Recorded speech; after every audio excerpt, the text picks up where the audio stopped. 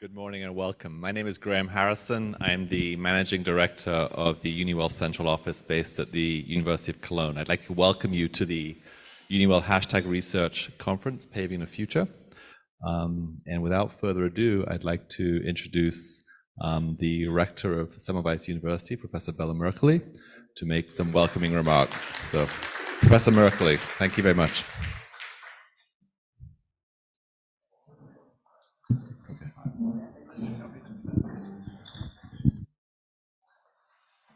So thank you so much. It's a pleasure being here with you, dear Professor Beate Busse, Chief Development Officer, the Vice Rectors, dear friends, dear colleagues, dear fellow leaders. For one, everything is difficult. For many, nothing is impossible. These are the thoughts of István Széchenyi, who was one of the most important figures of the Hungarian reform era, born more than 200 years ago. It's not by chance that we remember the statesman, writer, and polymath here in Hungary as the greatest Hungarian. His thoughts on teamwork serve as a guideline for us every day. As Hungary's largest patient care provider, one of the region's most outstanding universities, and a true European-level knowledge center, we know that we can only achieve great results by working together, whichever of the main pillars of our activities concern, be it healthcare, education, or research and innovation. This led our institution to become a founding member of the EUniWell Alliance. At Semmelweis University, the well-being of students, staff, and of society as a whole has always been a priority. Increasing healthy life expectancy is as important to us as curing diseases and helping those in need.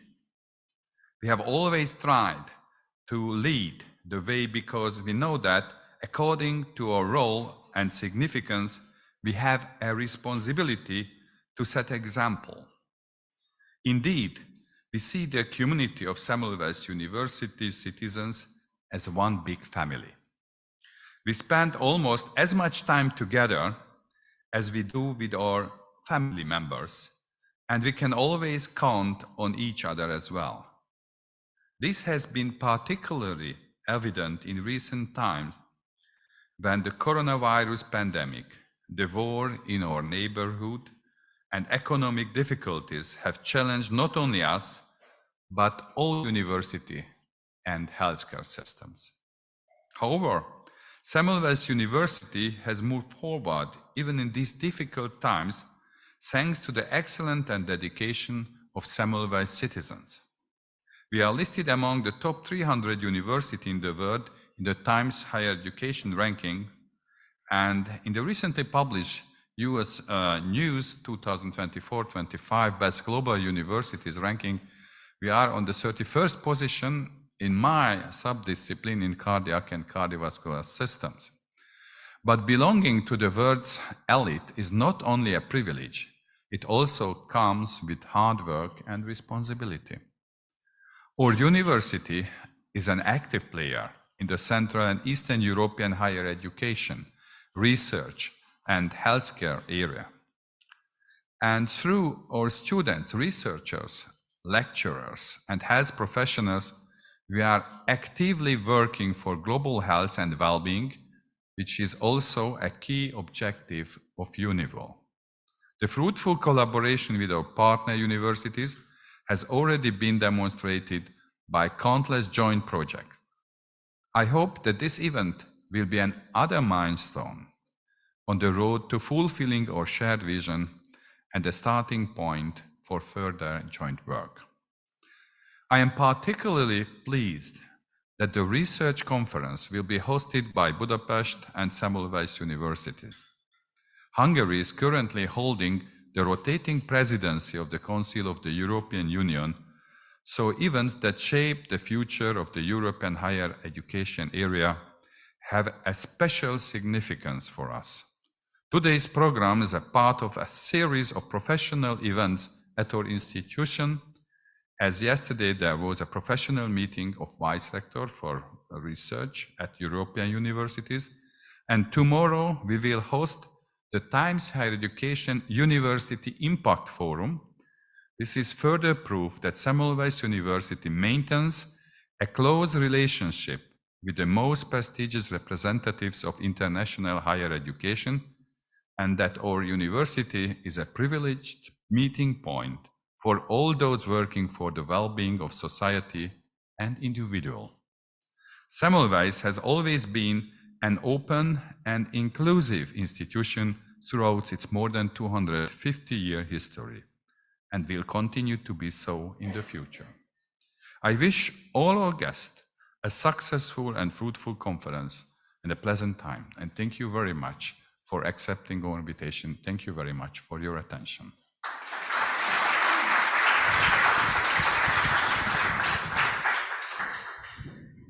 Dear Professor Mercalli, dear Rector, thank you so much for your warm welcome speech. And now I would like to ask Professor Beatrix Busse, Vice Rector at the University of Cologne and Chief Development Officer of EUniWell, to address the audience. Professor Busse.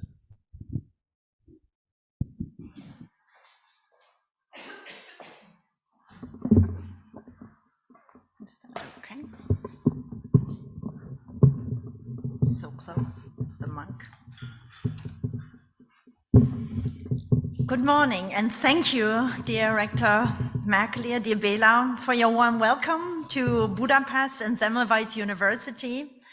It's fantastic to be here, and thank you to the entire Semmelweis team who have worked so hard.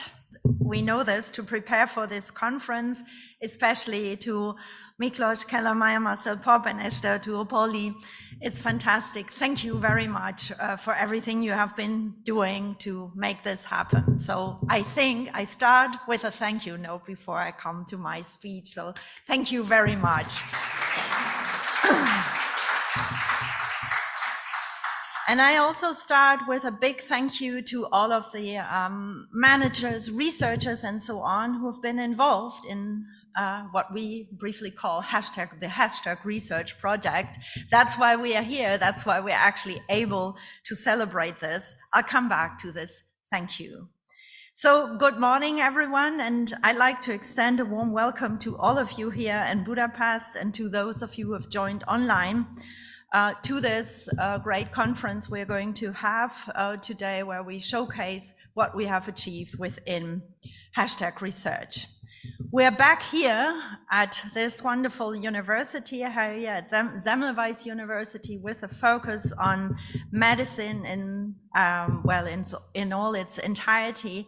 We've just heard it, a university excelling in research, education, and also the engagement with society. This place where a couple of years ago we had one of our first rectors meetings as well, where we celebrated with our values of democracy, being inclusive, and so on. We've just heard it, the freedom of science, where we celebrated the beginning of EUniWell as well, together now with this particular project, where we also took very difficult decisions. I remember this, where singing Imagine, in a way, was born as well, our hymn now. So it's fantastic to be here. Thank you very much for hosting us and also for organizing this event. I would like to talk a little bit and speak a little bit about EUniWell, about well-being, and about the importance of research to universities in general, and also to the world in general, I would say, especially in these trying times. As most of you know, EUniWell, the European University for Wellbeing, was launched in 2020 under the European University Initiatives. We before defined our values, some of which we've already heard, and our well-being focus was, among others, based on bibliometric analyses of the research strength of our founding members. The focus on well-being was also and is also the result of our member institutions' commitment to well-being in our university communities, for students, for professional staff, for researchers, for the academic community as a whole. And with well-being at the heart of all we do, EUniWell is unique among European university alliances and one of the few with a clear thematic focus. So let's not forget this. As a European university, EUniWell leverages and amplifies the voice of each of our 11 member institutions in Brussels. What unites us all is a multi-directional and international interest in well-being. This means we care about individual, subjective well-being, as well as our collective well-being as such. We invest not only in the well-being of our children, because it is just as imperative to invest in the well-being of the next generation, the teachers who instruct them. We do not limit our research on well-being to one discipline, but we recognize the multidisciplinary nature and embrace the cultural, social, and economic dimensions of well-being. So for us, well-being is not just a country's GDP. That's very important. We are people who believe that the success of a country goes beyond that, and instead, we are also interested in the quantifiable, measurable well-being of all individuals and make that our goal of success. I guess, asking again the question, what are universities there for, or what were we made for, I think it's very important because of Brexit, because of the wars we're currently experiencing, because of the threats to democracy, that we should even more fight for this well-being approach than ever before. Or more poetically speaking, and some of you know, and I will repeat this, that I'm very much intrigued by what Salman Rushdie keeps saying, we have to tell better stories than others these days, especially where again fake news and so on seems to be, oh sorry, yeah, thank you. So our approach to well-being is probably a combination of eudaimonia and hedonism. So individual subjective well-being, but also we are doing things with a purpose and with virtue as such. And there is urgency. I've mentioned on other occasions the World Happiness Report, which says that the younger are really unhappy right now or less happy than before for the very first time. Or if we look at the dynamic developments of AI and which cover all our life and where we really have to see how we deal with it. So universities have a role to play there. That's very important. Or if we look at what Amy Webb describes the technological supercycle, which is currently heavily affecting our world. Our concept shows, and this is shown in EUniWell 2030, the strategy framework and the strategy question, that we can pave the future for us in the years ahead. We identified 3 strategic focus areas: becoming a voice for well-being, or the voice, becoming communities of well-being, and becoming a European university. We have the aim, with also the results of #research, to be at the forefront of well-being focused research. We need to establish and nurture new collaborations, which is also something we talked about yesterday. Communities for well-being in each of our member institutions and across the Alliance. Again, this is a key issue for Europe and for our Alliance, but also in a global perspective. Both DG EAC and DG RTD in Brussels are focused on careers in higher education. We focus on training the workforce of the future and upskilling today's academics with well-being focused skills. And that cannot be taken for granted. That's quite special to do this and have the courage to do this. And I guess we also have fun doing this as well. Finally, we are a European university in the sense of being one of now 64 European university alliances. So there is competition, but there's also a communal way forward, which is important. Our ambitions must be to develop as a pan-European, also multi-campus European university, working together, building collaborations and engaging with Europe, the European Commission, but also globally to not become Eurocentric. And we have been doing this quite well, I would say, because of the amazing, spirited, hardworking people on the teams. That's quite something, and again, cannot be taken for granted because it needs a specific attitude to be able to cope with all the challenges that EUniWell poses us. You have to be entrepreneurs in a way. Now, Bela already mentioned this. So while higher education remains a national domain in Europe, the European Union and the European Commission, through framework programs as such, and now Horizon Europe, have a major influence also on European research. And this week in Brussels, the European Research Area Platform they meet under the label Fostering Integration, Advancing Competitiveness. This is happening in Brussels, Advancing Competitiveness. Just look at the title.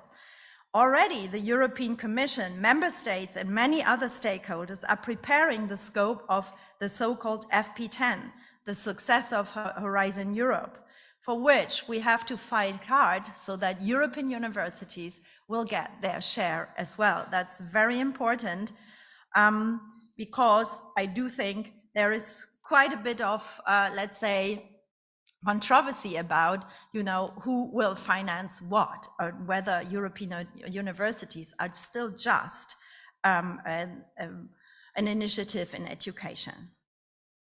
Now, the April letter report and perhaps also the Draghi report issued last week also proposed a significant increase in European investment in higher education, which is good and which will enhance European competitiveness, but hopefully also advance research in general. So what I think is now necessary is an integrational approach where research and education and the other missions can flow as well. Whether this will happen with the new commissioners, which have just been announced, and their denomination, which is startups, research and innovation for one, and skills, or people, skills and preparedness for the other, where education, at least in the denomination, doesn't occur, we shall see, but we have to voice our opinion there. So, as we continue to advance EUniWell's well-being agenda, 3 initiatives perhaps that are very important, and with that I'll also stop. Our 5 thematic arenas reflect the breadth of well-being and the expertise of our research communities. I like to repeat them because they are important also for what we're going to hear. Health and well-being, social equality and well-being, environmental change and well-being, culture, multilingualism and well-being, and last but not least, teacher education and well-being. Very important. This is what we'd like to foster through our research and other corporations. Now, the seed funding program and the well-being incubator have really helped to initiate new initiatives, and we've just heard for the next round, we have more than 50 applications. Finally, our platform approach. EUniWell is a platform. And with that, we'd like to stress that it's not just a project anymore, but a mission. We'd like to move on with that. And the platform approach shows how we try to integrate the different initiatives as such. Today, we come together to share, discuss, and celebrate the achievements of the EUniWell #research project, funded by the European Commission under Horizon 2010-20. And it would be good to be able to continue this. So this is also something we will put forward at the Commission as well. Broadly, this has enabled EUniWell to establish a common research ecosystem across the Alliance. As you will hear today, we'll focus on catalyzing collaborative well-being research, open science, and research competencies for the future. They are not just topics that we can simply check off. Collaboration, open science, and skills or competencies are not just the tools to pave the future or the futures. They are the stones, I would say, that lay the foundation for how our work and our co-creation and the next generation will be able to thrive and to grow. And I guess with that, I think it's very important to stress this, because today we just not do celebrate the achievements of hashtag research, but we also like to think how we move forward. And with that, coming back to the questions, what are universities made for in these pressing times? I would still say that our corrective stays the principle of excellence on the one hand, on the other, also the science-based guidance we'd like to have, the freedoms of science. We have to continue to ask questions, be curious with all the disciplines at hand. There are conditions, probably the conditions have changed, and this has effects on both the individual well-being and the systemic well-being. And therefore, with the topic we have chosen, we are, I think, really paving the future.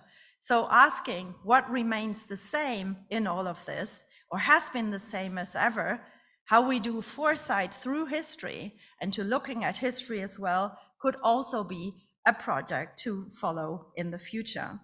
So with that, I'd like to finish and like to thank the entire teams of hashtag research, both in the Cologne office as well, Graham, the teams, and at the different universities who have helped to really make hashtag research a success. And I will say one personal note, it has been an honor, and I say this with humility and pride, to be able to lead also this project, hashtag research, and also EUniWell as such. So thank you very much to all of you for your support. Thank you very much for being able to be here and celebrating this. And with that, let's move forward to the future and pave the future as well. Thank you.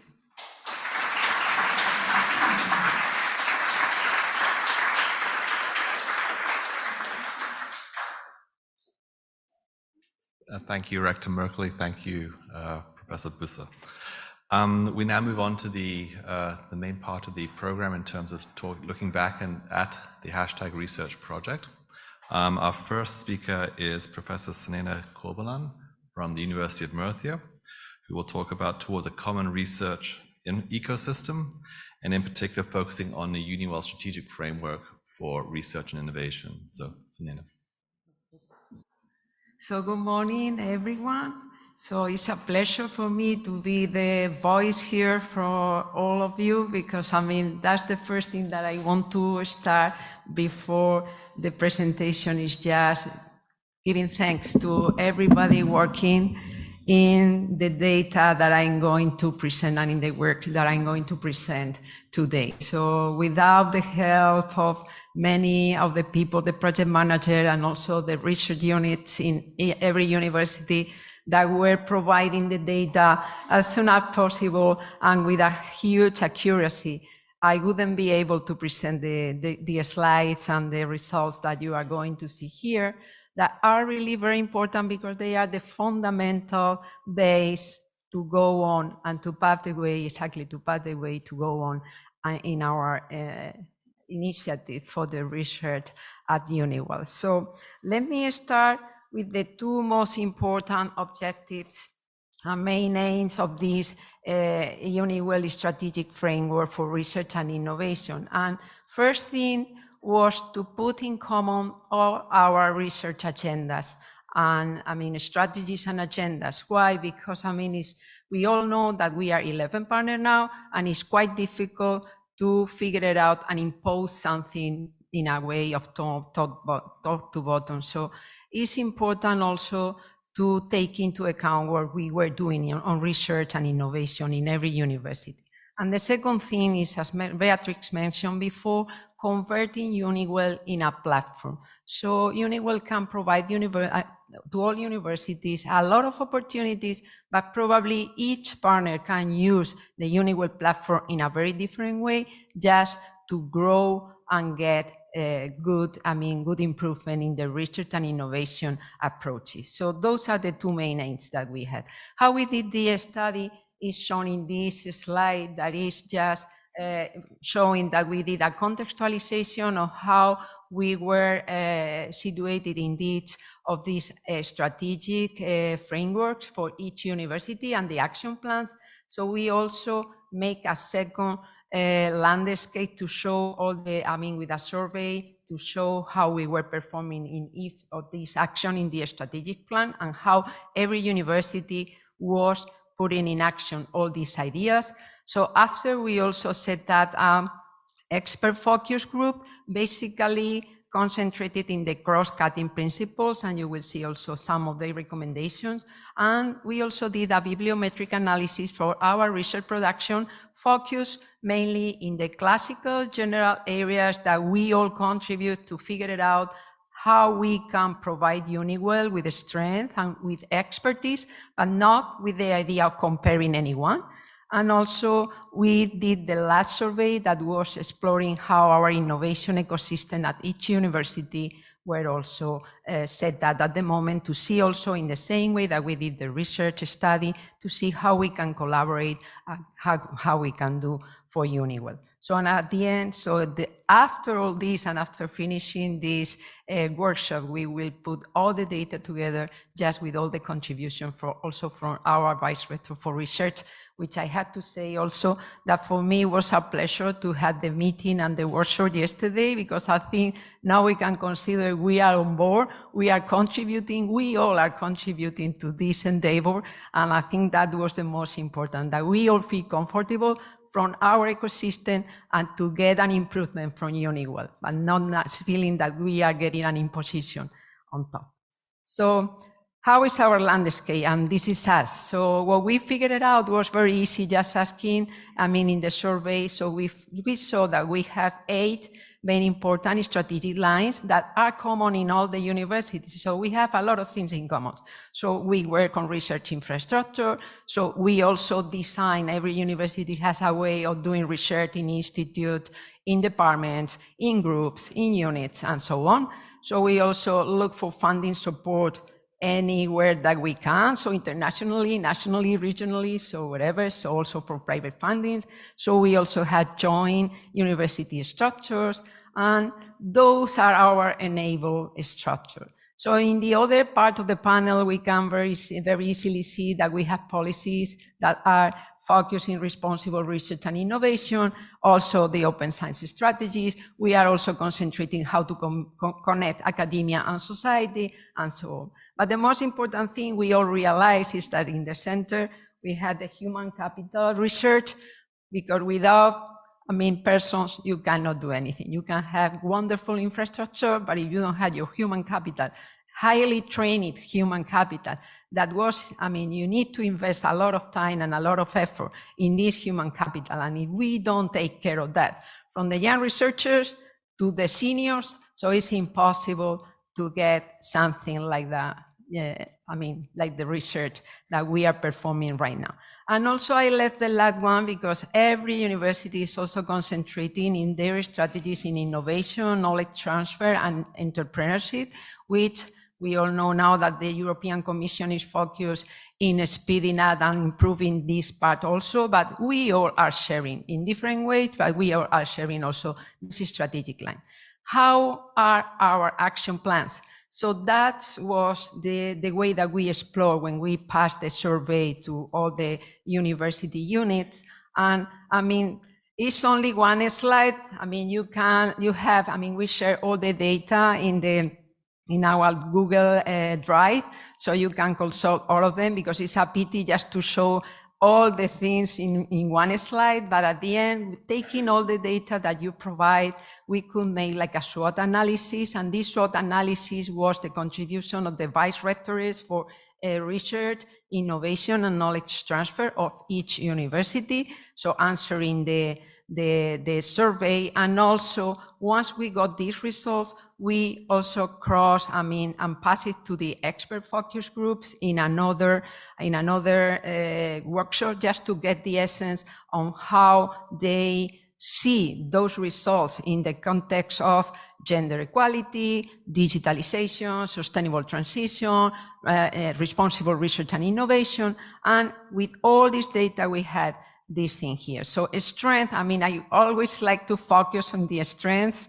and the opportunities that they are giving us. Of course, I mean, the weaknesses are giving us the opportunity to go on working and to share good practices between us. And you will see that also many of the weaknesses that we found in the survey are already solved, and we have solutions in with the hashtag research Edge 2020. So we have an advanced research in most of our universities. We can see that we already have models of collaborative research facilities and also collaboration, so ethical and research and inclusion. Of course, we all are working in SDGs, which is something really very important, and we also have units of innovation and knowledge transfer that can be the strength just to go on and use all the opportunities that this gives us, like expanding research capabilities, advancing in open science, and building more support for the human capital that we already have in the Alliance.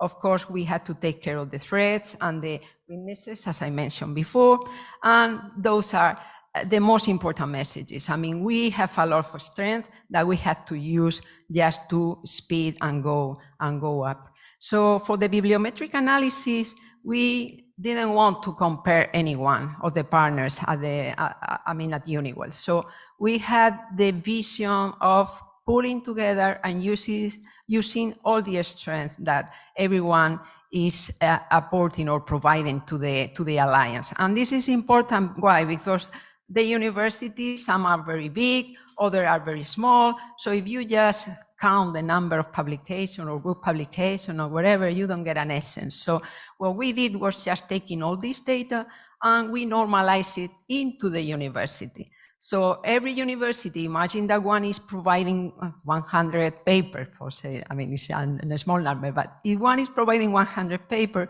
probably they have a percentage which is very good in agriculture or whatever subject. So we were concentrated with just only in the same university, so what areas are higher, or high prolific, and compare and put together, not comparing, but put together. So in that way, we are able to see, even if it's a small university, how this small university can contribute to the Alliance in the well-being and in the areas that we are, interested in. So these are the data that we got when we did these high-profile research areas. So you can see there are 4 areas that we all can contribute, classified by the classical numbers, so by the classical names. Experimental sciences, so we see there that physics and material science can be a node with a small satellites, also important contributions. So clinical medicine and biomedical science are also very strong, and the size of the circle or the sphere depends on the number of universities that are contributing in this with high-profile subjects. Also, we had the basic life sciences, which is also a huge contribution from many of the universities of the Alliance. And still, we have a little bit smaller, but also important, the arts and humanities that we don't have to forget. So how we connect that with the SDGs? So we did another analysis, because with the same institutions and the same publications can be classified in the way that is sustainable development. So when do that with the same work and the same strength that we already have, you get this picture here. And you can see that in many of the SDGs, a lot of the universities, and most of the universities, are also contributing to that. And that was enable us to classify in the different thematic arenas that we already have from the beginning in the EUniWell concept. So we have most of the institutions can participate through the different SDGs, and this is our picture, and this is how we are. Nothing invented, so we are here for that, and this is a picture of how we perform in these SDGs. I have to tell that depending on the database that you use, the data will be different. So we are right now including the insights analysis from WASH, the SciVal from Scopus, which are the commercial one, but we also make the effort to do the OpenAlex analysis that is also classified. And the data, when you compare, you had the Excel file in the Google Drive, so you can see that the data are quite different from one database to the other. And I had to say that because the OpenAlex data is more complete and had much more inputs, the results are kind of, you can see differences between the health and the SDG 3 or the other SDGs, but now are more equally correlated. So I would say like that. So it's important to compare that too. So this is the picture doing the three database, using the three database. And here are the result basically. So we have a strong potential in these four big areas, in experimental sciences, in health sciences, in art and humanities, and biological science. And also most of the SDGs at the end, when you make sure the different analyses are also represented in our so I had to go faster. Okay, in our work. So the main message here is just that we have a lot of potential to explode and to be working on, and this is the thing that is showing us that still we have a lot of possibilities to collaborate. So you have a lot of maps also in the Google Drive showing the strong potential that we have for collaborations. And those are few data for the innovation survey. That was the last one that we did all together because you were providing us with the information. So as a model, we took the survey designed by the EUA that has three blocks. One for the strategic attention to innovation and our capacities, the other one for sustainable transition, and the third block was concentrated in the digital transition. So few data from there and the main conclusions. So for general attention for the university innovation, we already have 64 of the universities of the partner that are already implementing the innovation plan. So it's important the number that 91% of the universities are declaring that they already have a knowledge transfer office, and this is something very important because it provides us with a robustness. And of course, the challenges in funding and collaborations are, spread all over. So we need more funding and we need to increase our collaboration and our partnership. In sustainable transition is the same thing. Leadership in sustainability through research and education is the most important thing that probably universities can provide. So we need opportunities in the policy alignment and industry partnership. This is something that we still have to work with. And limited funding and collaboration is again the same that coming out from the survey. And of course, here and in the digital too. So the delays with the policy and the legal environment just to go ahead, both in the sustainable transition and the digital transition, are something that are stopping the development of all these ideas because we don't have the legal support just to go ahead with all these things. So mainly for the digital transition, the universities are doing also very well. So most of us initiate is also our strategy. So we are using the European Union digital innovation programs, and the challenge is again the same thing. So something very important that everybody is declaring in the survey is that we are very limited for expert staff for this digital transition. So we are very limited on that. This is something that we had to take also into account. Just to finish, I just jump or summarize the connection. So, we did the work in the strategic framework just to show how we are in all the aspects concerning research. So those are, in the cycle that you can see here on the left, we are just putting up concerning human capital, the most important issues that coming out from the analysis, and is that we need to enhance the early career support, foster interdisciplinarity and intersectorality, and also develop a responsible career assessment.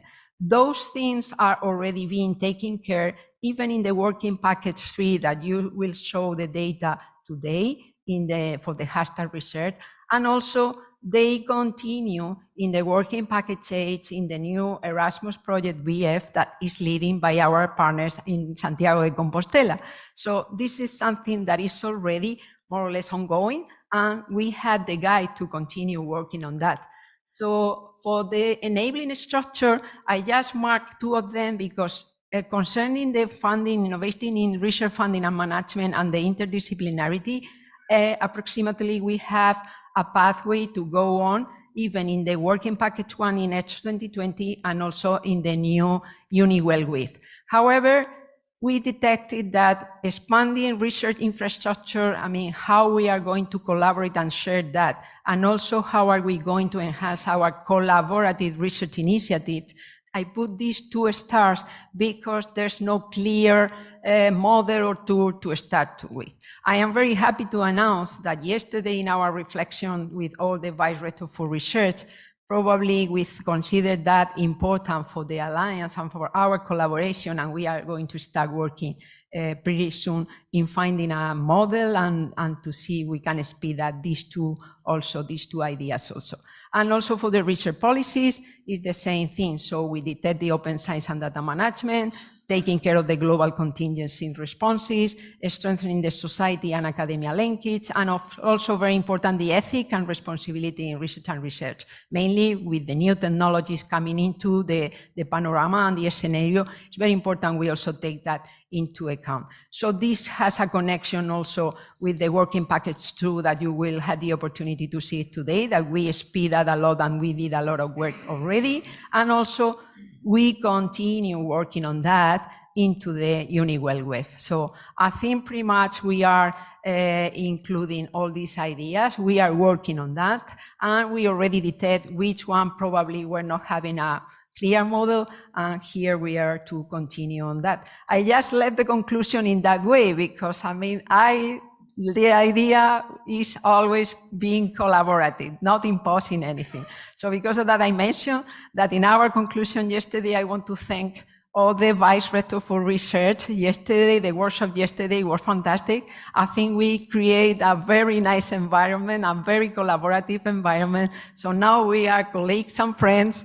And I think, probably it's starting and continuing.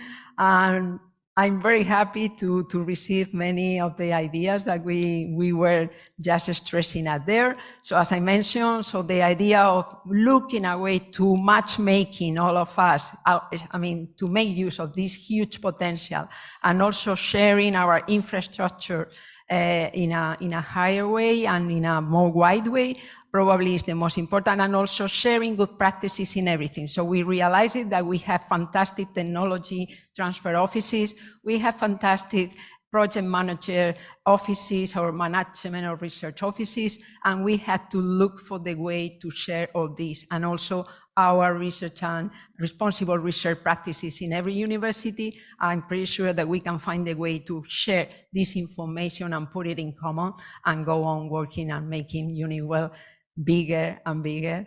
And thank you very much. So.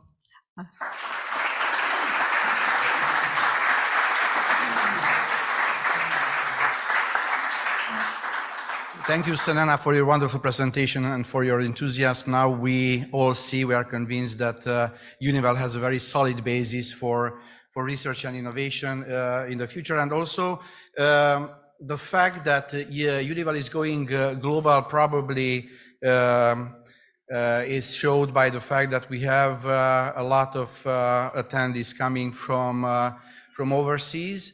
And one of our Semmelweis University's higher valued partners, namely National University of Singapore, is represented here by Andrew Tay, who will share the universities and his experience on well-being. So, Andrew, the floor is yours.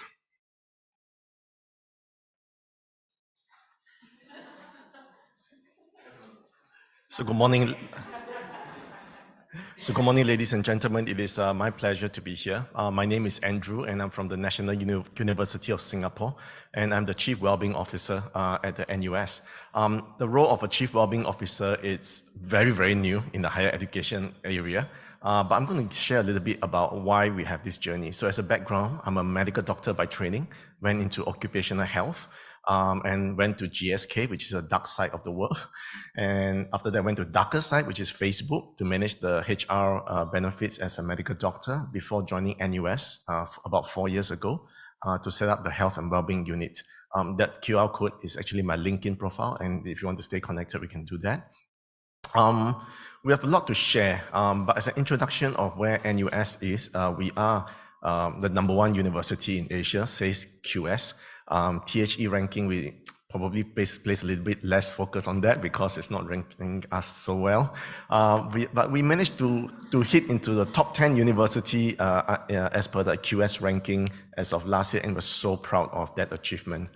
I want to share a little bit of a concept of what is known as the whole of university approach towards well-being, and I'm so glad to be here on this platform at EUniWell Research on hashtag on well-being. So let me share a little bit about the context of what are the frameworks around globally pertaining to whole of university approach to well-being in the context of the UK, and it is the only country that I know where a minister asked for the UK university to join this University Mental Health Charter. In the context of the US, we have the Okanagan Charter, which is more popularly accepted internationally. And in the context of Australia, somewhere down south, we have the Origin University Mental Health Framework. And in the context of ASEAN or the Southeast Asia, we have the Healthy University Rating System. Now that Healthy University Rating System took a lot of reference from the Okanagan Charter because of the influence of the Charter. Now, I want to talk a little bit about staff well-being. It has been mentioned a little bit by the previous speaker, but staff well-being has always been taking a back seat, as you can see from the various research that's done by the Student Affairs. Because the work has become more complex, the students are also becoming more complex as our clients. We find that the risk of stress, burnout, and mental health difficulties is rising among our staff. Importantly, we know that supporting students who are experiencing poor mental health can have negative consequences for staff well-being, for the concept of what we call the vicarious psychological trauma. So there will be a lot of conversation in our sharing from NUS perspective in terms of how we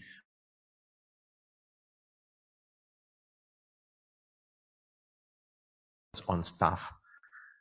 Let's say you want to set up a health and well-being expertise in an organization of a large company. University is typically a large company. Where would you put the health and well-being expertise? Would you put it under HR, Center of Excellence, Health and Safety, the C-suite, which is the chief area or the rector office, or would you put it under student support services? So depending on the setup of the organizations, you'll find that the tech companies, the banking companies, they tend to put it under HR. But the manufacturing companies, they tend to put it under what we call the Center of Excellence because they have a body of occupational health physicians working there. In the context of NUS, we place it under the Office of the President. But we know that in our tour of the other universities, whether it's in the UK, the US, and also in Australia, they tend to place it under student affairs or student support services. But you'll find that there's a bit of a mismatch if student support services want to care for the well-being of staff, because the well-being of staff has multiple constructs, career, change in the life phases. Now, these are areas that student support services are not really geared up to support. So in the context of that, I want to share with you the first learning point is that organizational structure is key. If you want to go by the whole of university approach to tackle the well-being in the university, set up the structure appropriately. In the context of NUS, we place it under Office of the President.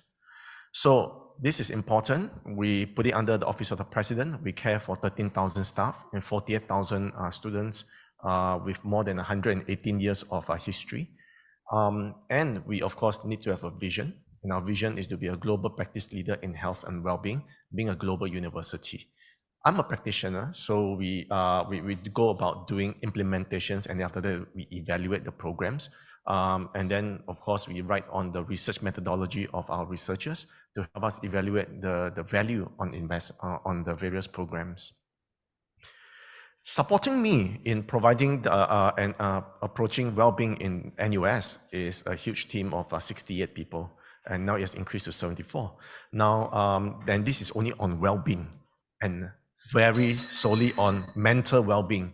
Yeah, so the idea is that take a look at the numbers over there in terms of the clinical services. There are about 50 clinical psychologists, counselors, and case managers supporting 61,000 people. So that's a ratio of about 1:1,000, and I think that's quite appropriate. Of course, you want to be a bit more accurate, it's about 1:1,300 community. So that's the ratio of our counselors to the community that we are serving. Let's talk a little bit about NUS community, and there are going to be some data so as to deepen the engagement services. So we want to be vulnerable over here and authentic in our sharing. This is the counseling request, and you can see that there is an accelerated growth since 2021, comparing to pre-COVID season. And when we compare ourselves with a similar size UK college, they are already seeing and serving about 12,000 sessions. Now, these are sessions, not the unique number of students. So these are the number of sessions we provided to the students. So one student can get about 3 or 4 sessions. But you can see this slide is to tell you that the increased demand of a counseling request among our students.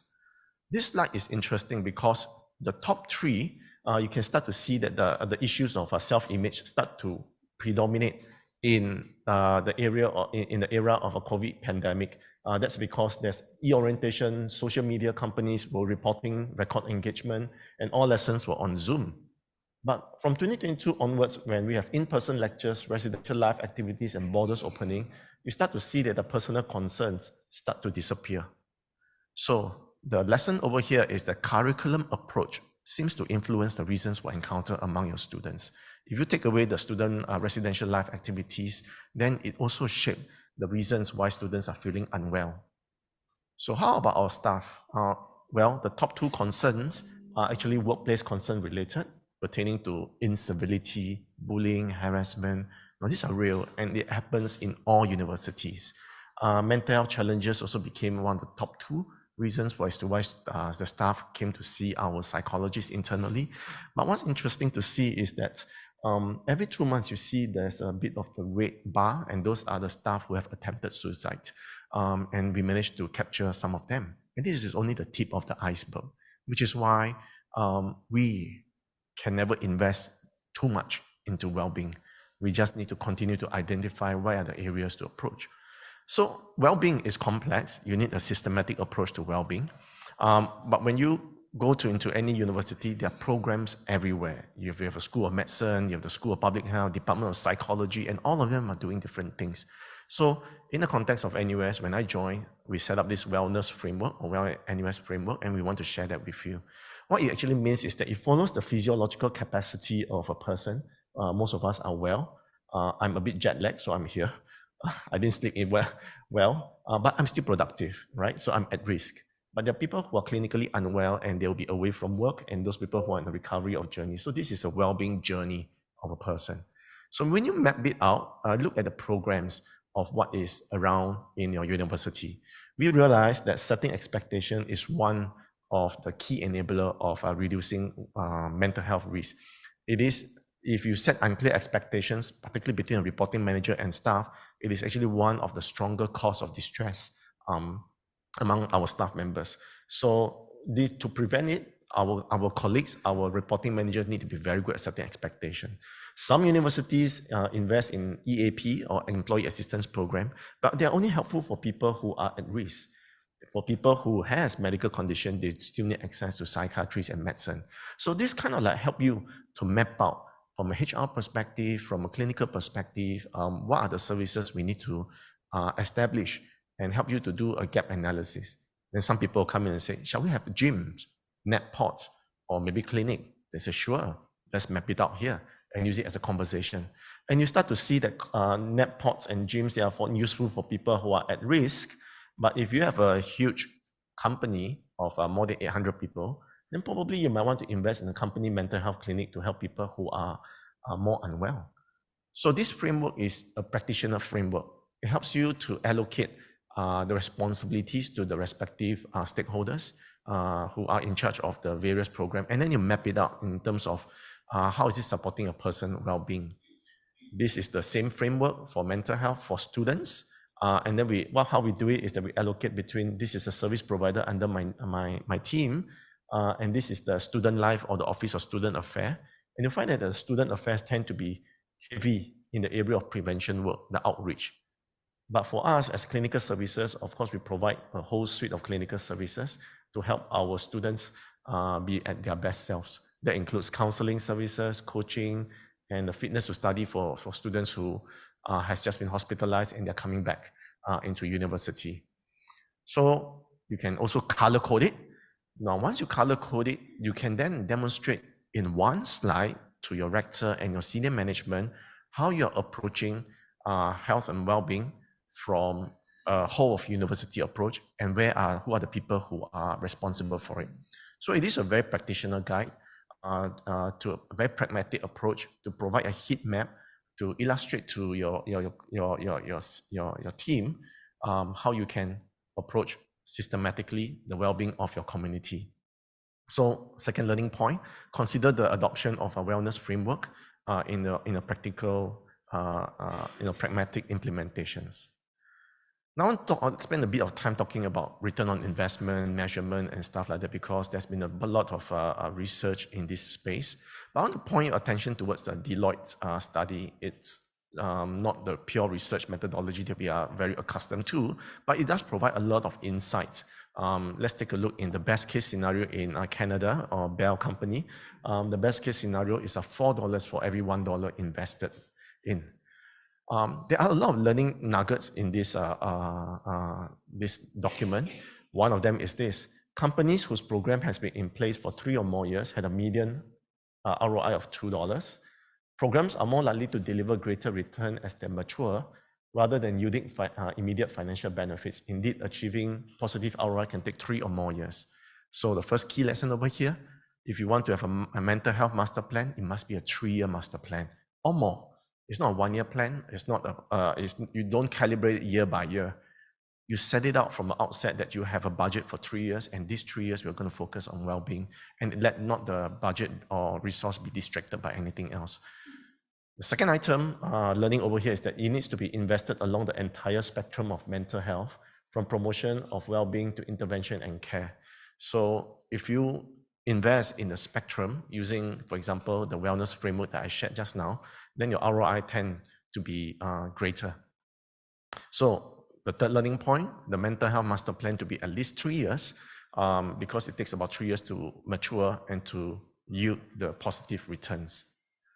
I want to talk a little bit about campaigns, because when we started our campaigns in 2021 to our students, we realized that they'd be deleting. They don't read newsletter, right? I'm sure it happens to all the university. So in 2022 onwards, we went into social media. We got a marketing agency, design all this artwork that you have seen, and then we push it out on Instagram and Facebook, and we pay the advertising fee. It doesn't matter the students who are consuming these materials are from our competing university. It doesn't matter, because it is for the issue of well-being. And we started to track the engagement level from a digital platform, and it yielded information that we don't know how to evaluate, to tell the truth. So for example, in the 6 months journey of posting these materials, we have 64,000 post engagement, 2.6 million post impressions. What does that actually mean in terms of conversion to impact? So we have to do what we know as the well-being survey to take a look. So we do a pre-post campaign type of survey, and we found that both staff and students have better mental well-being at post-campaign, and we use the PHQ-2 score to evaluate. So the pink bar has increased. It increased even more among the students at post-campaign. We also found that staff who have heard of the campaign significantly lower personal stigma score and lower social distancing score. So social distancing score is a measure of how willing are you to partner and work and collaborate with a person with depression or mental health challenges in your workplace. We also found the same thing among the students who have heard of the campaign, lower stigma and lowers the social distancing score. And we found that staff who have heard of the campaign were more likely to say that they will come out and seek help or to share with another person. Interestingly, when we did the campaign, you can see that the number of counseling requests also went up. It went up, it's a good problem, but the problem is that it overwhelmed our counseling services. And now I have a second problem, which is the burnout of our counseling staff. So we'll talk about how we manage that later on. But the fourth learning point over here is that campaigns do work, and they are very powerful destigmatizing tool for us to draw students and staff to seek help. Now, so we understand that the number of counseling has increased, and we cannot just go on to hire more people. I mean, 50 over counselors, it is actually quite a luxury, right, for a lot of university. So we tend to look internally and realize among those people who come to seek help, 40% are actually mild in their levels of anxiety and clinical symptoms. What they actually have are issues pertaining to skills such as procrastination and time management. And because of the lack of those skills or because of all those issues, they then develop all this anxiety. So it's performance-related anxiety. They are not the mental health challenges-related anxiety.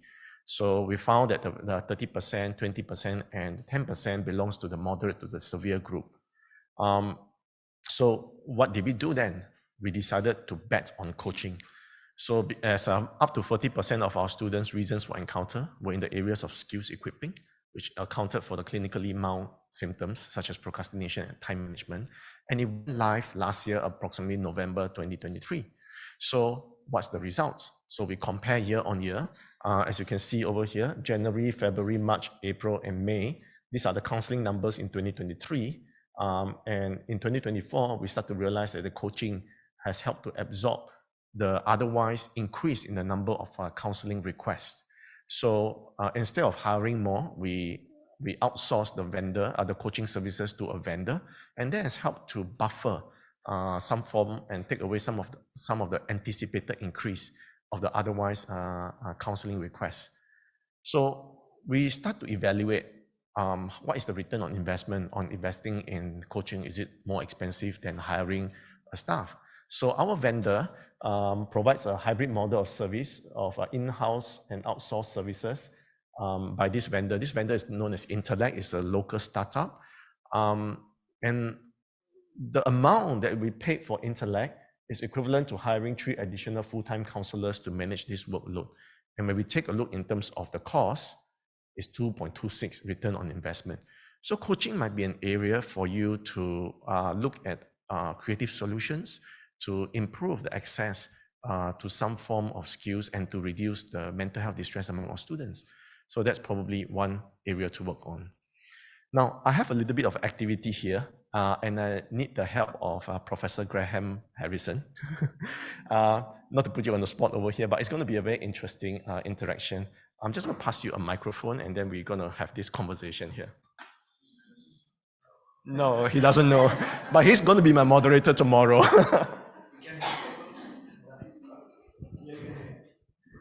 Yes, you can take photos.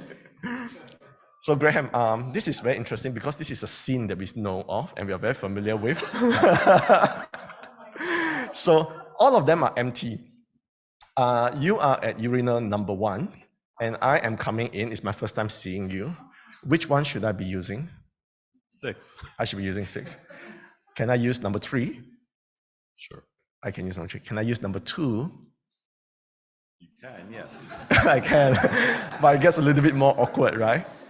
Probably not, right? As somebody was saying. Can I talk to you? Sure. Sure. Shall we take a photo? No. So you see, thank you so much, Graham. Everybody give him a round of applause. Thank you so much.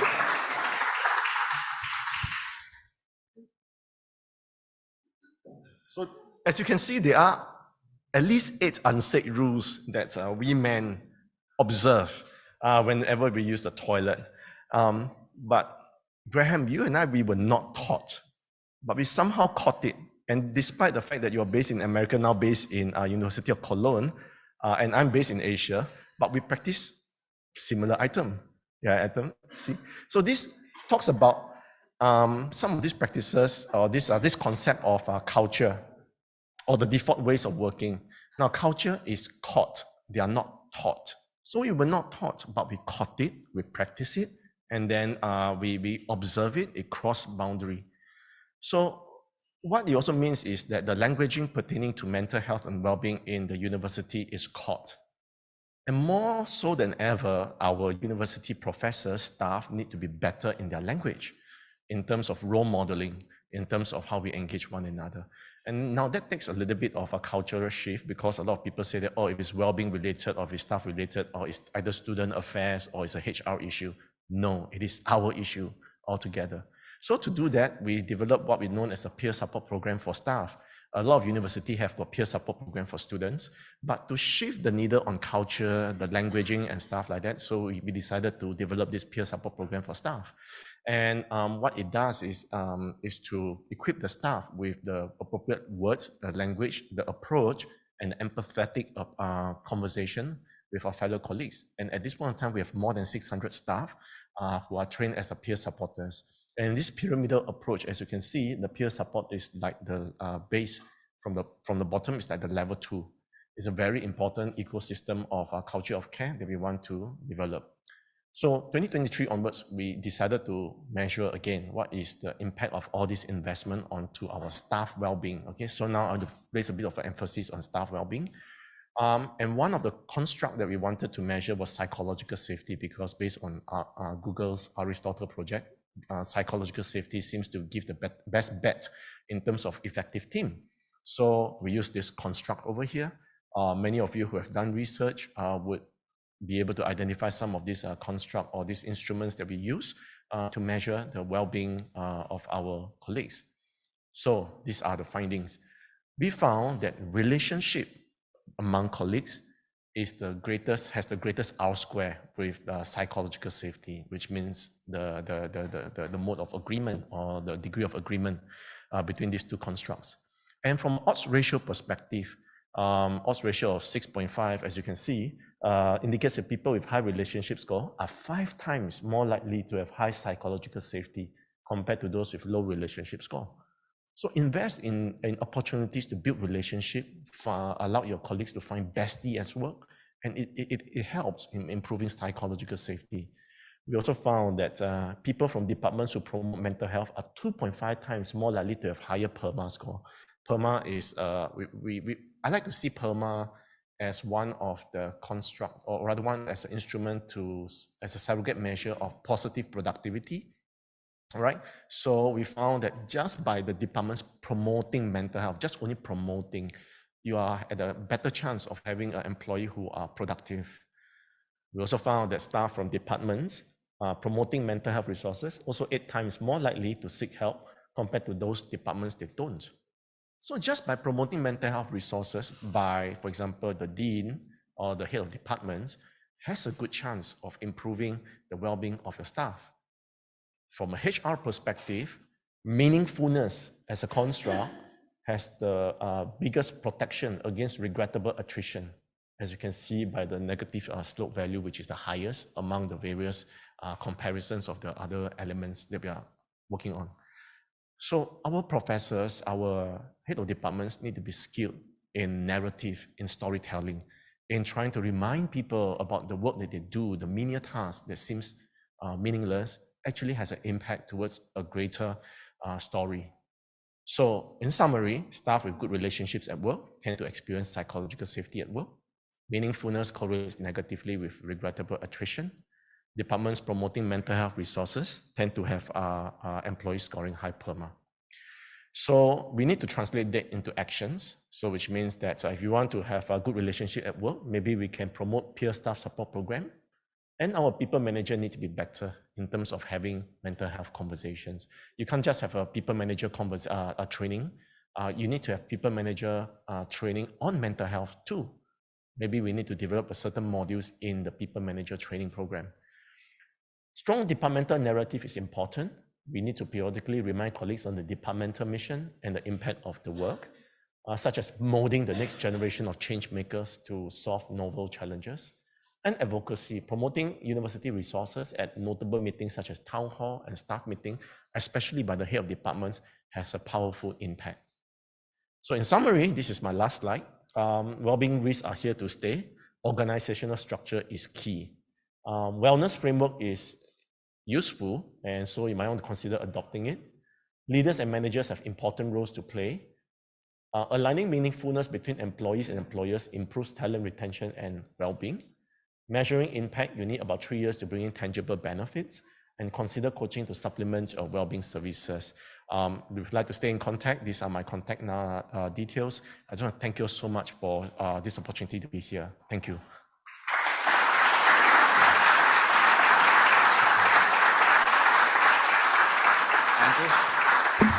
Andrew, can you stay up?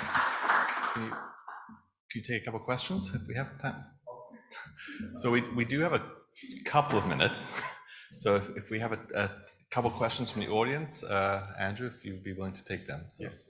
So any questions from the audience that we have? Robin. Some people online, yeah, online, of course. So Robin Mason, University of Birmingham. That was brilliant. Thank you very much. And if there's any chance of a version of the slides that could be shared with the more confidential stuff taken out, that would be really useful. At my own university, wellbeing services are split between student-facing in student services, academic services, staff-facing in yes. HR. I suspect we're not the only university that's structured like that. Yeah. Could you speak specifically to the benefits that you've derived by bringing those together in a single organizational unit? Yeah, great question. I know that in University of Birmingham, you have this person by the name of Sammy. Yes. I think he works in student support services. He and I, we chatted a lot. Sammy's great. Yeah, Sammy is awesome, right? And we also talk about organizational structure. If we don't get it well, you start to find that the student support services and the HR, they don't talk, and it's not natural. So when we came in here and we were housed under Office of the President, and we were also given the resources or the manpower, we start to find that the Office of Student Affairs are more willing to work with us because they can derive tangible benefit from us.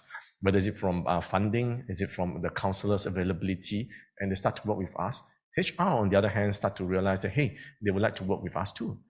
So this draws them to naturally work with us. Otherwise, they'll be focusing on their own individual tangible benefits, or rather their own work, and they get very distracted.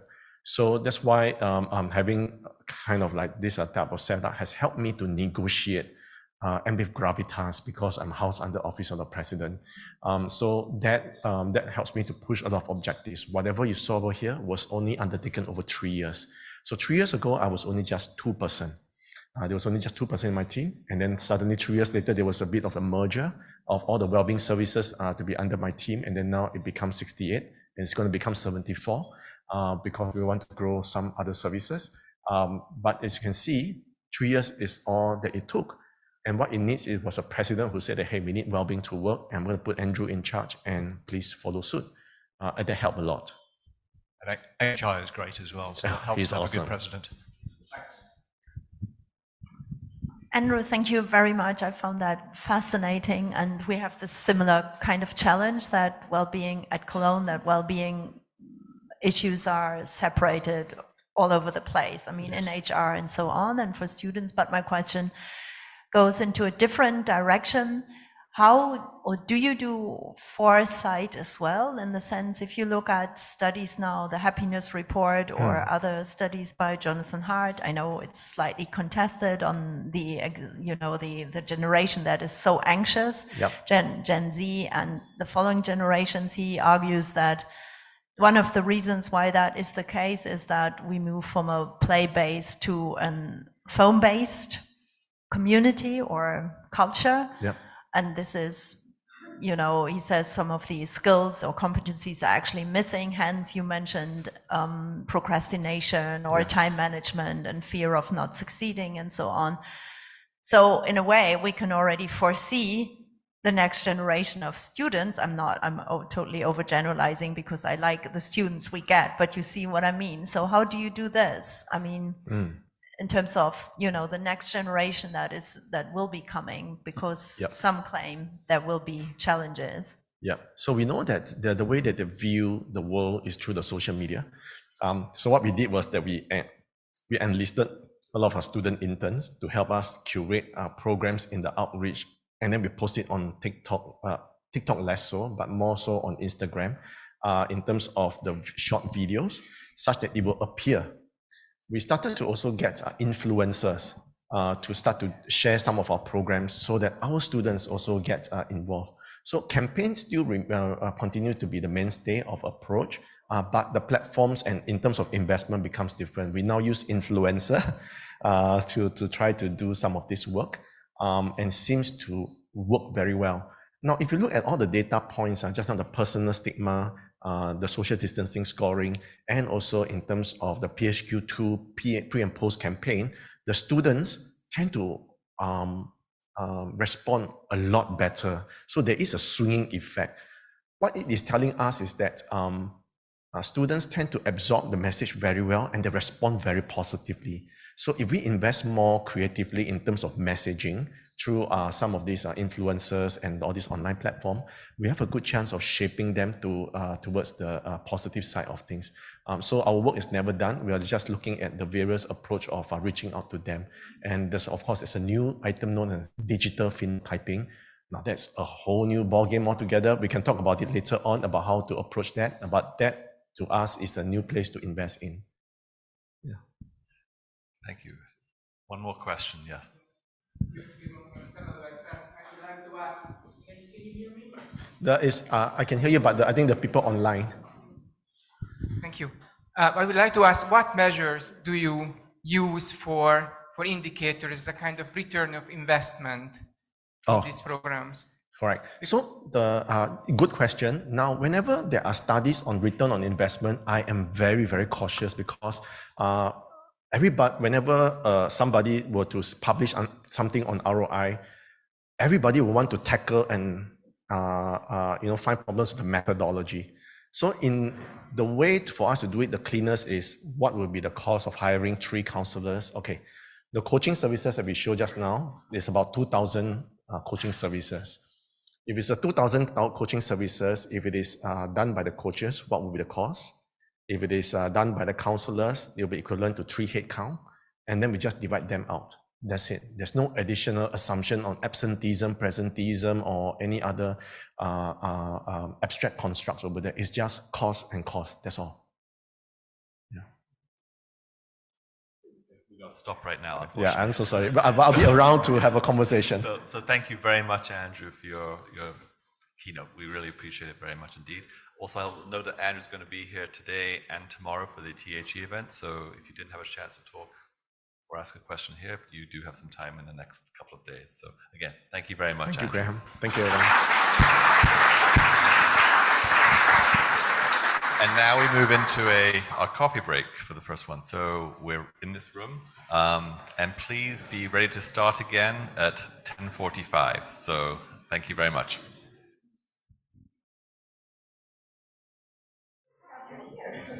Thank you, everybody. So we're about to start the session on catalyzing collaborative well-being research. And I'd like to introduce Professor Giorgia Giovanetti from the University of Florence, who will be moderating this session. Giorgia, thank you. Thank you, Graham. Thank you to everyone. It's an honor to me to moderate the first session where the researchers are going to present their winning projects. Because EUniWell, as an alliance of 11, as we said, and 11 members, is based on research.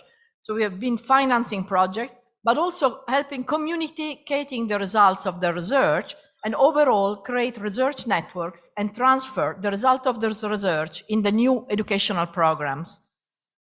In this section, we are going to present mainly the well-being research incubator, but also one seed funding program. There are differences and similarities between these two projects. They have a lot of things in common and some differences. The differences are in focus, because the well-being incubator focuses on catalyzing research related to well-being and supporting interdisciplinary cross-institutional research progress across the university partner of EUniWell. The focus is on activities which are directly linked to well-being research, such as comparative studies across countries, mapping research facilities, setting up research networks. On the other hand, the seed funding program have a broader scope. This project support not only research, but also a variety of initiatives, including education, student-led project, support service, administrative staff projects. And that's very important because it's a way to include everyone in the project, with the students, the administrative staff, and so on and so forth. It targets projects which are aligned with the EUniWell mission to improve well-being across universities and society. Here in Budapest, for instance, a couple of years ago, we had a presentation on the well-being and the mental health presented by students. This is the difference in the focus, but there is also a difference in the funding sources. The Wellbeing Incubator was funded as part of the Horizon 2020, so the hashtag research, and the funding was available unlikely for a limited period in order to support the research collaboration, and now is coming to an end with the end of this project. The seed funding project, on the other hand, are ongoing and are financed by contribution from participating EUniWell universities. So the idea is more having a long-term project. We put some money in order to finance this project. One thing which Beatrix mentioned today, which I think is very important, is that in the last seed funding call, 50 projects have actually been, applications have been presented. Out of these, only 8 maximum will be financed. So it's a very competitive project to be financed in a seed funding. Another thing which is different is the scope of activities, which I sort of touch upon just now. The Wellbeing Incubator focus on research activities that promote well-being, and often they involve small-scale exploratory research to test ideas for the future for more significant funding. So the idea is that they are springboard basically for Horizon project or more larger research project. The seed funding support a broader range of activities beyond research, and for instance, educational innovation, cultural project, initiatives which are very linked to the presentation we had before, which are to promote well-being within university and within local communities. And that's a very important, also the relationship with the local communities. Of course, also the duration is different because the Wellbeing Incubator, Research Incubator are a limited time initiative, while the seed funding program are designed to continue. So that these are the main differences. The project presented today are Wellbeing Incubator. One of them is the seed funding. The reason for this is because the Wellbeing Incubator are part of the hashtag research, while the seed funding have been more financed under the general EUniWell and now EUniWell WEF project. But the seed funding, which has been will be presented today, is a very important one because actually it resulted in a patent for skin products, which are now produced in a pharma firm in Italy. And I think to see the results of a seed funding project and these results were presented last week in Florence in an international conference where even a Nobel Prize was speaking, showing that the results of this funding were some cream. Actually, cream that should make you really beautiful. I asked to have one. I was given one. I don't think it has had effect so far, but I don't know, Deborah has not been given one. But the rector has been given the whole series of the creams. Yes, I'm jealous too. The Wellbeing Research Incubator encouraged research from across the alliances to join together to hold collaborative workshops. The workshops were intended to enable research to learn about the research activity taking place in the other universities and to make connection, to make networks, to identify common interests, synergies, and potential for future collaboration.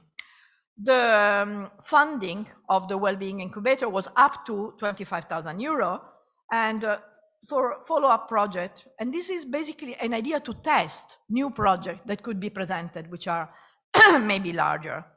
There were 3 calls for Wellbeing Incubator project that between September 22 and April 24, and the total workshop we had were 22. And at least that to involve 3 EUniWell universities. Some of them involve many, like even 7, up to 7 EUniWell universities. So you see, there are differences, but the importance is that university got together. I think there should be really a prize for the one that involved many universities, because it's really the idea of working together and finding the common grounds. The project that were financed were 13, and this exceeded number 10, which was the one that we had as deliverable in the hashtag research project. So we did fairly well in that. And this brought together about 48 researchers to work together on a very wide range of well-being related topics. The seed funding has been going, as I said, on many different directions, all of them in line with EUniWell core mission. And the seed funding have been a lot, the finance one, and we are going to have new ones. So this is the 7th seed funding call, which just closed last week. By the way, as far as I know, there is also a continuation of the seed funding on the peptides that will be presented here as amongst the one presented.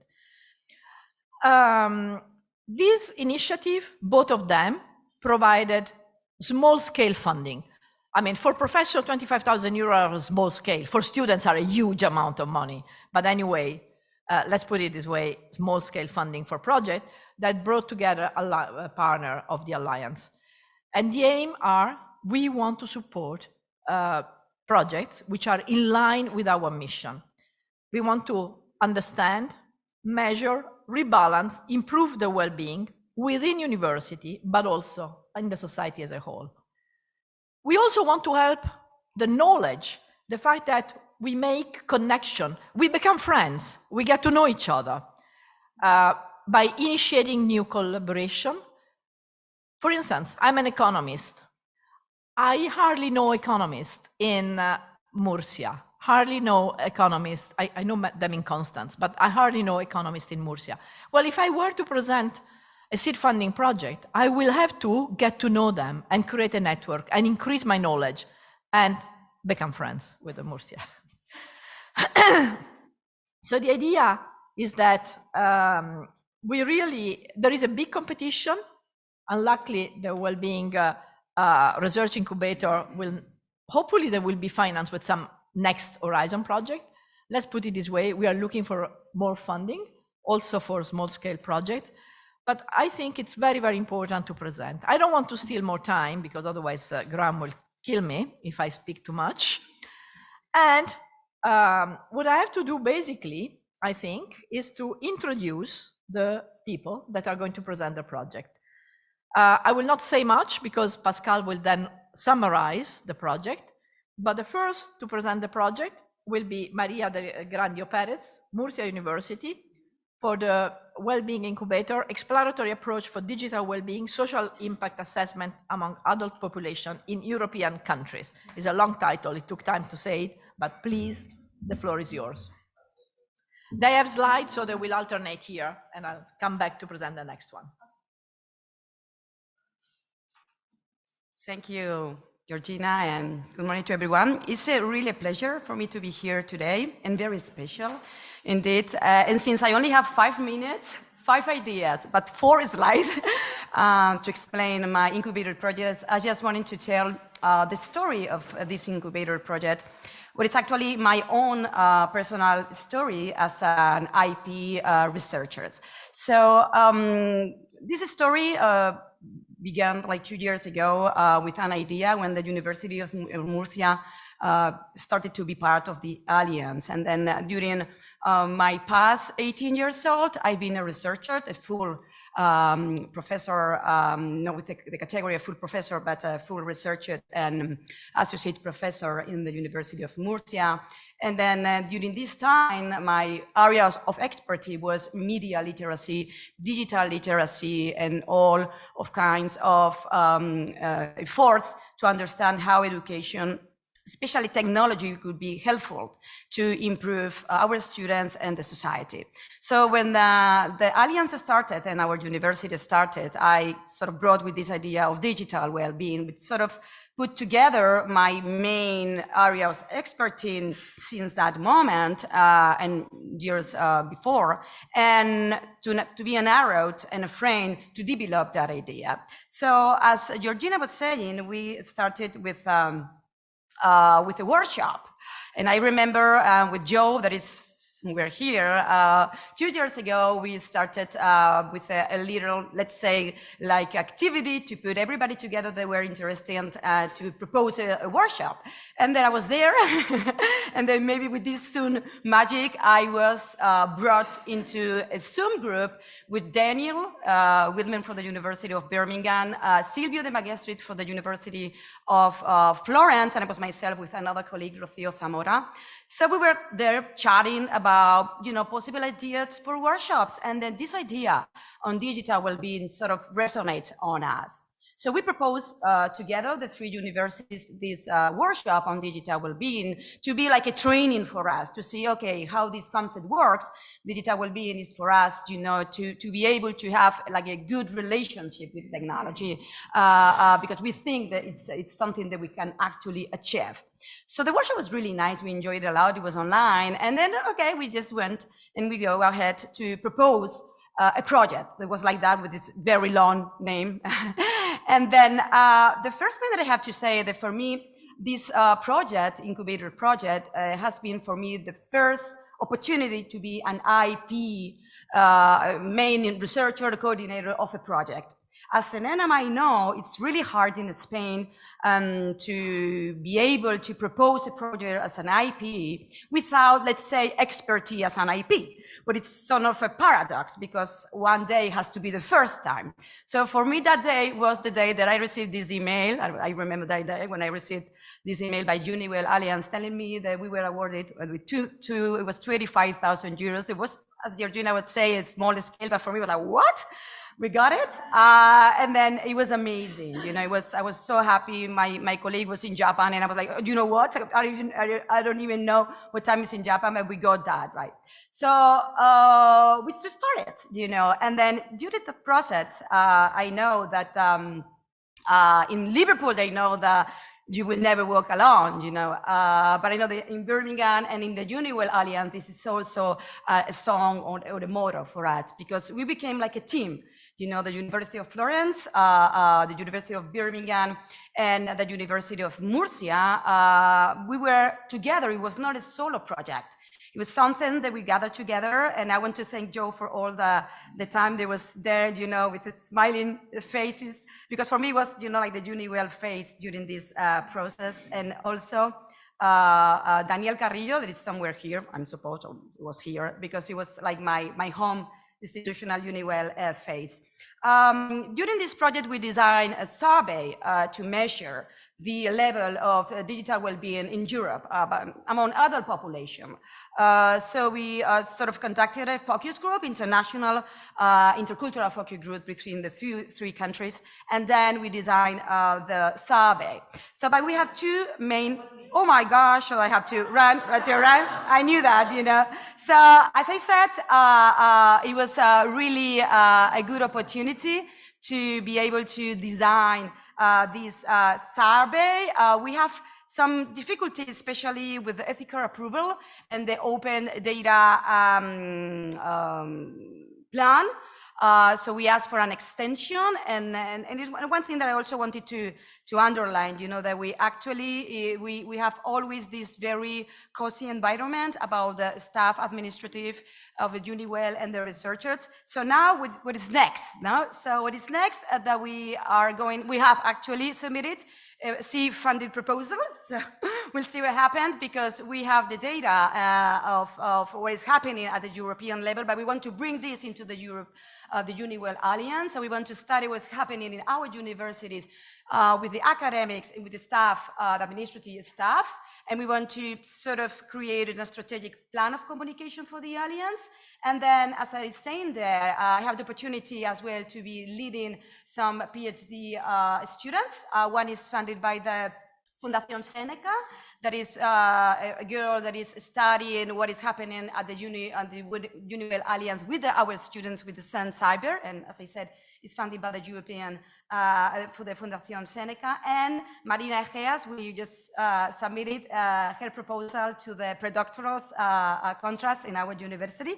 So we're seeing what's happening. So I'm just finishing to thank you, the EUniWell Alliance, Beatrice and Graham for the opportunity, my home university, Pascual and Selena, because the decision that you make within the Alliance in the name of our university has an impact on us, and obviously to all the EUniWell, because today I have a story to tell, and it's really valuable for me. So thank you very much.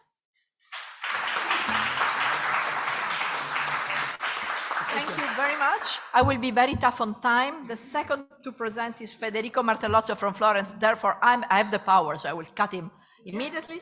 Federico is presenting a well-being incubator, the rise of sea level and societal adaptation to climate change. The floor is yours. I will try the challenge of sticking to the 5 minutes deadline. Otherwise, my career will be ended by Georgia. So, well, first of all, let me just thank the organizer for hosting us in this such beautiful venue.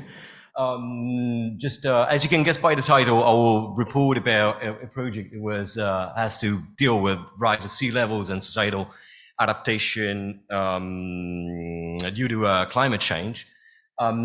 Basically, also, as Professor Maria before us told us, actually also our project started from colloquium, from a workshop, and then we thought about presenting a proposal together. Just as a bit of context, this project stems from a larger European-funded project where my unit was given the task of evaluating the economic potential upscaling for saline agriculture due to climate change. Therefore, during this colloquium with professors from the EUniWell network, namely University of Cologne, Professor Boris Brown, and University of Murcia, Professor Juan Pedro Montalves, we thought about pushing that forward and focus on one aspect cognate to salinization, which is extreme sea level rise.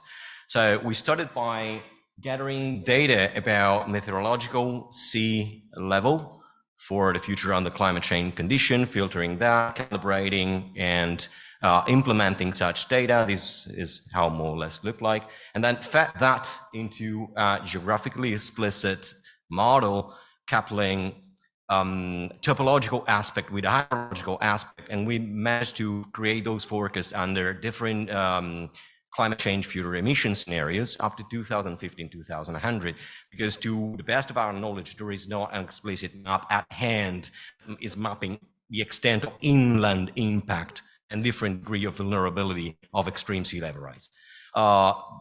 After that, we started looking, that's a glimpse of results.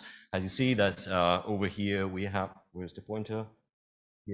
Here is the detail of the river mouth of the Seine, north of France.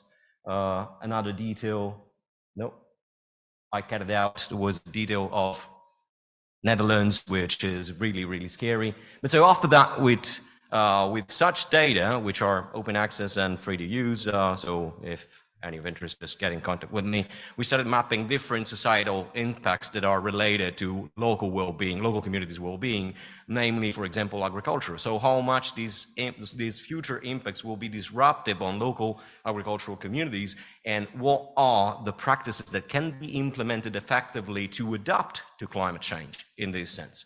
Or again, what is the projected impact on population? So trying to evaluate and estimate what is the displacement of people locally occurring due to the impact that we mapped. Another one is in Spain, a case study where actually we are coupling our results with current land use planning for the future in order to understand where or is already planned land development and infrastructures in land that we already know that is going to be vulnerable for the future. So how to align land use planning with climate change scenarios for the future.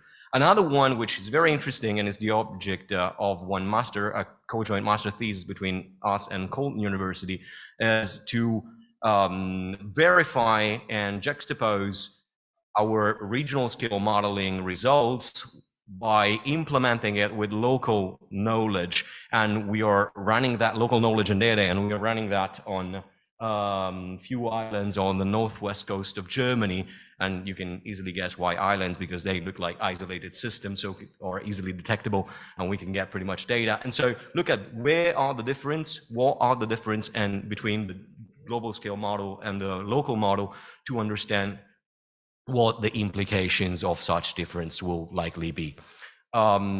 Just let me conclude. I'm in time, I guess so. Yes, I rushed through it. I hope I was clear enough. So expected results versus actual achievement. Well, in the proposal, we promised to map the extreme sea level rise geographically explicit for the EUniWell country partners. Instead, we have ended up doing a regional scale model for the entire European and Mediterranean region. We wanted to focus on just one aspect, at least, of societal impacts related to well-being. We'd end up, at least, looking at 4 different types. We wanted to have 1 published paper. We have 2 papers instead accepted, 1 under review and more in the pipeline. The results of the project should have been just presented in seminars in those 3 countries, and instead we actually had several seminars and PhD students going back and forth. So we have been able to strengthen their relationship. And as Professor Kobian was telling us this morning, we are not just colleagues anymore. We are becoming friends thanks to the EUniWell network. We are having a lot of fun working together, even without funding. We have like more master theses that are co-supervised by me in Cologne University and professor from Cologne University on the topic. I have 2 of my PhDs that will be going to Murcia in the next coming month to spend their time abroad and keep on working on the project. I have now actually 1 postdoc hosted by us, now a department from Murcia University. We are preparing several proposals. We know how competitive these are because 1 has been funded and the other one, unfortunately, a continuation of that project was not, which aim at, delivering an interactive platform for policy support, to support policy making in that sense. And we are now actually looking at how to fund national and EU call. What else? Well, not more. If you're interested, or if you think that any of your colleagues at your home university will be interested in such topic, please note down my email or just get in contact with me. I will be more than happy to share data, knowledge, whatever, just a chit chat about that topic, because we are very passionate about the theme. And let me conclude in thanking you for getting engaged with the EUniWell Consortium, which it has been very important for us, and to the board for having been so supportive of our research. So thank you. My career is safe. Thank you, Federico. Luckily, you just look at the sea level rise because we risk the Danube floating here. So maybe you want to extend it also to river. And okay, the next presentation will be Anna Elias from Semmelweis University, and she's going to speak about inter-kingdom microbiotical interaction for translational innovation. Please, the floor is yours. Thank you very much for this opportunity. And today I'm not just representing Semmelweis University, but of course my partners from Nantes University and also the University of Birmingham.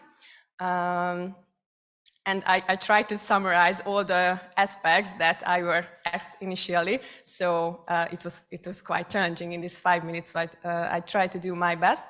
So the main reason why we choose this topic is that this growing antimicrobial resistance is a major concern in the healthcare area today. And our main goal was to identify and develop potential yeast strains that could be used as probiotics to combat these antibiotic resistance pathogen bacteria.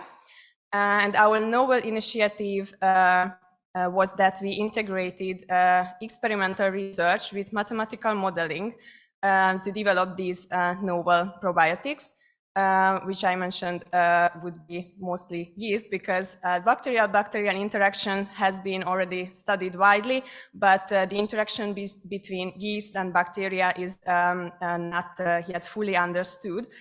So our aim was to use these strains to inhibit the growth of resistant bacteria. Among our objectives were to develop methods to analyze these bacterial and fungal interactions in vitro with co-cultures, and to identify potential synergistic and antagonistic microbial combinations that could be further used as a concrete probiotic product.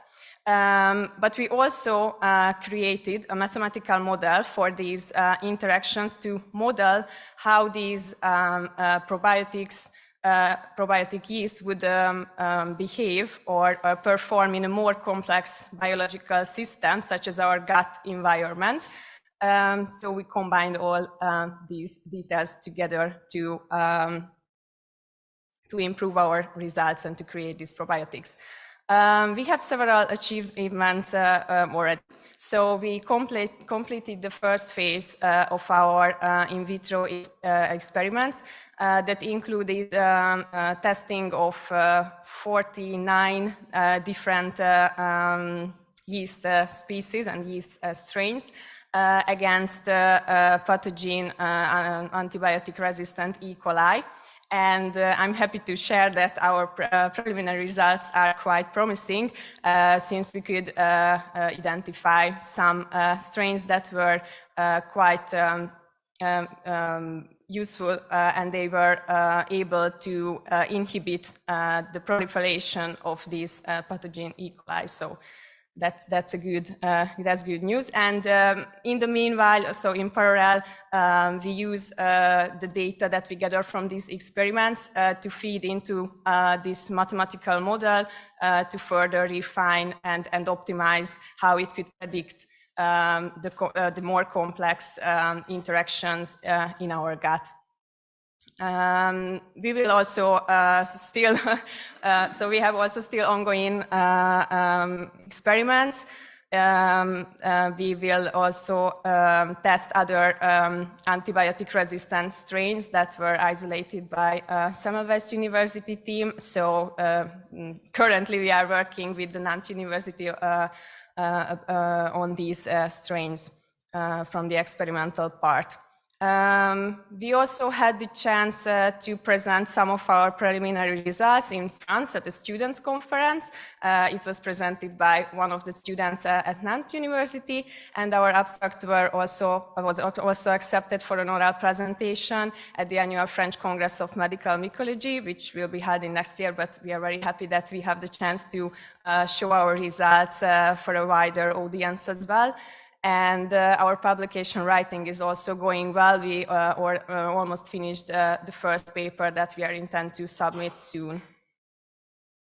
I will also talk about our experience with the Wellbeing Incubator a little bit.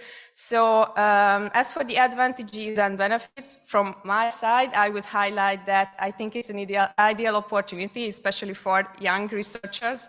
Since I'm still a PhD student, for me, it was a very good opportunity to gain this experience, how to lead international but still small-scale projects. So I think it helped me a lot to gain this experience and to develop my skills. It's also very nice that it was a multi-level and multinational cooperation, but so by multi-level I mean that we also had like undergraduate students from Nantes, me as a PhD student, but also professors from the other universities, and I think it's a very nice thing that we could cooperate together. And I also want to thank and mention that my team was highly motivated in conducting this research together, and it was very inspiring to work in this environment. Of course, we had also some challenges that we faced, which, the short project duration, so we were not able to finish all the things that we wanted in this 1 year, but we will continue working on these things. Yes, thank you very much. So, some other things were like administrative delays, the unexpected workload that that can be always a problem, and also sometimes the lack of project students working on the project. But besides that, I would also want to mention this uniqueness of this Wellbeing Incubator program, that it started with this workshop. It was a very nice experience for me as well, because we managed to organize this workshop with 12 presentations with 6 universities represented from the EUniWell Alliance, which was a very good basement for our collaborative projects for continuation.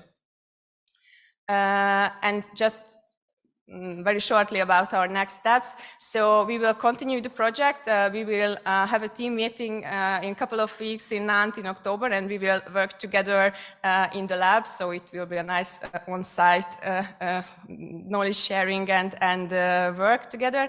And we will also soon submit the first publication and also write the second with the ongoing testing and the results from these experiments. And we will also try to find a way to find further funding to continue this whole research, because there is a lot to do still, and we are very motivated to continue this.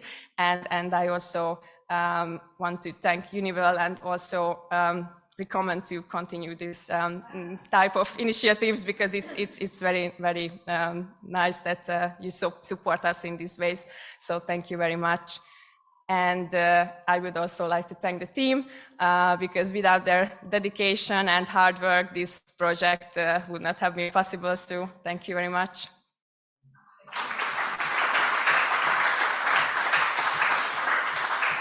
Thanks a lot. This is really what we want, that also PhD candidates get principal investigator in project, and when, and then they're really motivated to go on. The next one is Irina Pokilenko from Birmingham University. Hi. And here is What's for Lunch? Eliciting Preference for Food on University Campus. Thank you. Thanks very much for the introduction, and hello everyone. It's lovely to be here. Let me just see. So I'm based in Birmingham, and I'm representing our consortium and our project. And the main aim of our project was to identify and compare preferences of university staff and students for lunch served on campus. And to do this, we designed an online survey, and it also started off with an idea of doing this very small project just in Birmingham. But then luckily I was reading the newsletter that day. I came across the opportunity, and we ended up putting together a proposal, a workshop, and then we got the funding and ended up doing this together as a group of researchers from 6 universities, which are listed here. So the project started in June 2023. Since then, we have designed our survey, we've translated it, we've run several pilots, and data collection is still ongoing.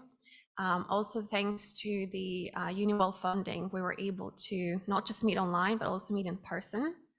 There are some pictures here from the team dinner. The picture there at the bottom on the final day. And we didn't just meet as a project team, we also put together a public workshop, which was hybrid, where we not just introduced the project, but also shared how food is being served on different campuses, and also what different universities do to foster health, well-being, and sustainability when it comes to food provision, which was really interesting. And even though we're relatively close to each other, you can imagine that the differences are massive. So in terms of the experiences with the incubator, I'm not going to go through everything. I think overall, we've had amazing experience. It was a very good balance of the effort required to put together a proposal versus the resources that we had. I'm going to echo Anna's point. I think it's a great opportunity for early career researchers to get this experience of leading international projects, getting leadership experience, and of course, working together as a 6-country consortium. We've learned some important lessons about how to do that properly. We've had lots of issues around kind of ethics. So you can think of, for example, in Birmingham, to run this project, it took us a week to get the ethical approval, whereas for some of our partners, it took more than a year. That's why we're still working on our data collection. Also, there are some minor things which we didn't think would be a problem. So, for example, when you complete a survey, you're offered an incentive in the form of maybe a shopping voucher. While in some universities, this is not allowed, actually. It's seen as some sort of income, which needs to be taxed. So we also had to find a way to work around that. And for example, in Florence and in Murcia, we ended up giving out small gifts to participants. There are also some issues around data sharing agreements as well, which we're still working through. And we've spoken a lot about it together as a team, thinking perhaps something can be done to maybe make this process smoother for future collaborations, because we struggle quite a lot. And just in terms of next steps, the project technically is coming to an end, but we're still busy with data collection, of course, data analysis still to come, but we've already accomplished quite a lot. We have 2 publications which has been submitted, and a few more that are planned. I think we're going to have a very rich data set coming from our survey. Our project has already been presented at 2 international conferences. One international, one was in Vienna at the Health Economics Conference in July, and one at the Spanish Marketing Conference, I think just about a week ago. And when we met together in Birmingham, we also spoke a lot about future collaborations, developing proposals, and there was also a seed funding proposal that was submitted just last week, which is kind of a spin-off based on what we have done. And of course, in the future, we want to pursue some larger grants, but for now, we're just focusing on what we have now at hand, making sure that we collect all the data you need. And if you are based at one of the universities that we're working together with, and if you happen to come across an email, a flyer, or some sort of invitation to complete a survey, please do so. It will help us a lot. I hope I'm still on time. Thank you very much.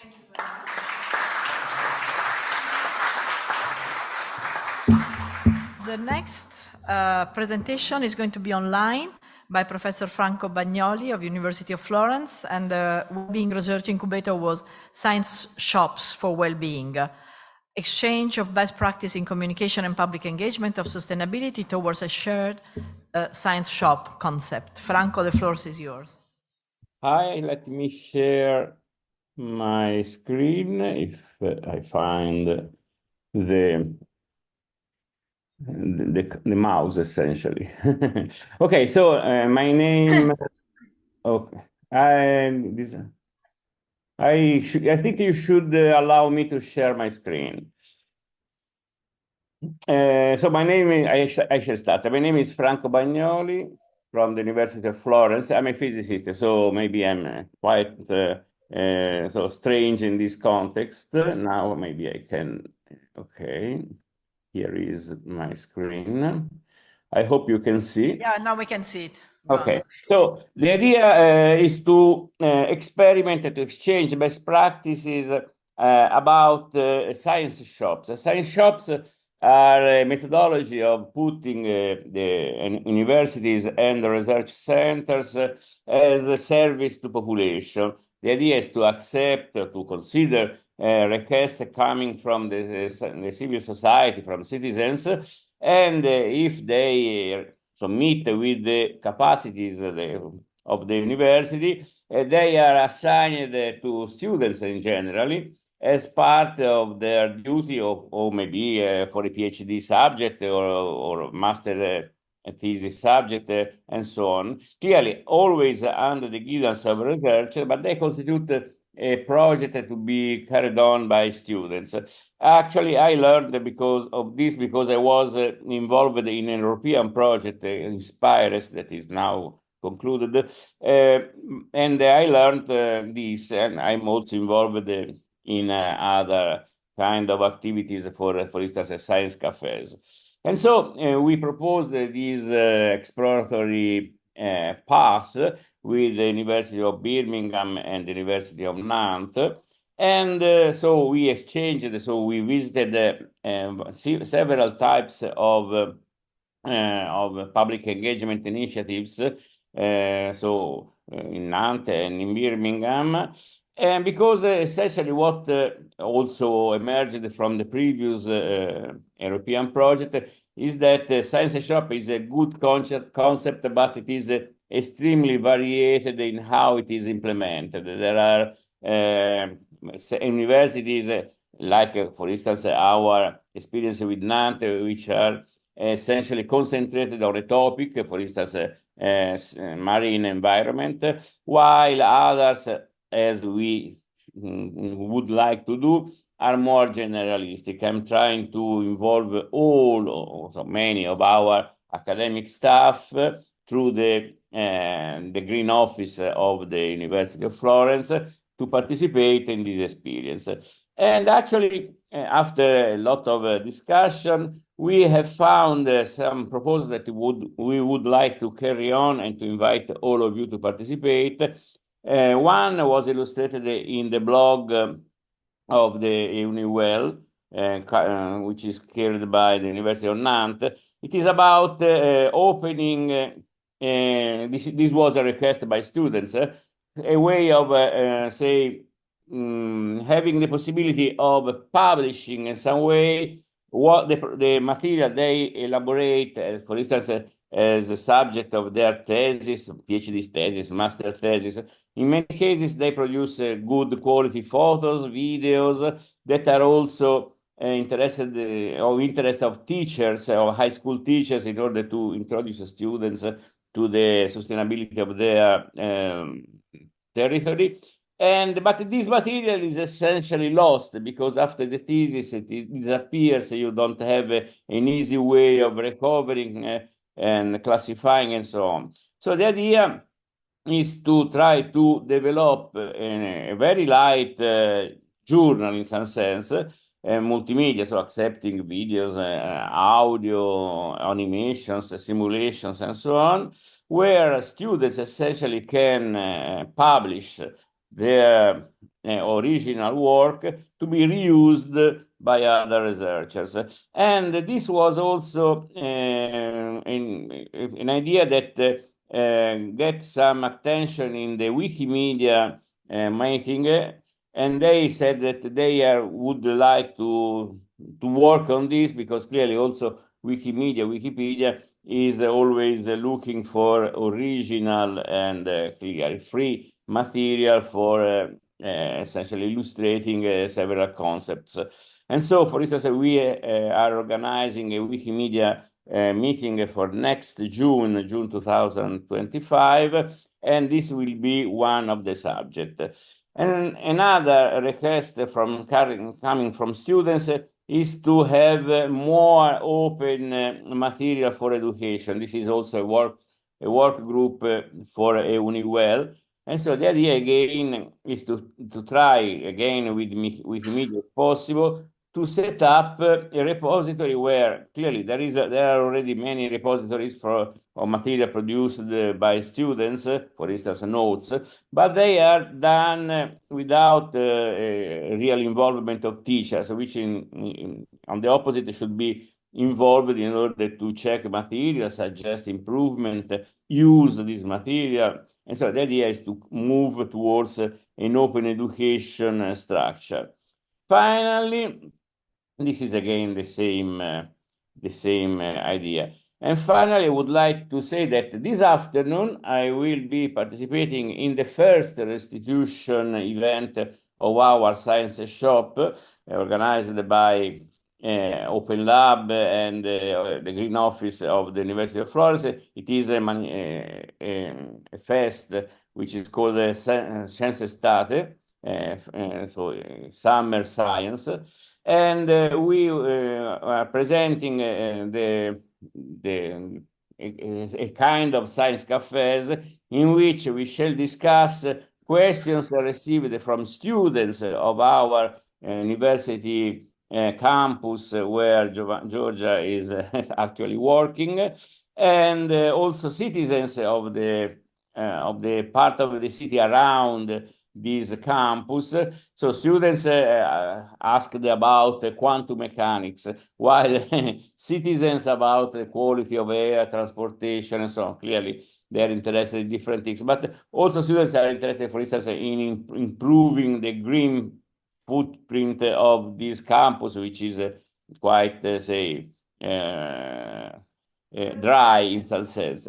And so the idea is that this afternoon we shall meet citizens and students, discuss with them, and this is again another methodology that can be used in order to put universities in contact with citizens and students in a different way with respect to simply giving courses of doing classical popularization of science. So I think this is all, but clearly I'm extremely interested if you want to participate in the elaboration of these ideas. That's all. Thanks, Franco. Thank you very much. Now we have the presentation of the seed funding, technology transfer for peptides for the well-being economy. And the professor is Istvan Manditi of Semmelweis University. Please, Istvan, the floor is yours. Thank you very much. So I'm now in an easy situation because we heard about in introduction that peptides are important in industry and also in Florence and in Cologne too. So I would like first to introduce the team, what we made with the EUniWell initiative.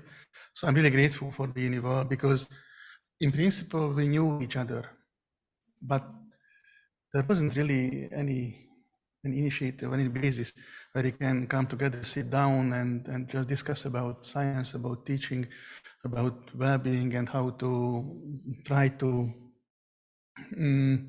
promote peptide science for everybody.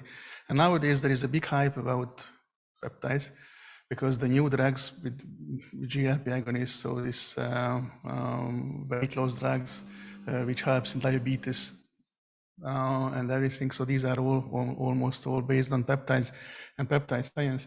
So now we are in a pretty good situation, and people say that the golden age of peptides is just coming. So I really hope that this will happen. So the team consists of basically these 5 scientists. We have here Ines Neidorf from the University of Cologne. She was the project coordinator, even for the seed funding and for the research incubator projects. Then we had Anna Maria Papini and Paolo Rovero from the University of Florence. They organized this wonderful meeting, which was held in Florence. We had Helen Hook from University of Birmingham. She is an interesting person and important in our case because she is already teaching technology transfer for students and as PhD students as well. And I was part of the team as well from the Semmelweis University. So mainly we were dealing with peptides, peptide synthesis, technology transfer of peptides. Anna Maria and Paolo, they have already a marketed peptide, as we heard, so which is a scientifically based cream, anti-aging cream. So this is something what I really like. So our aim was basically that we wanted to promote peptides for young generations, and also the marketing of peptides, technology transfer of peptides as well. So we made laboratory training courses, we organized seminars, networking workshops, and this is what we did: diagnostic, therapeutics, and cosmeceuticals, peptides in the economy. So what was really good that we had this platform, what we use basically. We established good partnerships, basically friendships. We were sitting together, had some nice wines in Cologne and in Florence too. So this was the meeting what I mentioned, what was held in Florence, and we had there also some at least 3 different workshops. So a nice set of summer schools where we had Professor Giovanetti too. She opened one school, and also had the opportunity to present there some successes and pitfalls from my way there.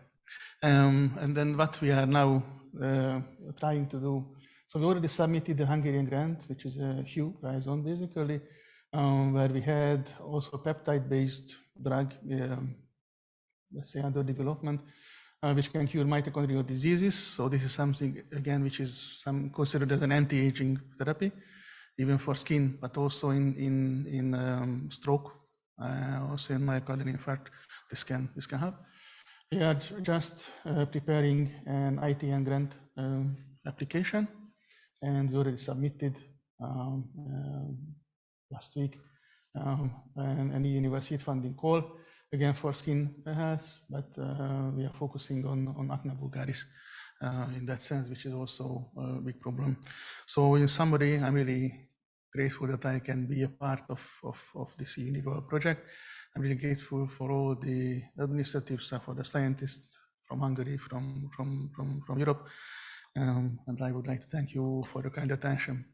Thank you very much.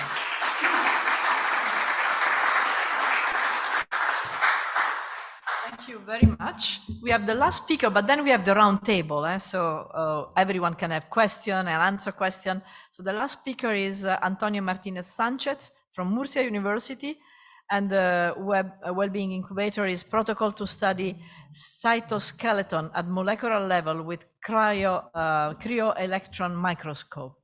I hope I said it correctly, please. Yes. Thank you very much for inviting me and for finding my our research interesting. So I'm the coordinator of this project. This project is very interdisciplinary. So then we need to create a collaboration network. In this project, we have as participant Professor Olga Mayans from the University of Constance. She was in charge of preparing the biological sample. So this biological sample basically contained parts of the cytoskeleton that were related with some diseases that they want to study.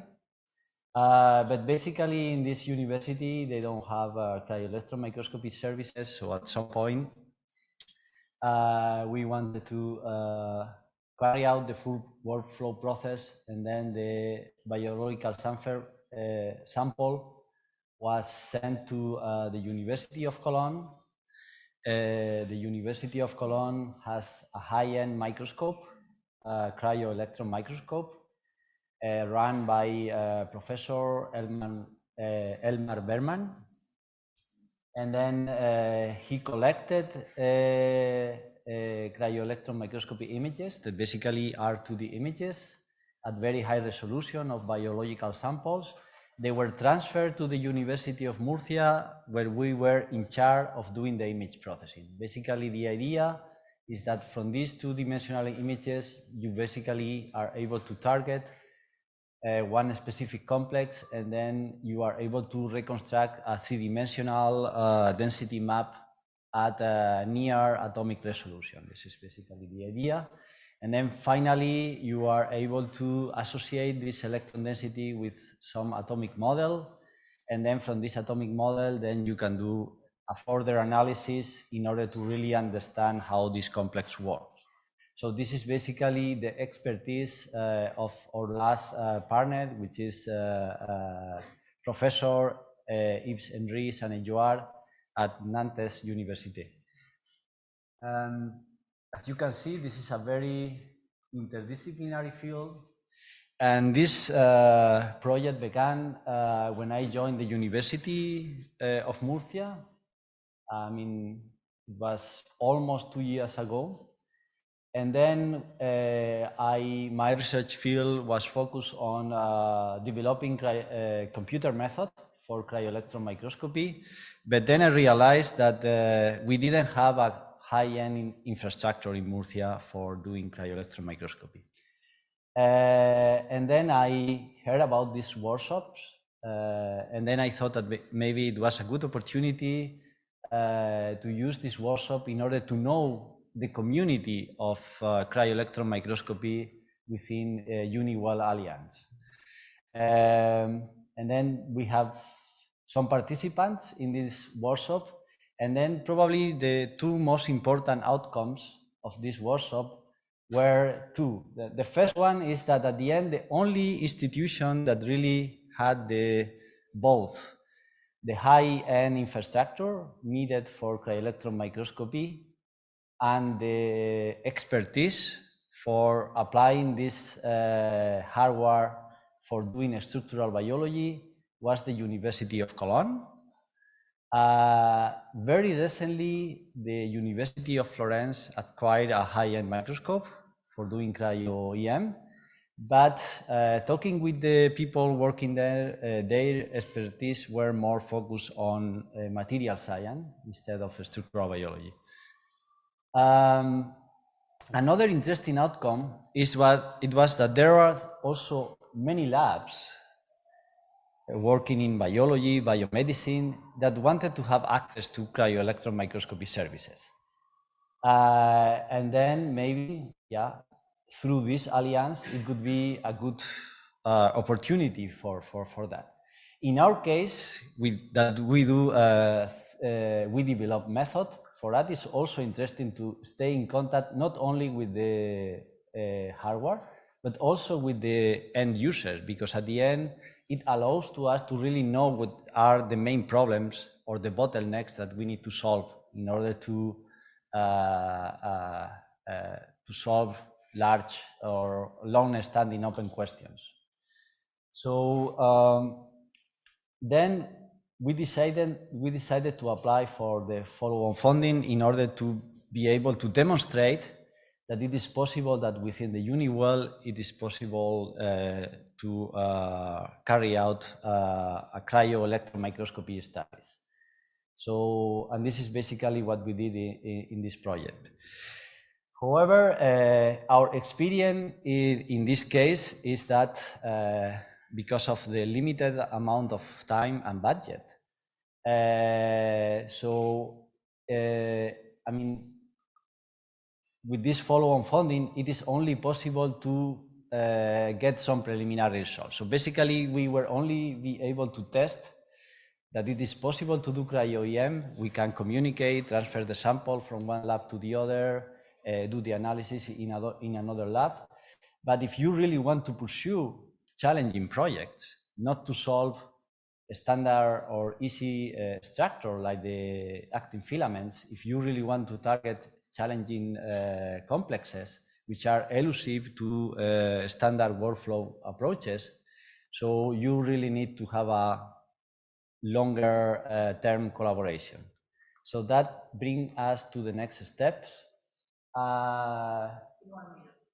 Okay, so the first step is, or what we are thinking first is to do apply for a doctoral networks. So this is something that we are evaluating because it's good for us to have a stable collaboration and at the same time trying new PhD students in a very interdisciplinary field. I think the main problem of this is that you really need to have a strong application. If you really want to be competitive, this is very risky. And then we are still thinking how to, or who is going to be the partner, who is going to be the IP, because you really need to present a strong application if you want to succeed. The other option could be to apply for European project, but for the moment, we didn't find any goal that really fits with our topic for the moment. And that's all I wanted to say. Thank you very much.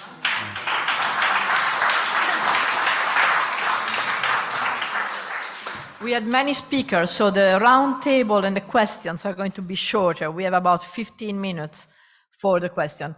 I had many questions here prepared, but most of them you have already answered when by presenting your slides. So I will focus on a couple of questions at the moment, and you just can intervene by answering, raising your hands, and I will give you the word, and you have a microphone there. The first thing I would like you to ask is the following.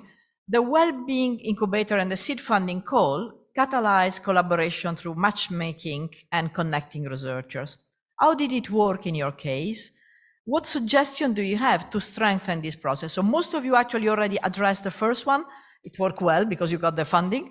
But what suggestion do you have to strengthen this project? How can you enlarge? For instance, now you were saying we spoke to Florence late at in the time and so on and so forth. So who wants to answer to this one? Okay, please. Anna. Is it okay? Is it working? Okay. Yeah, I don't have a clear solution for this problem or question, but so in my case, I usually got help from the local EUniWell team in order to see who are looking for projects and who are interested in anything like seed. Even we are speaking about seed funding or research incubator. So usually I got the chance to see who's looking for partners and who are open to collaborate. And so I just contacted them.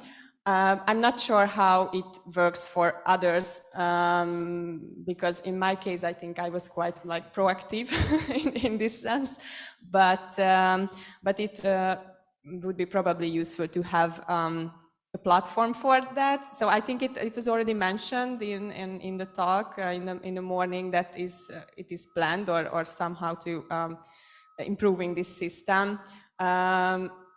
In the first years, I think we had a platform for that at the Nantes University website, but then we didn't use that afterwards, so I don't know. But something similar would be helpful to see clearly in which projects are, so like for which calls are partners there and what is already done, so yeah, who are open still or not. So yeah, some kind of website for that is usually yeah, so refreshed like constantly. That would be helpful. So it worked well in your case, but could have worked better, and with a platform it could have worked even better. That's the idea. But also, when you actually get in touch with others, you want to have the empathy. You want to like the researchers. Can you add something on that? The platform can't help you on that. Yeah, Maria. Yeah. Use the microphone, otherwise. Agree with Anna. Yeah. Now, maybe now, yeah.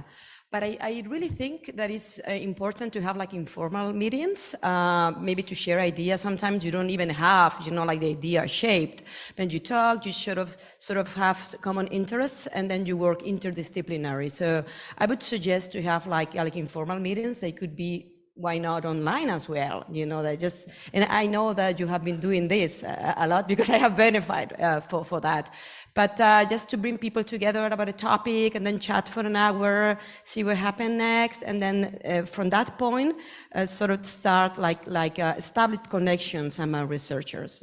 I think now is easier since we already have groups working on topics, so we know how to reach a person in Florence if he's interested in digital education, for instance. I know how to look, but maybe also to have some sort of maybe newsletter or more formal communication strategies to sort of inform the community about the benefits of this kind of informal meetings that you don't even have.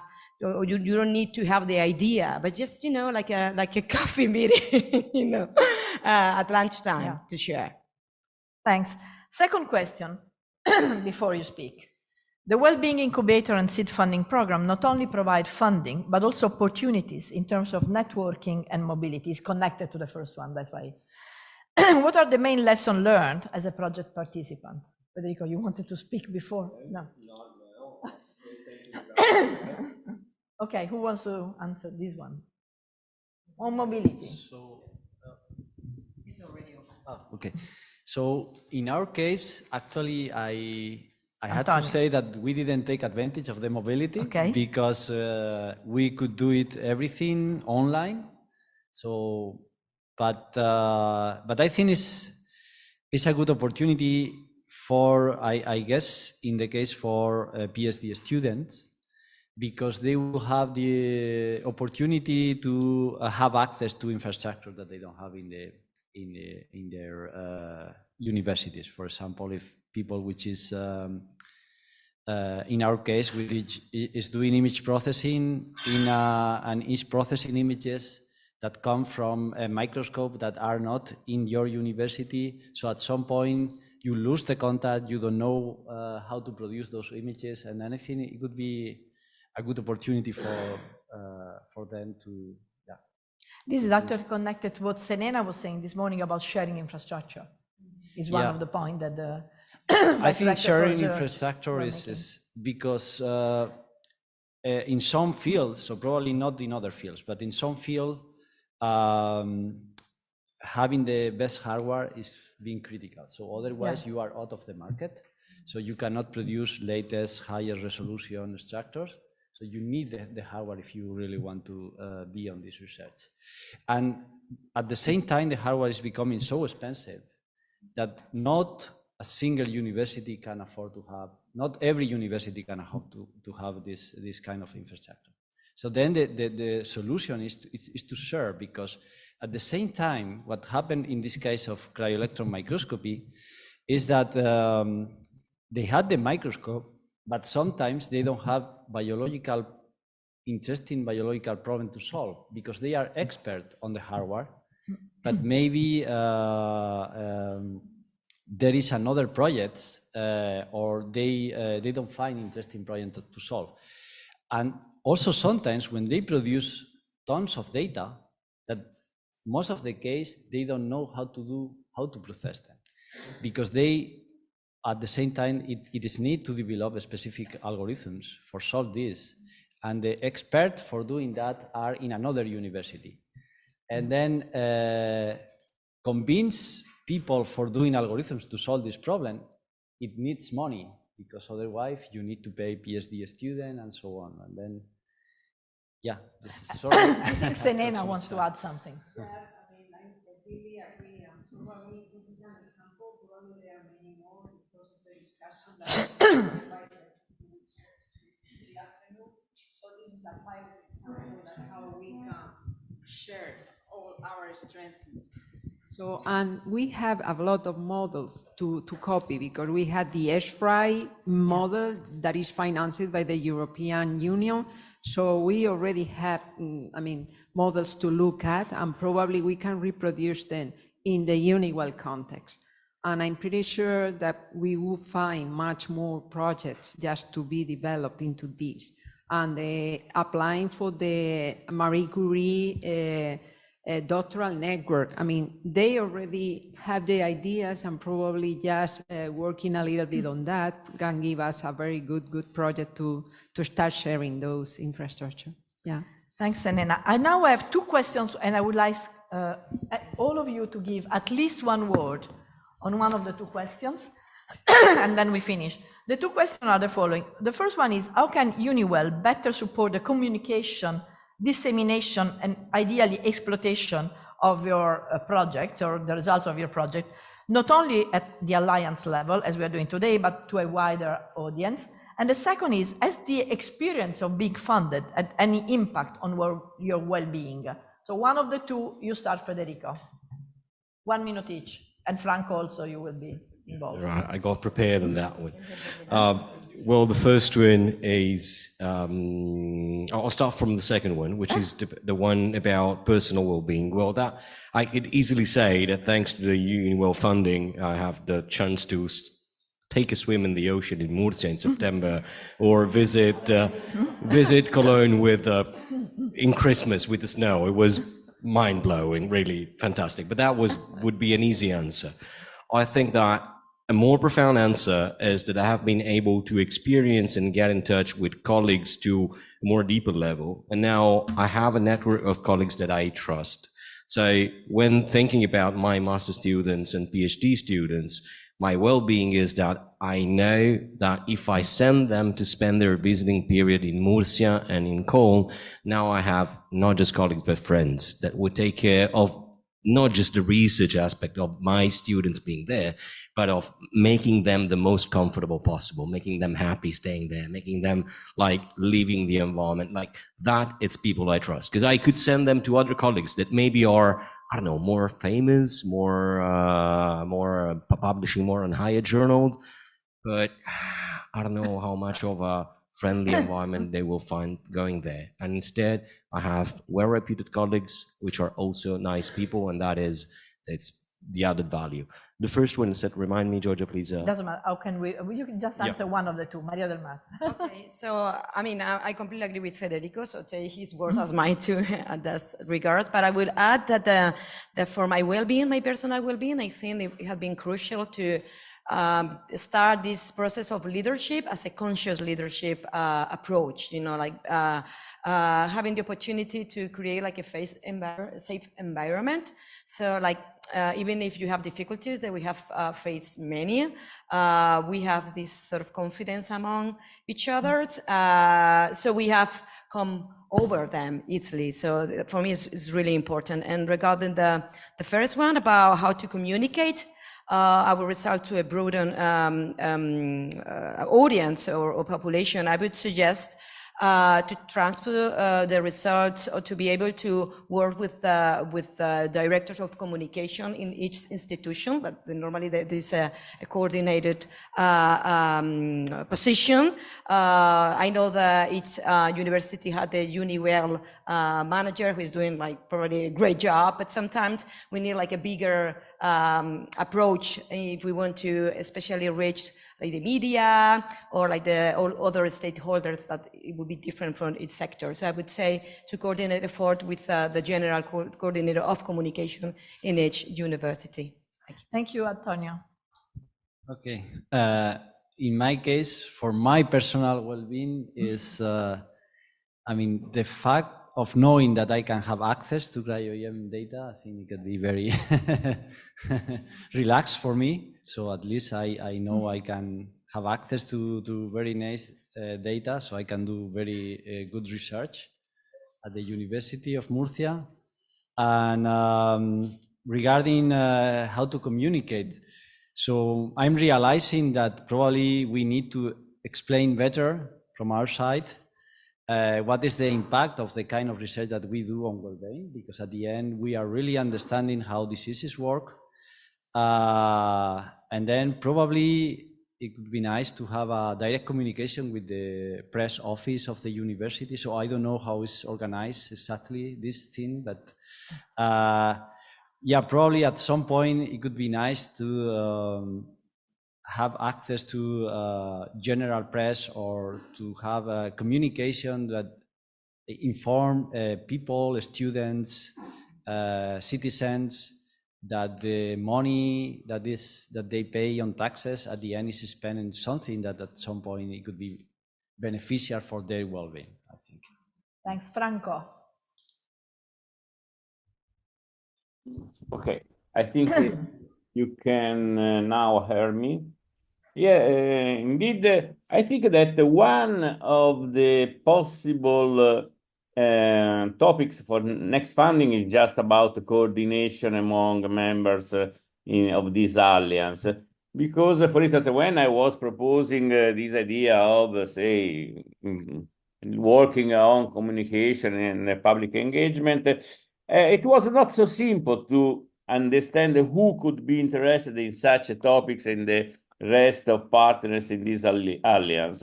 So what I think we mainly need is to have an easy way of knowing and being in contact with resources inside the alliance. So essentially know who is interested in what, not only for research, also, for instance, for public engagement. Maybe we can have a lot of interesting, say, way of collaborating, say, making events, join conferences, and so on. But it is not so easy to understand who could be interested in participating, could be contacted, and so on.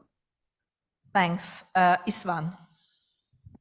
Thank you. So regarding the first question, something similar that we get friendship basically with colleagues from European universities. We are now well aligned. We are facing the same problems, but at least we can join our forces and make some joint effort to solve some problems. And this is also important for the young generation that we can send to foreign universities where they can spend some nice time and get nice knowledge, and also this from nice colleagues. Regarding the second question, I guess that it is crucial to involve young generations. So somehow try to make them familiar with this EUniWell program. And then this is something really about well-being of students, well-being of youngs as well. And also for older generations who really spend a lot of tax, as we heard about. And so pay a lot of tax and we spend their money. So this is basically, I don't know really which way, but for the younger, some TikTok video or something like this, I don't know really. For the older, some newspaper or something might be helpful. These are my imagination. Thank you. Thank you. Irina and Anna, 30 seconds each, because otherwise I cannot hand over to Pascal. You can answer only one of the two questions. All right. So I guess in terms of your first question about communication, dissemination, I know that many funders do request researchers to think about kind of from the start of even when formulating proposals, or perhaps formalizing this process as part of similarly maybe to what we had to do with the data management plan as part of our project, to making sure that we do think about a strategy for our communication, dissemination, explantation early on, thinking about potential stakeholders and how can we reach them. And also to what has been said, engaging with other university communication teams, EUniWell, I know offers some support as well, just making it as more of a formal process, encouraging people to think about it from the start. Thank you very much. Anna, last word. Okay. Yeah, so sorry for bringing up the financial part, but I think it could be also helpful to further support the publication process and also taking part in conferences with our results, because it's almost always happening after the project is finishing, because we're not able to do everything in these short periods, but it's still an important thing. And sometimes these conferences and also the publication fees are quite high. So yeah, that could be a nice support from the EUniWell as well. And that's a very nice final word, because the support for publication of young researchers, I think, is absolutely crucial. And the other thing, which was sort of among your answers to the question, which is important, is to be able to translate our research into general public word. And that is also very important. That is an effort that we all have to do, and sometimes it's difficult because we are more used to our scientific jargon than to translate it to, but the communication and the dissemination will be very important if we learn to translate. So on one hand, help for scientific publication, on the other hand, maybe help to communicate better the results. Now my job is finished, and I'm really happy to give the word to Pascal Cantos for the closing session. So Pascal has the hard job of basically summarizing all what have been said in about 7 minutes, I think. Please, Pascal, the word is yours.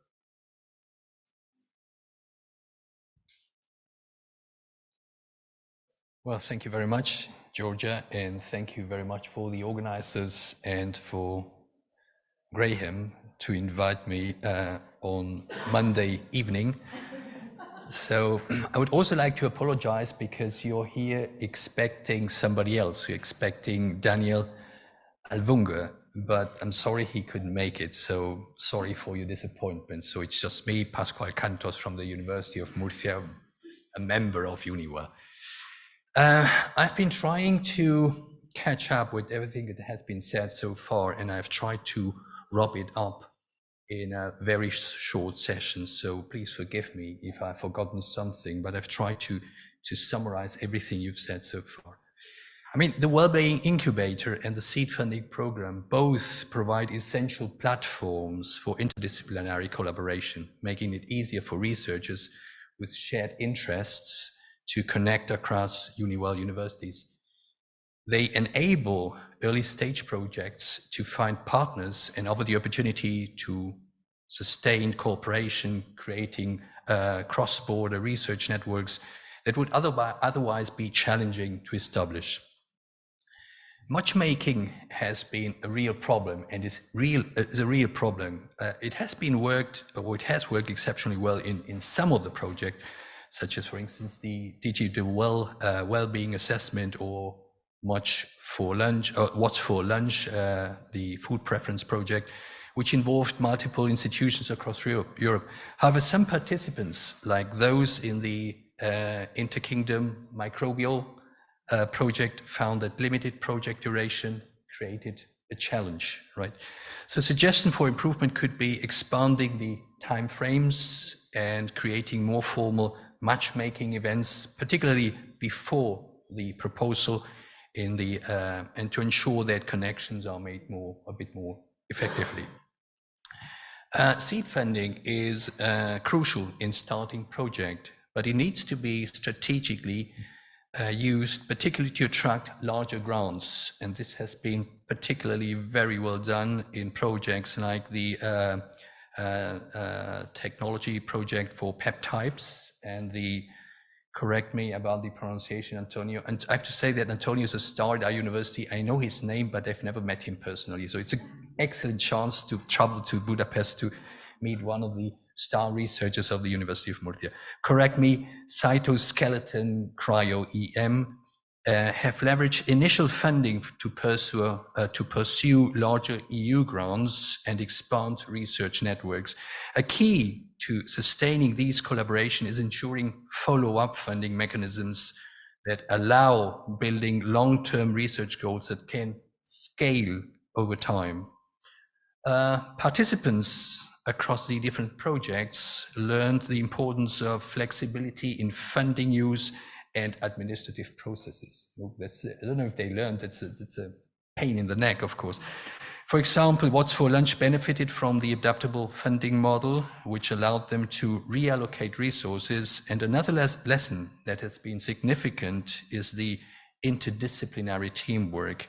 And in this sense, C-level Rise, the project, which required different disciplines that have to come together to create comprehensive models. So it's a good example. I think that to emphasize or to maximize the impact of these projects, and this has been a common opinion, is we need a better communication strategies, such as creating dedicated platforms within EUniWell to share findings and strong engagement with public audiences, as seen in the Science Shop initiative, but additionally, leveraging digital tools like webinars, podcasts, and social media can help disseminate research outcomes more broadly within academia, policymakers, and the general public, as Georgia just said. The mobility and networking opportunities have been transformative for researchers, allowing them to work in diverse environments and share knowledge. For instance, the cytoskeleton cryo-EM project, which involved collaboration between labs in different countries. These initiatives foster a sense of belonging and community, significantly enhancing participants' professional development and personal well-being by reducing isolation and providing support in a collaborative ecosystem. I would like to extend my heartfelt thanks to all of you for your participation, collaboration, and unwavering involvement in the EUniWell Being Incubator and Seed Funding Program. Your contributions, are instrumental to co-create this, or in co-creating this vibrant EUniWell community, where ideas and initiatives flourish through collaboration and shared purpose. As we move on, your synergy will continue to be essential. We encourage you to explore new initiatives that align with our mission to improve well-being across Europe. Together, we can push the boundaries of research and innovation, creating lasting impact for our academic communities and societies. Thank you very much for your dedication and for being an integral part of this journey. Before you leave, there are some testimonial videos. Where is Katarina? Which one will you play? And meanwhile, thank you, Lord. Thank you very much.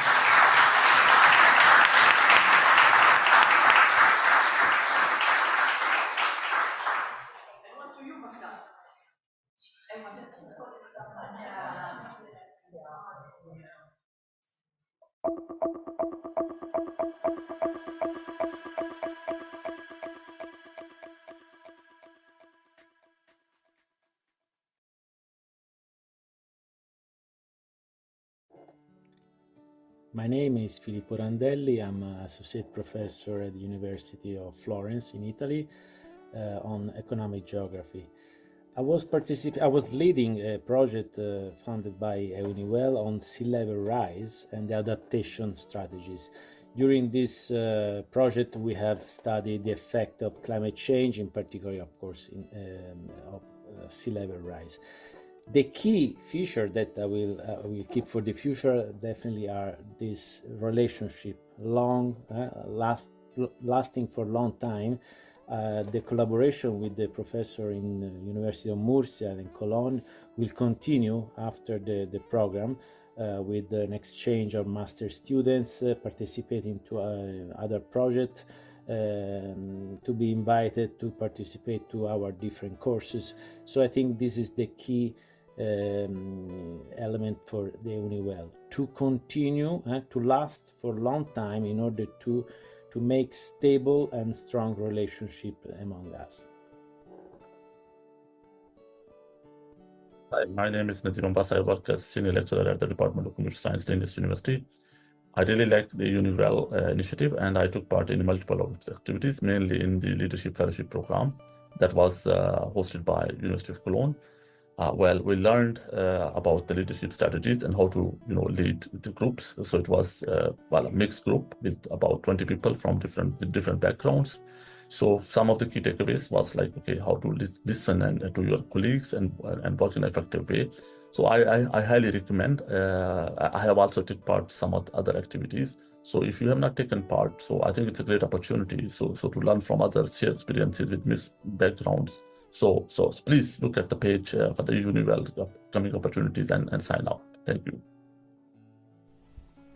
My name is Maria Grazia Portera. I'm a researcher in aesthetics at the University of Florence. I've been involved in the last 3 years in many activities by EUniWell. And the last opportunity that EUniWell gave me was this Leadership Fellowship program that took place this year from April to July 2024. It was such a great experience that I shared with many international researchers from many countries in Europe. I learned how to become, or at least how to try to become, a sensitive leader, but also a leader able to guide my own research group with effectiveness, determination, and also sensitivity, and absolutely eager to put into practice what I learned thanks to this program. Thank you. Hello everyone, my name is David Iu Espinosa, Dean of the Faculty of Health and Social Sciences in Lorca, University of Murcia. We've been part of the Wellbeing Research Incubation Program with the project EUniWell City, University for the Wellbeing of Aged People, in collaboration with the University of Cologne, Semmelweis, and Dublin City. Our project has the potential to co-create a research-rich environment, socially embedded, placing the university in a central role to transform our societies through age-friendly research programs.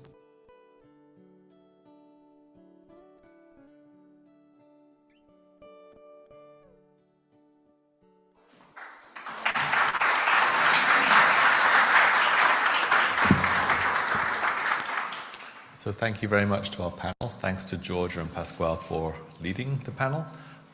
It's lunchtime. So thank you for coming back after lunch. A great food. I hope you had dessert as well. Our next session is focus on EUniWell Open Science. And to moderate this session, we have Professor Olivier Grasset, Vice President for Research and Open Science from Nantes University in France. Olivier. Thank you, Graham. Thanks to all for being here after the lunch. It's not always the easiest session we can share, but I'm sure we will manage. I have to give an introductory talk, and I'm going to start with something which is I hope not surprising, but I just want to start with a rapid definition of what is open science, just because I wonder how many people there consider that they are experts, meaning that they know a lot. Do they know everything? I don't myself, don't worry. And there are those of you who know nothing about open science. Trust us, at the end of the session, you should know much better what we are talking about, and hopefully, otherwise we failed in something, but I'm sure it will be much better. I always like to start at not the highest level, but the top level of what we can call open science. And I encourage you, if you have some time, to go and look at the principles of what we call open science at the UNESCO level. It's extremely illuminating to realize when you go at that level, UNESCO, that what we in academia consider as being open science politics, strategy, you call it whatever you want, is indeed a very small, not very small, but not more than 25% of what should be considered as being open-minded in terms of open science culture. Because it is a matter of multiculturalism, it is a matter of multilingualism, it is a matter of, different things, multiple societies working together, but while they start from very different approaches. This is part of open science. We don't consider that very much and very well in our academic domain, but we need to keep that in mind in the future, that part of the open science strategies that we develop at the university level, at the alliance level, is only, and that's not a big deal, but it's only a quarter of the entire open science culture we can think of at the UNESCO level. That being said, let's talk of that quarter of open science, which is indeed extremely important and the most important for our universities. At that level of open science, at academic level, I mean, we do have several things to consider. Some of them are commonly used and practiced in all our universities, and this is mostly on that we will be talking about today. I mean, the way we behave in sharing the publication and the product of the research, the way we put that into open archives, the way we do use the open access facilities provided by editors, this is one of the pillars of the usual open science we are used to talk about.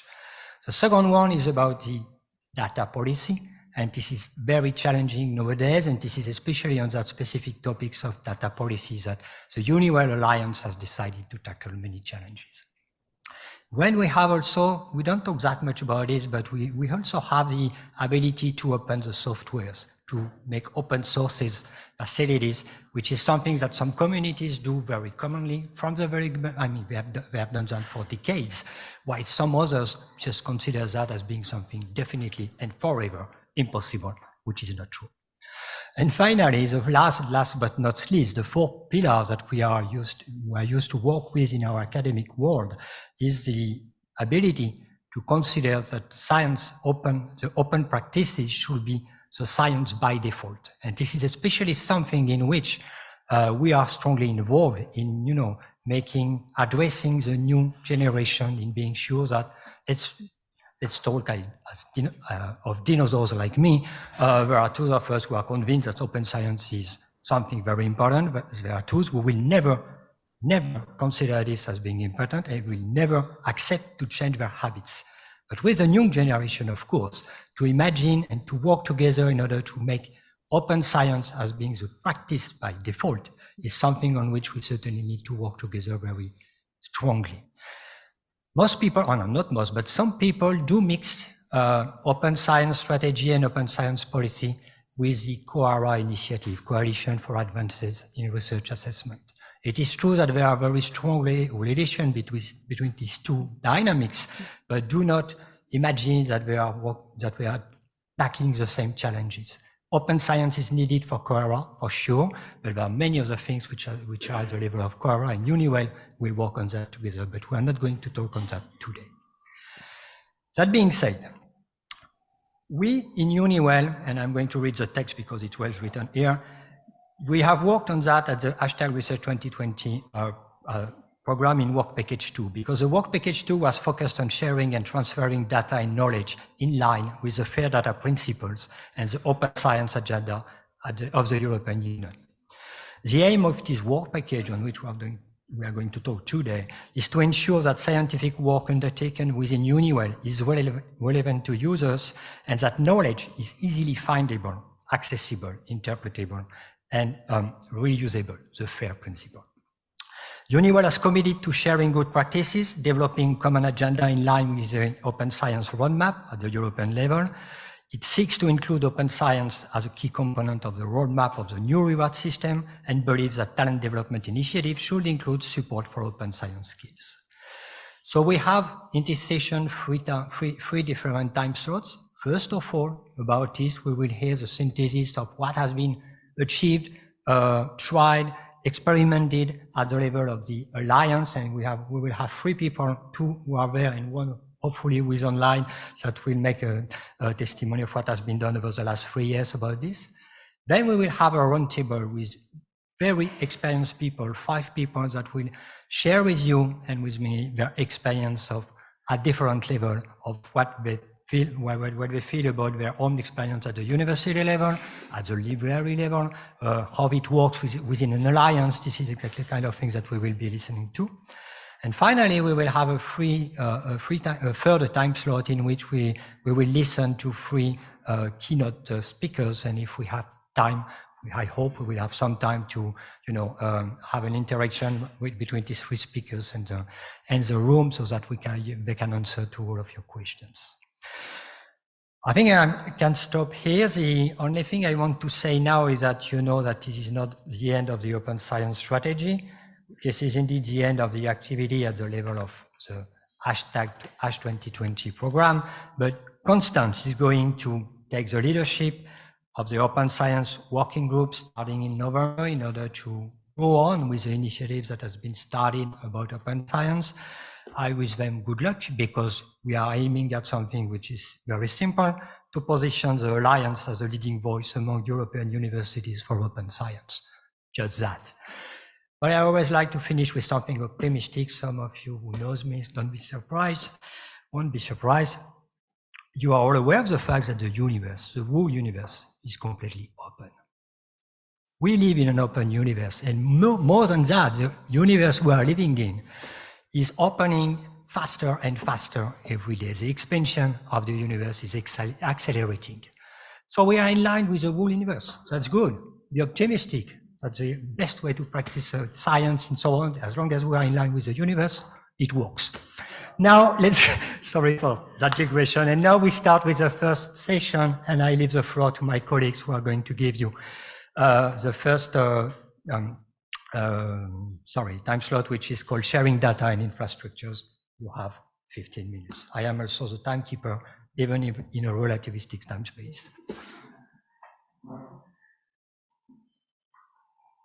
Just before. It's such a good honor to work with you. Do I have to pass on the slide by myself?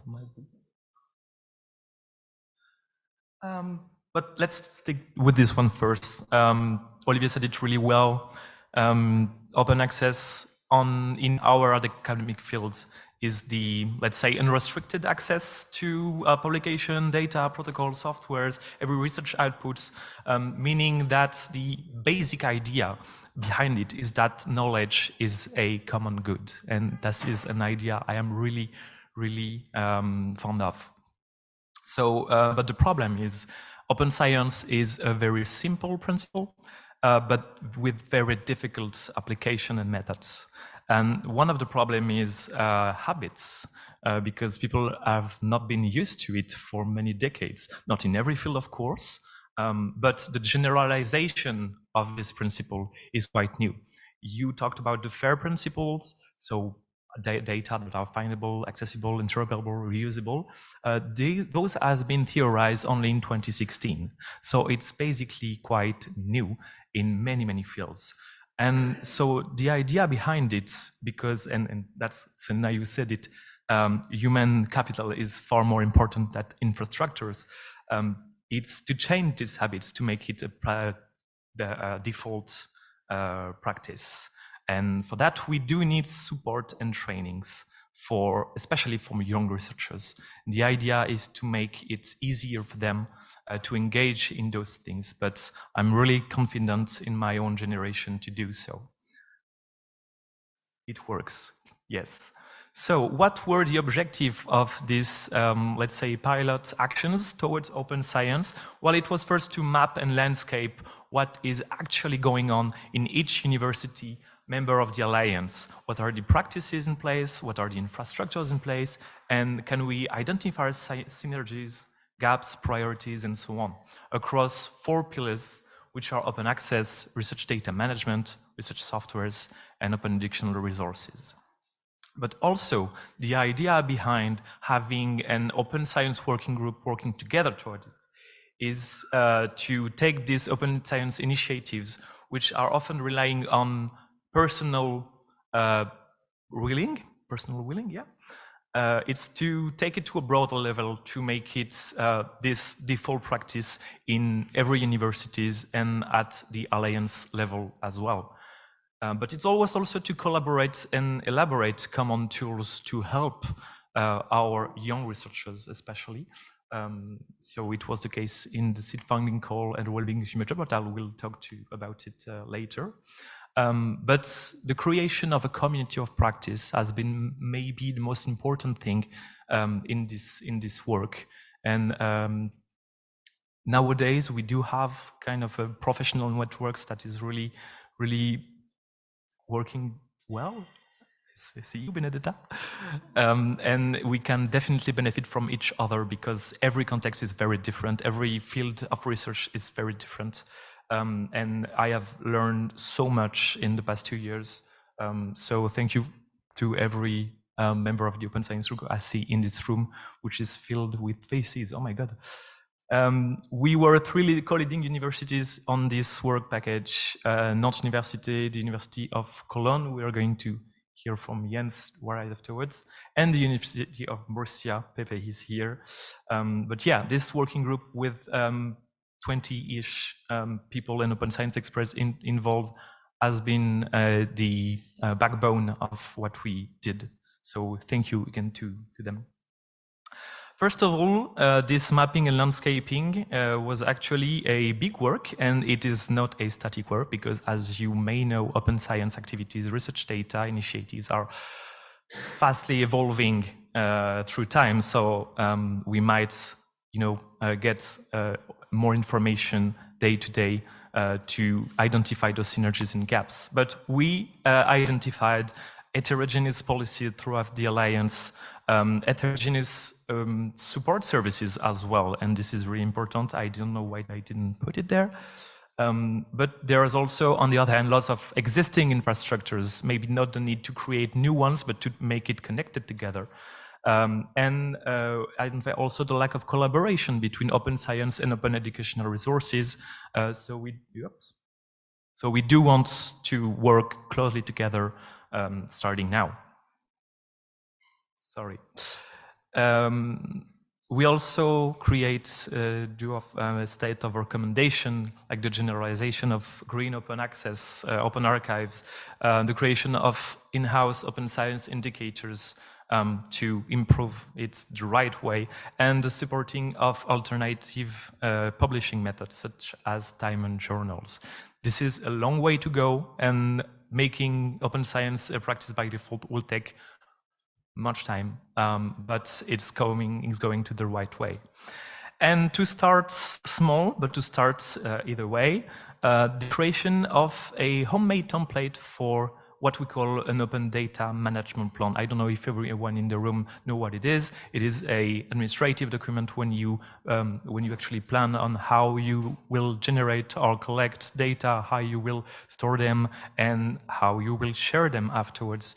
And it's a very important document that is to be filled. But with our small projects, seed funding calls, well-being incubator, we wanted to make it easier for our young researchers. So we created this homemade template that is going pretty well. It's really adapted for those projects. But it's also designed to help researchers with best practice. I don't know if researchers here in this room have already filled something like that, but it's could be very difficult.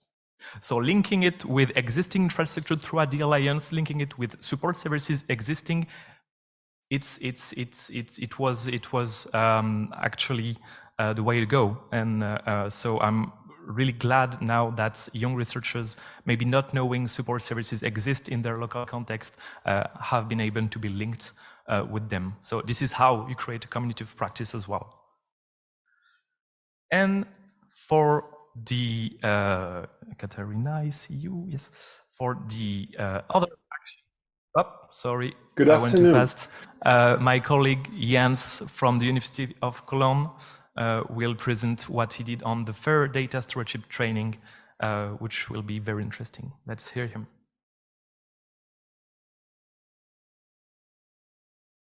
Good afternoon. My name is Jens Dirkes and I'm the Deputy Head of Research and Publication Support at Cologne University Library. I'm delighted to report on our task 212, which aims to develop a scalable, living digital resource on research data management training for data stewards and RDM trainers across the Alliance. We started out with the task force with members from the unis of Nantes, Murcia, Birmingham, and Cologne. And after mapping the training courses available at the member institutions of the task force, we decided to focus on a train-the-trainer perspective, as this empowers data stewards and RDM trainers to develop their courses more efficiently and effectively based on local needs and to use the multiplier effect to spread RDM practices.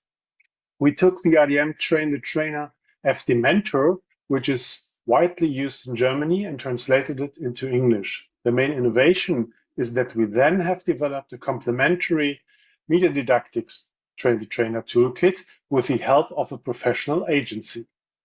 This kit consists of a tech box that would allow us to produce audiovisual materials also for the Alliance. A didactics card deck that asks all the questions you need to think about when creating training materials, and videos that introduce the media didactic part of the train-the-trainer. All materials are openly published and reusable on the Open Science Framework.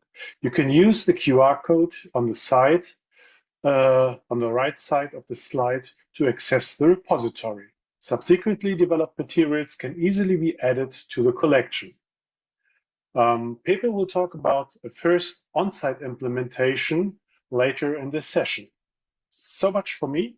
Thank you very much for your attention, and I wish you a successful further conference. I am from University of Murcia, and we are in charge of the tax 213 is regarding focus on the verification framework. That is the process that makes possible to get a fair data set at the end.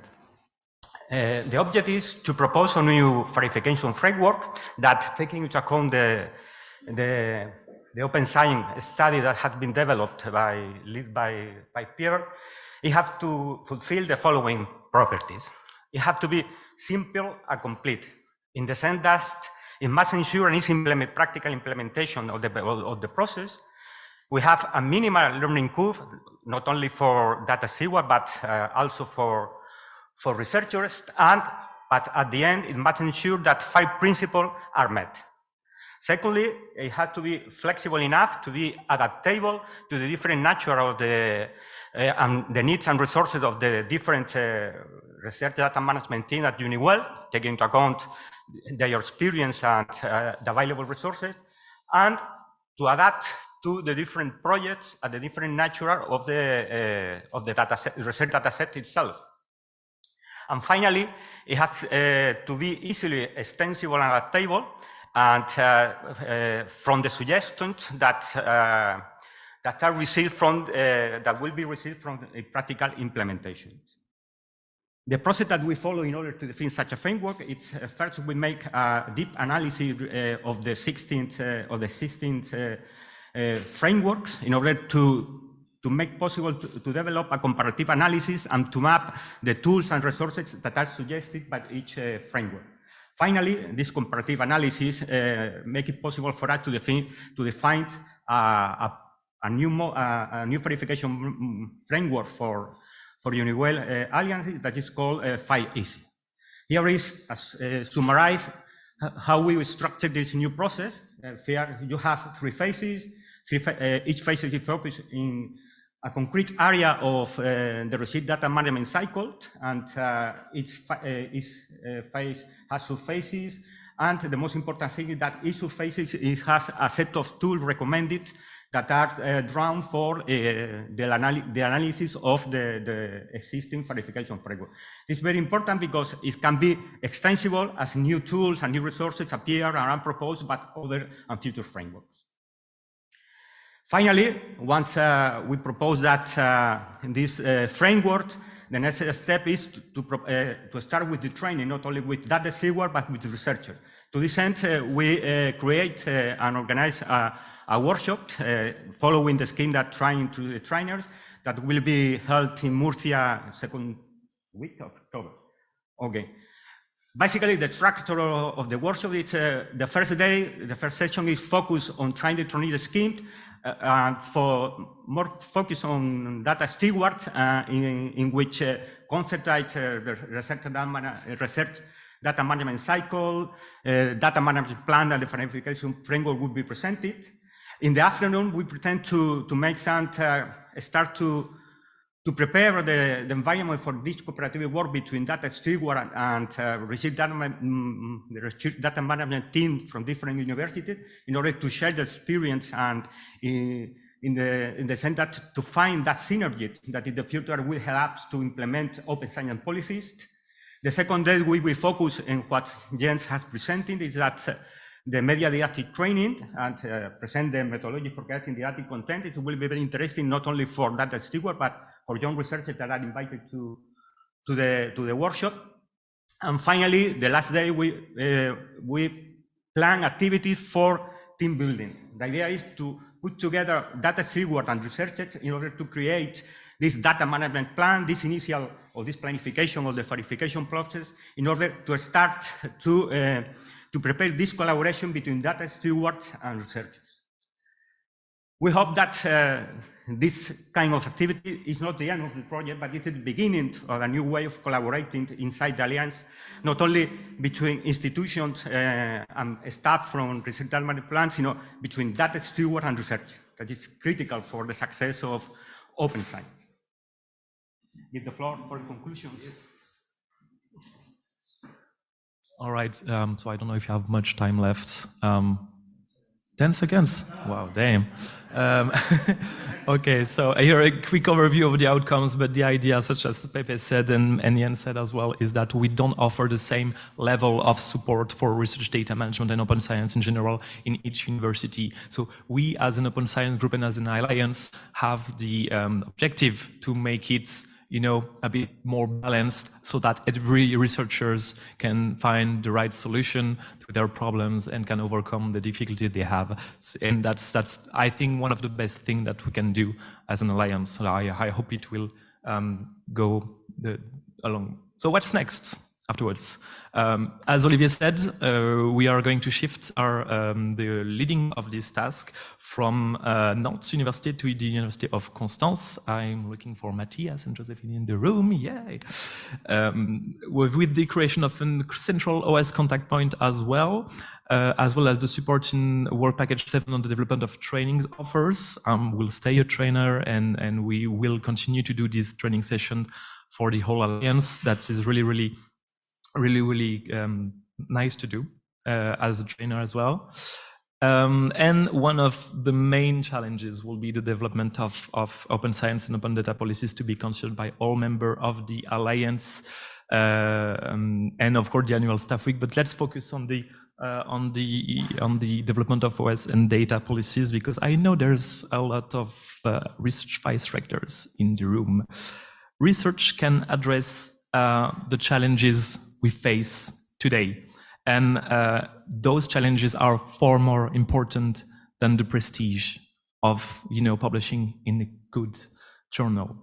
And I want you to keep that in mind, because the challenges we face are very important. Being a trainer for PhD students, I think the youth has understand it, and I do hope the political decisions will be up to this task. So we are as a generation are counting on you as well. Thank you very much.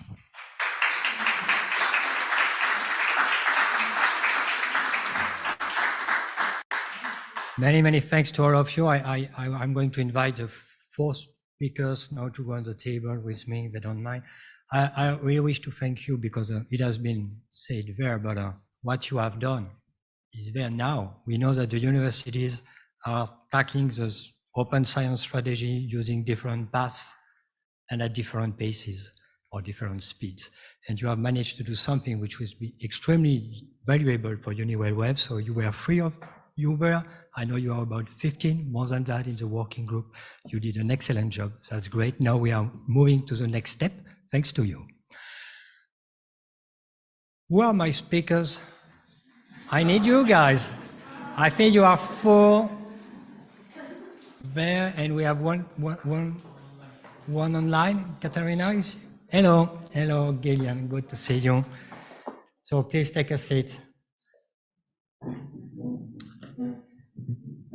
So the next discussion will be, an academic roundtable discussion about the way we implement different aspects of open science, and we have on this table and online Jasmine Schenk, who is the managing director of Cologne Competence Center for Research Data Management. We have Dr. Benedetta Calonassi, librarian, University of Florence. We have Dr. Gillian Kiliani, a lecturer, senior scientist in physics, University of Constance, who is online. Matthias Landwehr, head of open science, lecturer and senior scientist in physics in the University of Constance. And we do have the Professor Joachim Hansson, who is Professor of Library and Information Science in Linnaeus University. Hello. So you know the rules, I hope. I'm going to ask you a very brief question. You have about 4 or 5 minutes to answer, and then I move a step to the next one. I'm going to start with you, Gillian. Because you have been Open Science Ambassador in a previous alliance, and you were representative of the University of Constance in that alliance.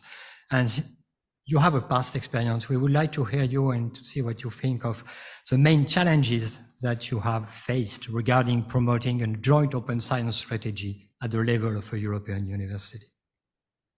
The floor is yours. Thank you for. I hope that's a question you were expecting, otherwise we're in trouble. Actually, it's quite interesting that you would ask this question to me because, I'm a researcher and I'm on the, let's say, heart of open science. I do open science and I promote open science, but I'm not actually the expert on how to implement open science on a EU-wide level. So what I did then, I felt quite uncomfortable actually. And what I did then, I did do what I always do. I went to our extremely helpful open science team and asked them, I was posed this question, I was supposed to be asked this question, what would you say? And we had an extremely helpful discussion on this, and I found out that maybe the challenges are quite the same as in research actually.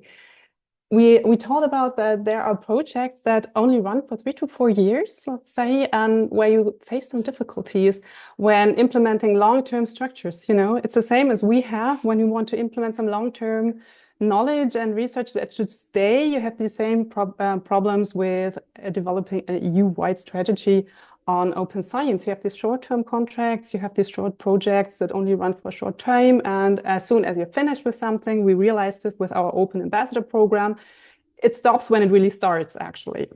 And this seems to be the main problem here as well. And I learned that there are several parallel structures because there are a lot of university alliances within Europe, and everybody is developing their own structure in open science, which itself is good because a lot of structure means also a lot of ideas. But the question was, is this really efficient in a long-term sense, or is it just a little bit too much structures? So thinking on an EU-wide perspective, you would maybe think of addressing it a little bit more overarching way. Maybe even sticking together different alliances and developing a common open science strategy. So actually, maybe, the difficulties are quite the same. I come from the open educational resources, actually, where I do a lot. And in this case, it's always that you also develop a lot of parallel structures, because everybody has their own feeling of how their educational data should look like, and how their pictures or videos or whatever should look like. And this is also a general problem in open educational resources, that you have several parallel structures and you have some specifics. So to sum up, maybe it's really necessary to get more of a EU-wide common sense on open science. And I know this is difficult to implement, but maybe we're here to talk challenges, aren't we? So thank you. All right, thanks a lot. Perfect timing, great. I think I will go with Jasmine now. Yeah. Jasmine, you coordinate the the Competence Center on Research Data Management in Cologne. As far as I know, and we have heard just before that, the EUniWell Open Science Working Group has provided many recommendations, many tools, I should say, in order to work together at the level of the Alliance.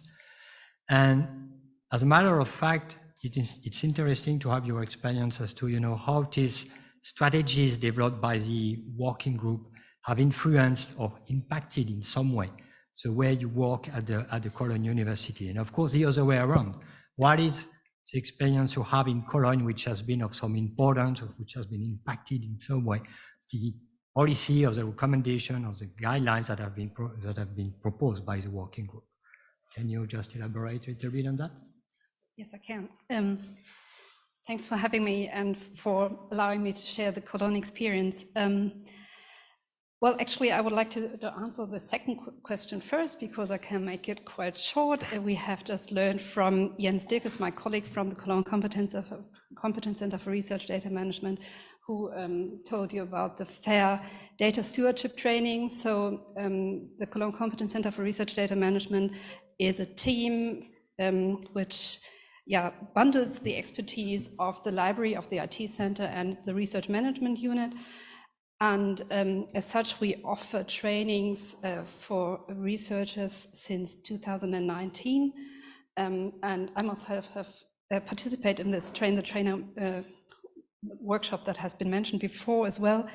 And so sharing this experience on how to train people, not just what research data management is about, but to how to do this in a didactic, strategic, good way, is how the short C3RDM will continue to share our experience with the Alliance. And I think that this kind of knowledge exchange and good practices, this is something that we will always do in these workshops. So we will also share our strategic open science implementation measures, and that takes me back to the first part of your question. Actually, when we started in this open science working group, we discussed the LERO recommendations on the institutional implementation of open science. And this was very insightful, and then sparked further discussions and developments on a local level.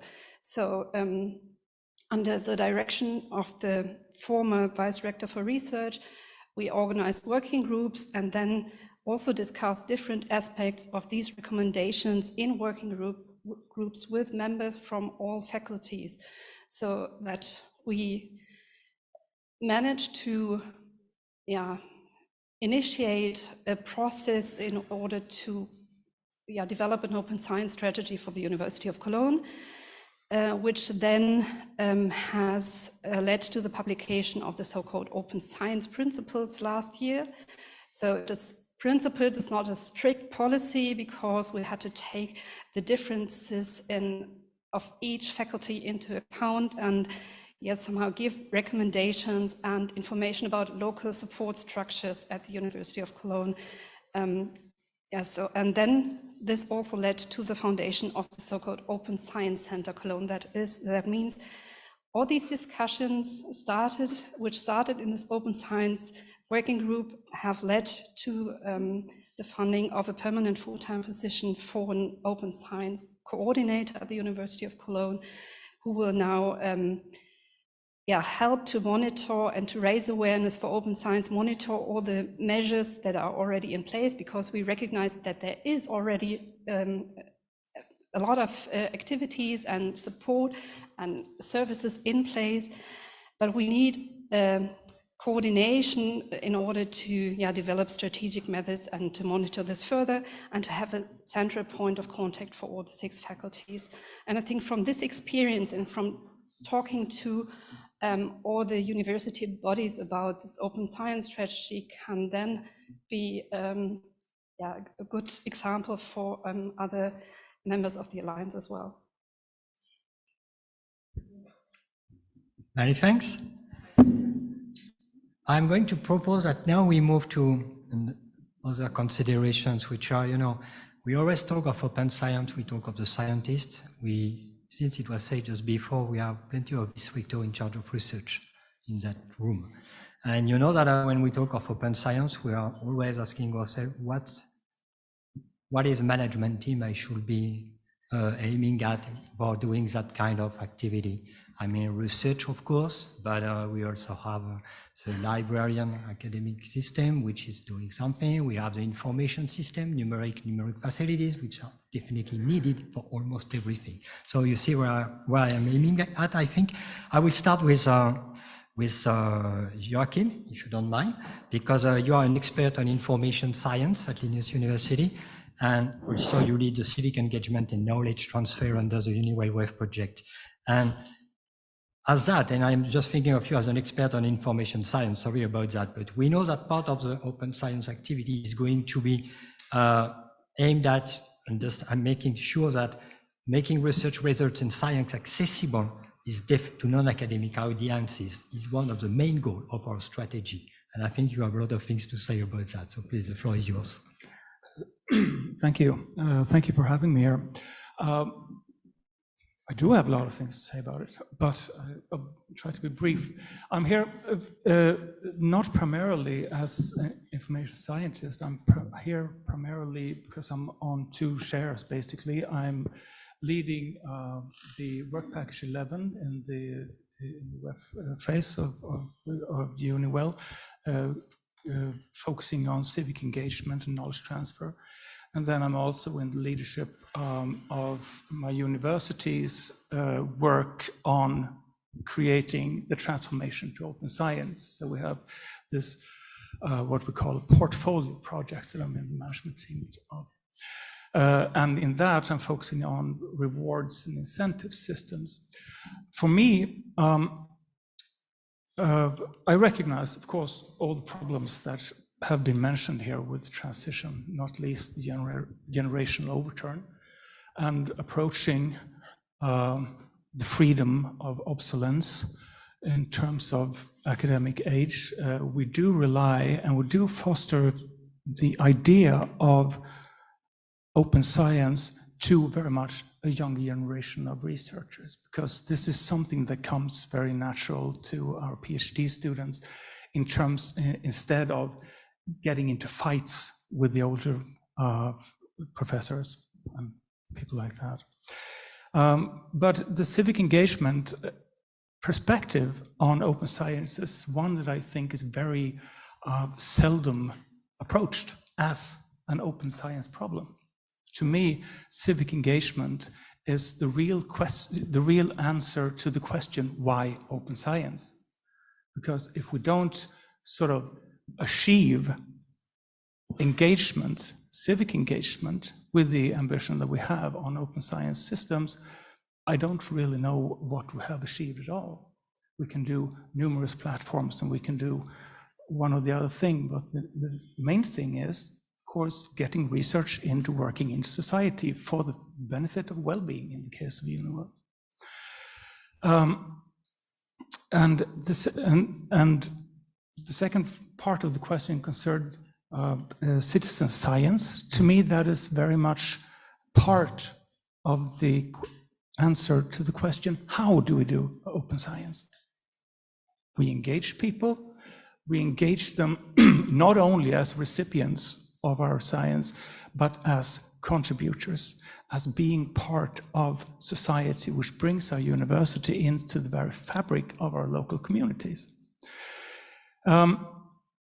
Having that perspective, we need to take a somewhat different take on the whole conception of open science, I think, because we can build very much on what we're already doing. The universities of EUniWell are here because they have a great deal of community engagement, and they're part of community movements focusing on well-being on local, regional, national levels. So that there is a reason for us being here talking open science today. And in the current phase of EUniWell, which is more focusing on teaching, student environments, and so on, we do a lot of work to promote this. And one of the tasks that we have is sort of to elevate the various initiatives that we hear about here, coming from our individual universities, to become something that we can use within EUniWell as an alliance approach to open science, and take our often, I think, pretty narrow discussion about open science into the community and say, hey, come along with us, let's do this. And as I said, we're already doing that. In order to do that, to be able to get the researchers to realize the value of what they already do, we need to create a more distinct, I think, set of reward criteria for open science. That is something that we deal with in our individual universities, but I think we could also create sort of well-being oriented criteria for open science within on an alliance level as well. I think that would be possible to do, and at Linnaeus University we're working very hard to implement open science, not just in the technical aspects of it, but as a cultural aspect of what we do as scholars at the university. And I think that one of the great things with EUniWell, for instance, is the very strong mission statement, which is a cultural mission statement. This is what we want to do for and with society. That's, I think, is a very often neglected aspect of what open science is. I'll stop there. Well, that's a lot already. Thanks a lot for this very strong testimony. Benedetta, I hope you are ready. As I said just before, you are an open science expert, and you work in a library. You are a librarian. Sorry for the accent. Librarian. Yeah, librarian. Okay, I will manage at some point at the University of Florence. And we all know that libraries have a lot to do and a lot to bring to our communities, especially regarding open science practices, especially regarding the development of what we call a joint culture of open science applied to day-to-day work. And on top of that, I'm sure, regarding that aspect of the open science dynamics that some people ignore totally, I think, I suppose you have some good examples that you can highlight regarding the way you at Florence and at the level of the Library of Florence, you can impact or work together with our scientists in order to make open science a culture by default, I would say, and how it helps them in their research activity. Yeah, the University of Florence is deeply committed to open science. It is the first university in Italy to have issued an open access policy, and one of the first to adhere to the Berlin Declaration. Our support to open science is also in our charter, in our statuto, and in our strategic plan. So it's one of our goals to be achieved as a university level. And we also have a good open access working group, which is working very well, and it is mainly composed by librarians. Because in libraries, there are the professional competencies, there are the tools, there is the proximity to researchers and to students that can transpose open access policies into practice.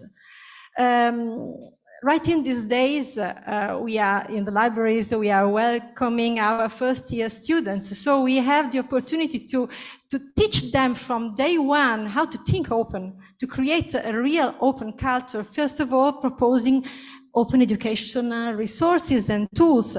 And EUniWell has done so much for open education with Open Education Declaration, with our working group, with our blog, and another special project from the latest seed funding.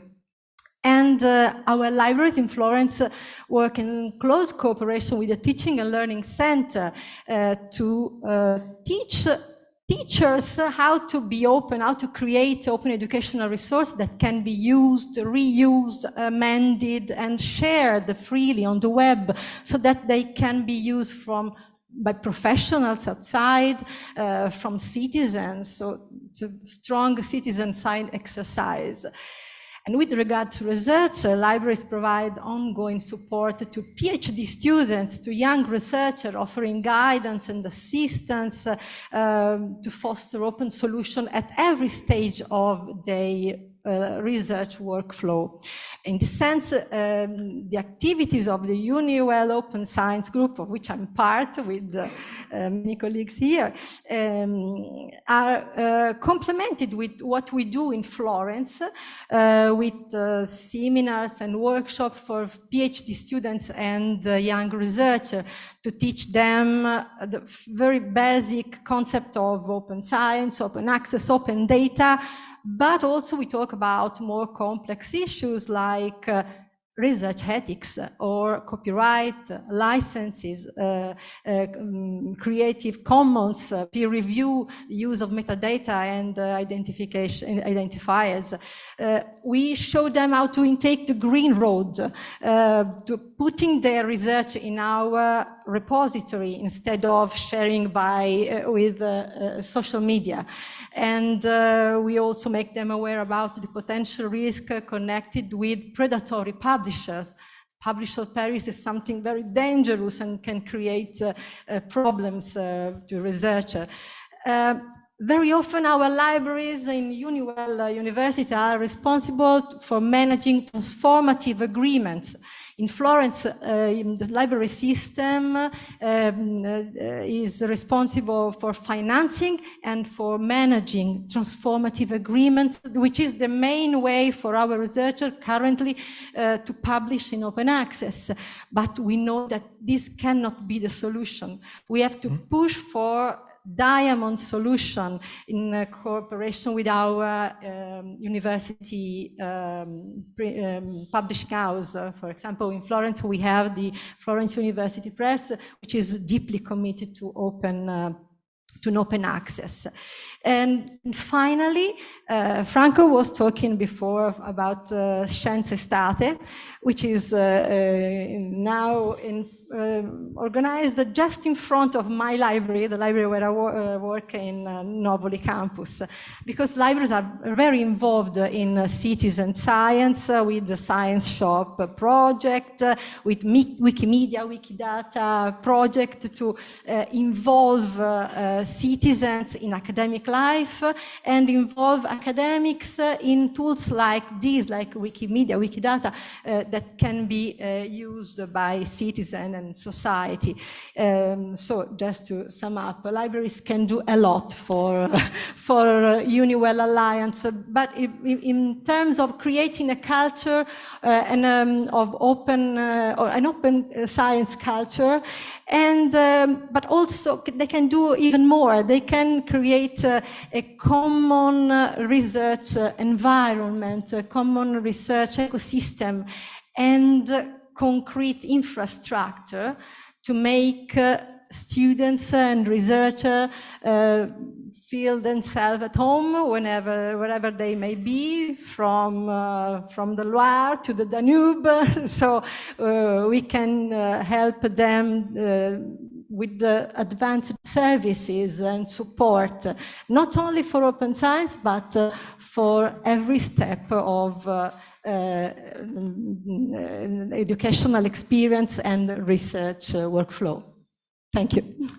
Thanks to you, Benedetta, and thanks for not correcting me, but widening the scope a little bit, because yes, of course, students and open education is definitely one of the main goals of your activities that we should never forget. Thanks for this. I hope you are ready.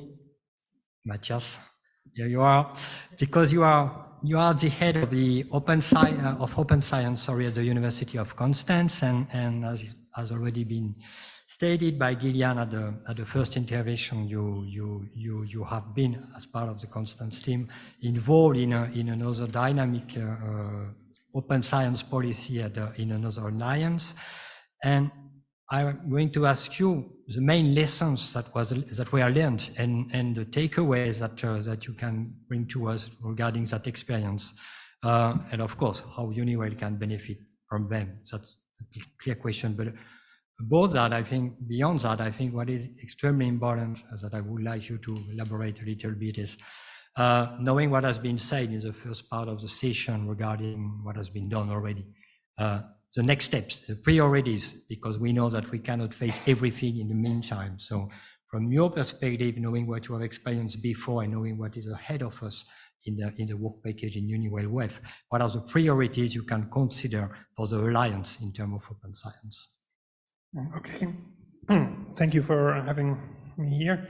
When I'm talking about our former Alliance, I think we did a lot of the same things like Pierre presented before, and although open science is in general a global topic, the most important thing we realized in our EUA Alliance is that it's viewed very differently at every university and in every country.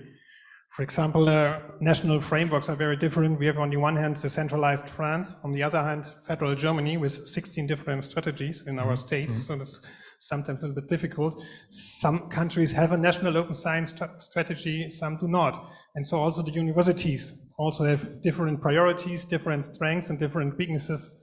And they are also all at different stages in this process on their way to open science. So with all these differences, we had to learn that it doesn't help to impose common services or rules over the whole alliance, because that does not work. You have to be aware of the differences, and we have to be all aware that we are all different. We have to accept that, and then we have to build a common understanding, a common mindset. And when we have this common ground, then we can work together and filling the gaps, creating services, harmonize services, and develop new things. So with one specific example from EUA, at the beginning we had the idea to create a joint data repository for the whole alliance, and we rejected this very soon because it does not work. And so the idea then was to keep the own repositories with their own character, with their own focus, with their own special features, and link them together and bring them together with standardized interfaces. So the data, for example, must be findable for the researchers. It doesn't matter where it's actually at the end stored. So that's not interesting for the researchers. And this experience for EUniWell means that we are entering the alliance at a point with precisely this knowledge. We know that we will join an alliance with partners who are all different, and we don't want to change everything. We are not coming into the alliance with we are the experts and now you have to do it that way. That's not the way we want to work with you together, and that's not the way how it works. So what you have created, what you have tried and tested, that must be retained. And what we now have to do, this is my colleague Josephine and me, we have to very quickly build up on the preliminary works and continue on the path to open science. So we have to read a lot of documents, reports, results, and then to continue. And asking about important topics for me, one was on the slides before, is open science policy, to harmonize it within the alliance. I think the other point is diamond open access. You mentioned it before, it's also very important. And also research assessment is a very important topic which is linked to open science, because from my point of view, without changes in research assessment and without breaking the power of and the prestige of the big publishers, open science is not fully implementable, and so we have to support initiatives like Coara, and this must be a part of our work in the next years. At the end, coming to this specific open science contact point, which we want to establish, I think we can provide support to the researchers with all our experience, and where we can utilize the strengths of all partners together to give them support to researchers on all career levels, to research projects, seed fundings, incubator projects, whatever will come to us within the next years. And one more is we want to listen into the Alliance. I've heard this morning the demand of more publication support for young researchers. That's, for example, a point where we can just go in and give maybe training or give material to support them with that. And Olivier, you said to finish with some positive, and I like this idea.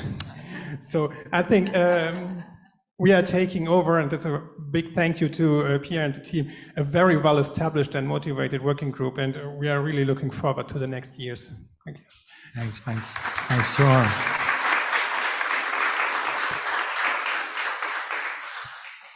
Many thanks to all of you. I hope, Robin, you are still okay, because there are many messages for your wrap-up at the end, but I'm sure you will manage. We have some margin before the end of the session, so this was not foreseen, but I'm sure we can spend 5 minutes in rapid, exchange with the audience if you have any question. If you don't, I have. Yeah, please. Go on. Wait for the microphone, please, because some people are online.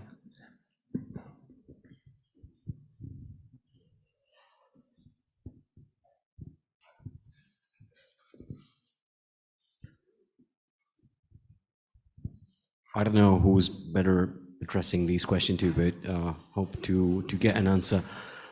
So I think, or at least in my perspective, there is an intergenerational clash from when you're a young researcher, very protective and very jealous of your ideas and codes, data, or models that you developed. While since you grow up and you get more experience, you understand that the one that actually you share it the most are the more fruitful for your career and for the entire environment and community you work within. So my question is, especially looking at my PhDs that sometimes are very, very jealous of the code that they develop, and I try to make them understand that it would be better the other way around. What leverage can the EUniWell consortium help me play in making them understand that would be better if they comply with an open science paradigm? Maybe I can. Yeah, you start and then. Yeah, you're absolutely right. That's a problem. And I think one point that's very important, that you have to be pragmatical when it comes to open science.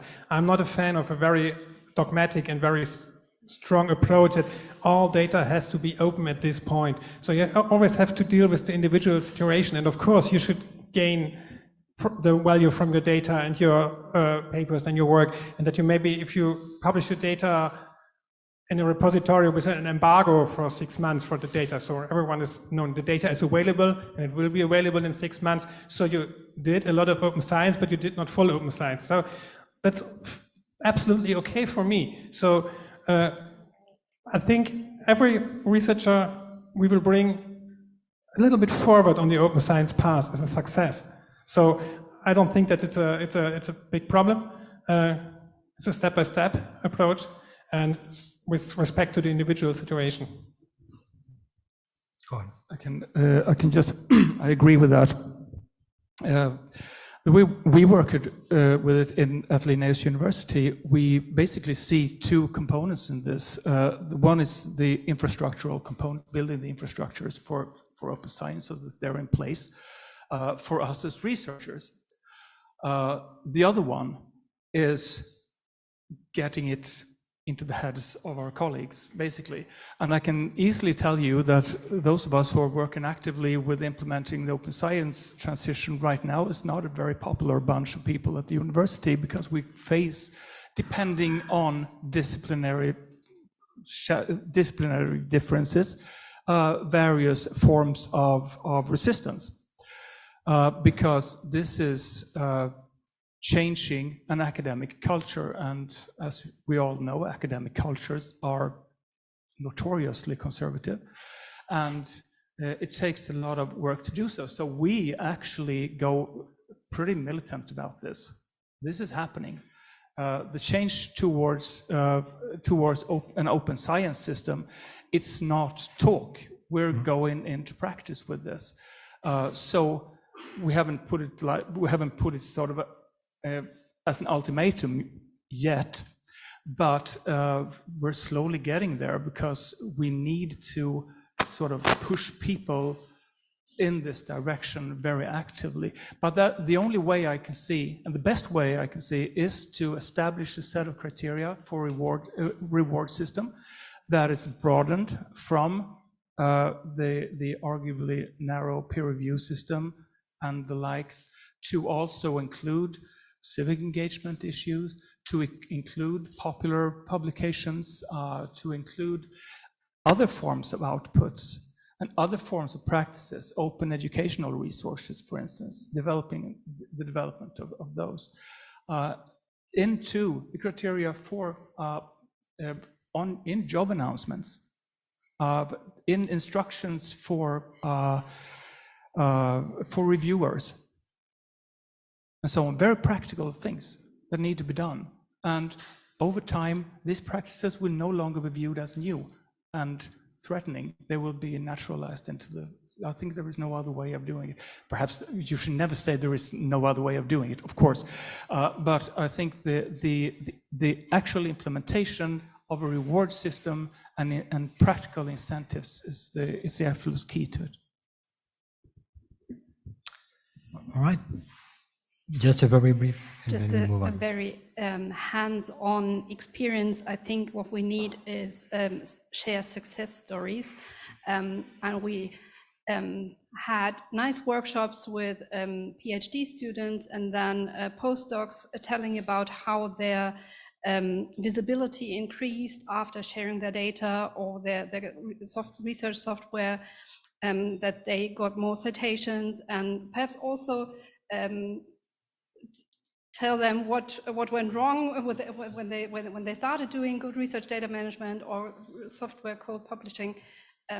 But yeah, this always worked very well, and we tried to network and identify more experts or experts to be in different aspects of open science, and then have them talk to their peers. And yeah, so this is a way of identifying and multiplying knowledge and experience.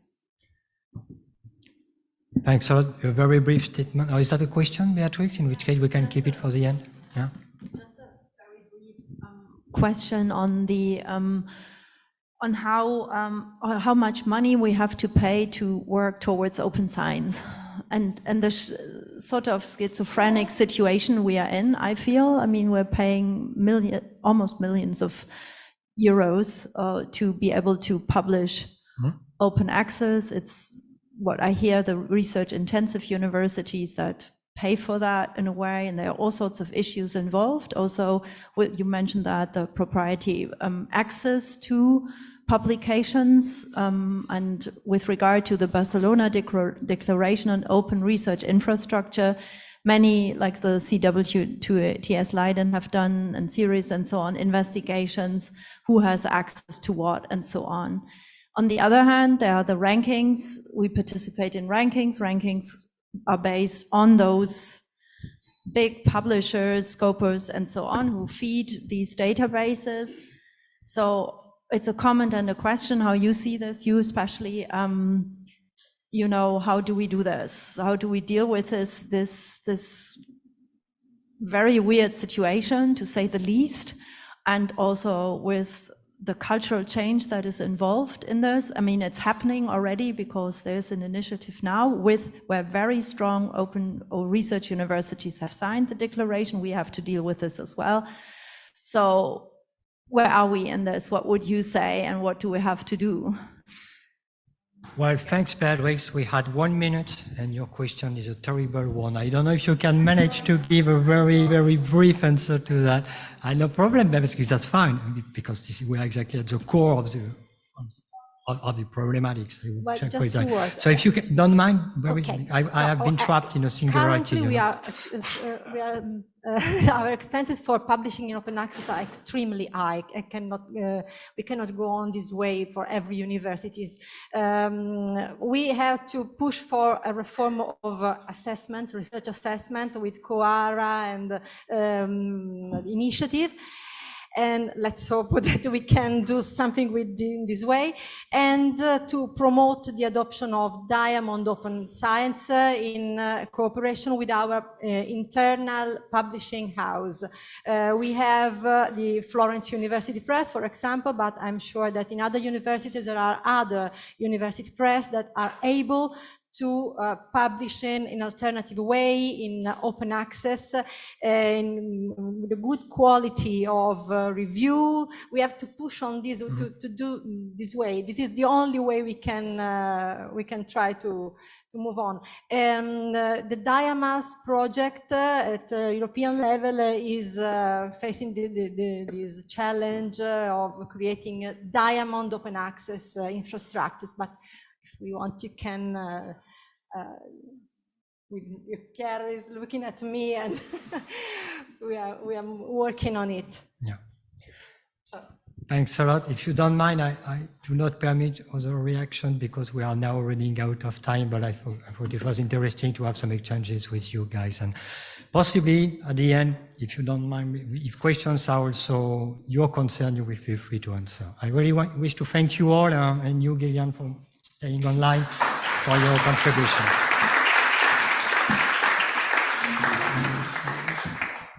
And now we move on to the last part of the session, which is made of 3 keynote inputs from 3 speakers. So the first one is Deborah Berti, Instructor for Research at the University of Florence.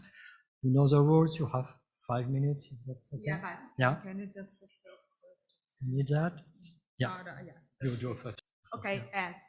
Thanks a lot. Thanks for having me today. I must say that we are really in a hurry because we were advised to leave earlier because of traffic jams to the airport. So, I mean, in case, just wait me. So we go. So yeah. So role of EUniWell, University of Florence and COARA in promoting open science. My colleagues that were before me, I think they have said many things about open science. So my presentation, I was trying to provide you with some food for thoughts in order to steer again conversation and further thinking. Okay, our mission fully aligns with open science. I will skip that. And we have a kind of leadership, I like to say, in open science because we are proud members and founders actually of COARA. So we really embrace this new effort because we believe in our vision and strategic plans that assessment, we were talking about assessment in the Q&A session. So assessment, I'm saying 2 keywords here, funding agencies and recruitment. So when they will value open access or diamond publication, I think this will be a giant step forward there. So, but we believe that assessment should recognize the value of openness, transparency, and integrity. And these 3 are key features of open science in our mind, because we also believe that there is a clear connection between open science and research integrity, which is one of the buzzwords of our, let's say, what we would like to convey to our fellow colleagues in our strategic plan, because open science inherently enhances research integrity because research processes are transparent, are reproducible, they are publicly available to the open public also, but also to peers that can reproduce data because data, methods and findings are openly accessible. So also, I should say also that the Florence University is a member of HRSA, S for R. We will have let's say, the visit in the next few months in order to renew our status of excellence in research. So through this plan, we try to implement the principle of the Charter for Researchers and the Code of Conduct for the recruitment of researchers, ensuring that our environment promotes ethical practices and professionals. So we were mentioning about the threat of predatory journals, because here we are going from publish or perish are paid to publish. Now we are moving to this. So in the previous strategic plan of the University of Florence, one of the key PI was increase the number of open science publication. And then we noticed that we are monitoring this with Benedetta, that this amounted also to an increase in publication in predatory journals, which is a pay to publish practice. And really we should not encourage this at all. And open science can address these predatory journals because open peer review, transparent editorial processes, and sharing data and methodologies can help to counteract the very nasty influence of these journals. So as I was saying, we have a very, I would say, not a detailed plan. It can be only moral suasion. You cannot, compel people to publish where you want to publish. So we are starting from the grassroots, from students and PhD students, to make them aware of what's going on. And I think it all sums up to research integrity, to deliver them a code of conduct for integrity. So looking ahead, these are my thoughts.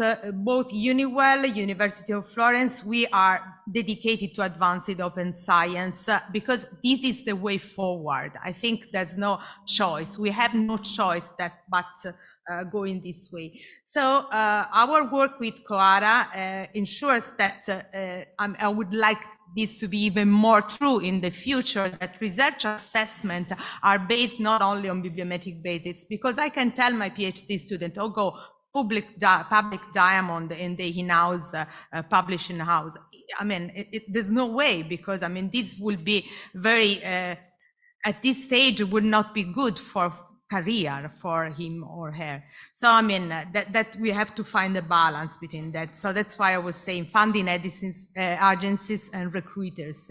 So a call to action, we have to continue on this path, but we advocate for and implement open science practice that ensure that our research is inclusive and impactful. And I think that through these initiatives that we are pursuing together with you, possibly Coara and the HRS4R action plan, we are on the good track. So that's key points. We firmly believe in open science. It's deeply rooted in our values. Our personal commitment, or my personal commitment, is just really very strict adhering to this principle, and together with you and but also within the Coara ecosystem, we are working to build really a research environment that is open, ethical, and impactful. And then, I mean, the final thought for you, let's continue to champion open science, ensuring that our research not only advances our careers or knowledge, but adheres to the highest standards of integrity and the benefit of society for a better future for all. Maybe it was a bit bold, but this is what I think. Thank you very much.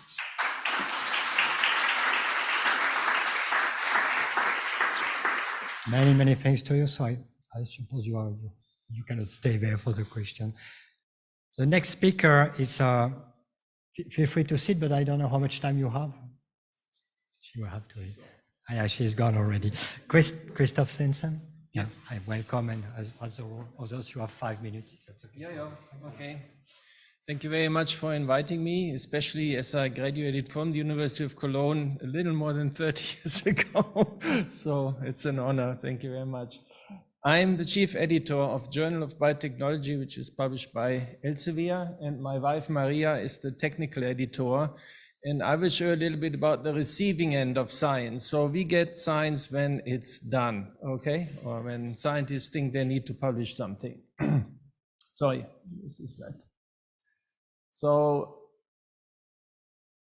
basically, this journal is 40 years old. I'm only the third chief editor of this, which means you have a lot of consistency in this one. We receive between 14 and 1600 submissions per year.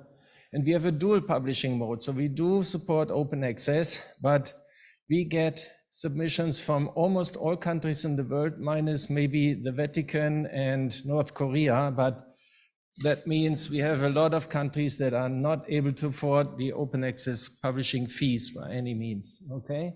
Our impact factor is 4.1 and our rejection rate is between 70 and 80%.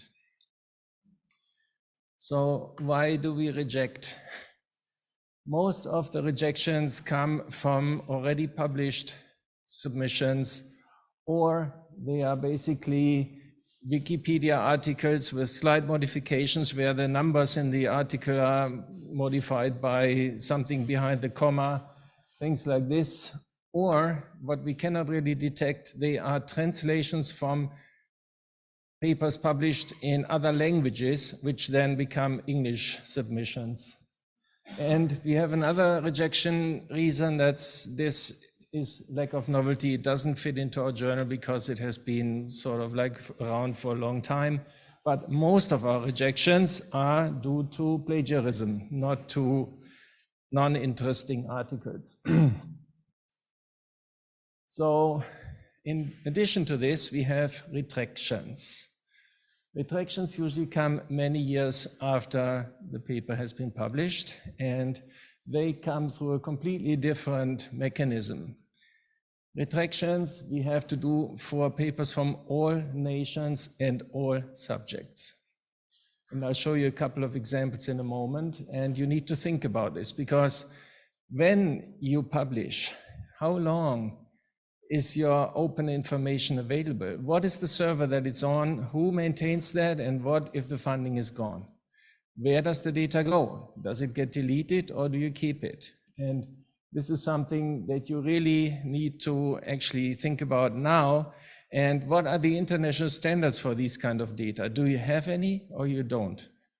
So when we get something, we usually get it from websites named Papier, or we get it from individuals that run websites like For Better Science, or Elizabeth Bick, who is a lady in the Netherlands with a photographic memory. She sees a paper and she sees another paper and she knows there is a duplicated figure in it, even if the figure has been turned around by 90 degrees, which is amazing.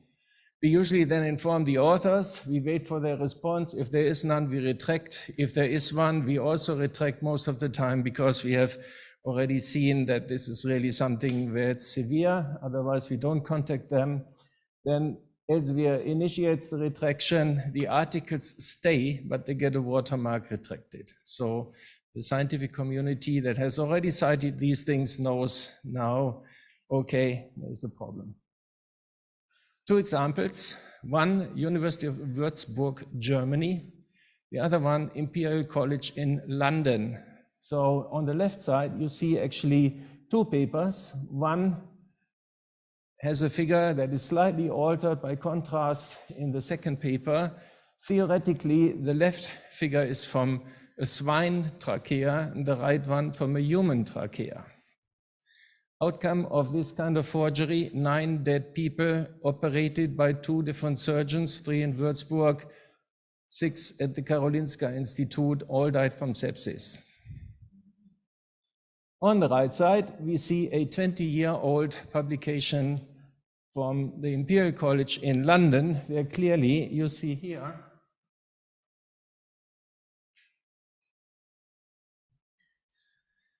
bands inserted. The authors now claim 20 years later that they don't have the original gel anymore. It's not in open access, open science anywhere. And yeah, they may have actually copied a few things together to make the gels more clear. Yes, we retract this one too. Okay, so things like this is what I see on a daily basis, basically. That's why we have to reject 70 to 80% of our submissions. So when you think about what you do, what you are setting up here, it has to be on a worldwide level and it has to be consistent. And the only thing that I've ever seen on this level so far is DNA sequence data. For 30 years, we have an international standard backed by governments where the databases in the States, in Europe, and in Japan are permanently funded. And my thesis from Cologne at a sequence deposited in 1992, it's still there today. Okay, I know where it is. It has an accession number. Without that accession number, I wouldn't have been able to publish the paper. So this is what you need to strive for, and that is very hard to achieve because it does cost a lot of money. So I have to, somehow these things don't want to, the future is worse than what we have today. 1 minute. Photoshop forgeries, like I've just shown you, are easy to detect today because we have much better imaging tools. But artificial intelligence will smooth these things over. The gel picture on the right side that I showed you with AI, you would not be able to see any block anymore. And I am sure that we are already getting submissions entirely written by AI, especially for review articles, because if somebody from a third world country, I won't name any right now to not discriminate against anyone, has already submitted 3 or 4 papers to us in broken English, and all of a sudden there's a perfectly polished one review. You know, they didn't write that themselves, okay? So these kind of things will happen, and in the future, we will have complete fake, completely created in a computer submissions that we cannot detect anymore. And that is the real danger that I see. So I'm sorry I can't stop on a positive note, but this is what I'm fearing will be the next step in the publishing business. Thank you very much.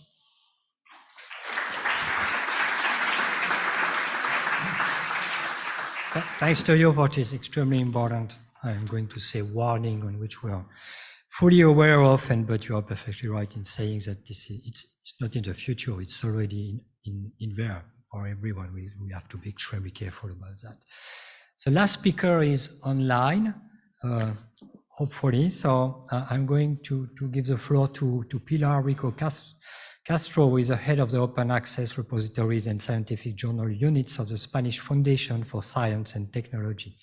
And I hope I will not be impolite, but I just want to warn you that you really have 5 minutes. I have seen you have many slides, so please stick to the time because we are slightly running out of time. Thanks in advance for this, and the floor is yours. Thank you very much. Thank you very much to the organizers for having me here today. And thank you for facilitating the online connection. I am very sorry not to be able to share with you this discussion online or lively, but this is the best I could do. I'm not going to go through all the slides because I'm very much aware of the time constraints. I'm just going to explain you how is the open science policy at the national level in Spain. Can you go to the next slide, please? Thanks. We have recently launched a national strategy for open science. It was published in 2023 after more than 2 years of hard work in which all the key actors of the scientific system were involved, namely the funding agency, all the national performing organizations, and the assessment agency, which in Spain is different from the performing organizations. This is something that at the institutional level is different from some other countries. We have an assessment agency separated from the performing agencies and separated from the funding agencies. So we were working very hard for more than 2 years, as I said, and we came up with a national open science strategy that is being implemented right now. And it is structured around 4 different axes. The first one is digital infrastructures for open science. And I want to recall the words of some of my colleagues that have been sitting in the round table before when she was mentioning the important role of the libraries in the open science policy. And we are very much aware of that important role, meaning that they are the ones responsible for developing and maintenance the open science strategies. The second axis is fair management of research data. The third one, open access to academic literature in a broad sense. And the third one, turning the incentives, rewards, and training for open science into a reality. Next slide, please. We work in FECID very, very hard in axis A when it comes to digital infrastructures. What we decide at the national level in Spain is that we needed to identify all those infrastructures, the already existing one, and we had a very nice picture in terms of the number and the representation of those digital infrastructures at the national level. When we speak about these infrastructures, we mean open access repositories and platforms for publishing and editing academic journals. These are our two main digital infrastructures and the one that we envisage as the necessary for implementing our open science policy. We also committed to generate and maintain those new infrastructures that were required for this policy, funding them, and making them interoperable, especially with the European Open Science Cloud. And this is a hard endeavor that we develop in FECID. Next slide, please. The second axis was to manage data in a fair way, research data. And this was a strong challenge, and it still is, because we have a strong lack of professional profiles for data management in our national context. Universities are doing a great effort trying to get these professionals and include them into their institutions, but we do not have those profiles because we do not know how to train them and where to get them from. It's a strong challenge. We're trying to overcome that, but it's a strong one. Another action was agreed that to communicate research data as research artifact, meaning that as trying to communicate research data as much as we communicate through academic publication. And this was a strong challenge, specifically for the Research Assessment Agency. And then we had to fight with our legal framework in terms of intellectual property right, which is a strong challenge, very much aligned with the ERA priorities, with the European Research Area priorities, because we are one of the countries that really need a strong change in our legal framework in terms of intellectual property rights for our research community to be protected and safely preserve their IPR on behalf of the open science policies. Next slide, please. And open access to academic literature was the axis in which the measures were more developed, because we have been working on that for a long time.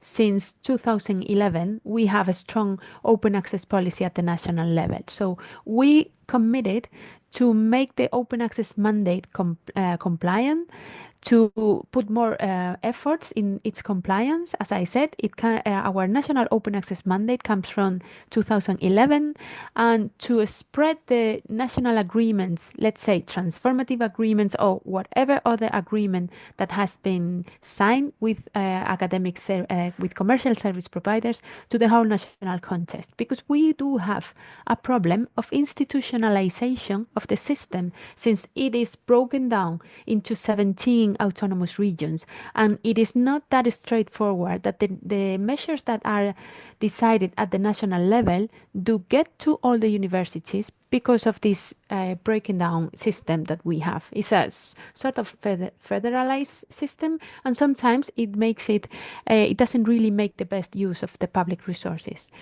We committed to diversify publication venues, and we were addressing issues and challenges like Open Research Europe, in which we are working a lot to try to find a way in which our funding agency could get involved in Open Research Europe, and again, modifying our legal framework for the research community to be protected when it comes to IPR. Next slide, please.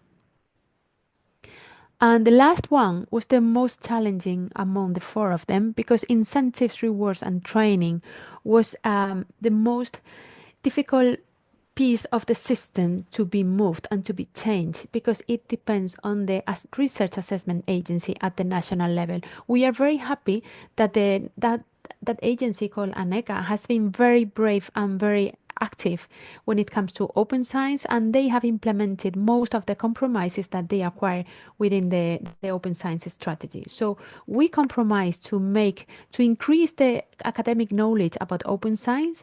That means making open science an object of study itself, and make it funded by research projects, to include the open science practices in the evaluation process of proposals to be funded by our national funding agency. And they have been very successful as well in including open science requirements in the funding requirements. Also in the assessment system, as I said, many changes have been implemented already.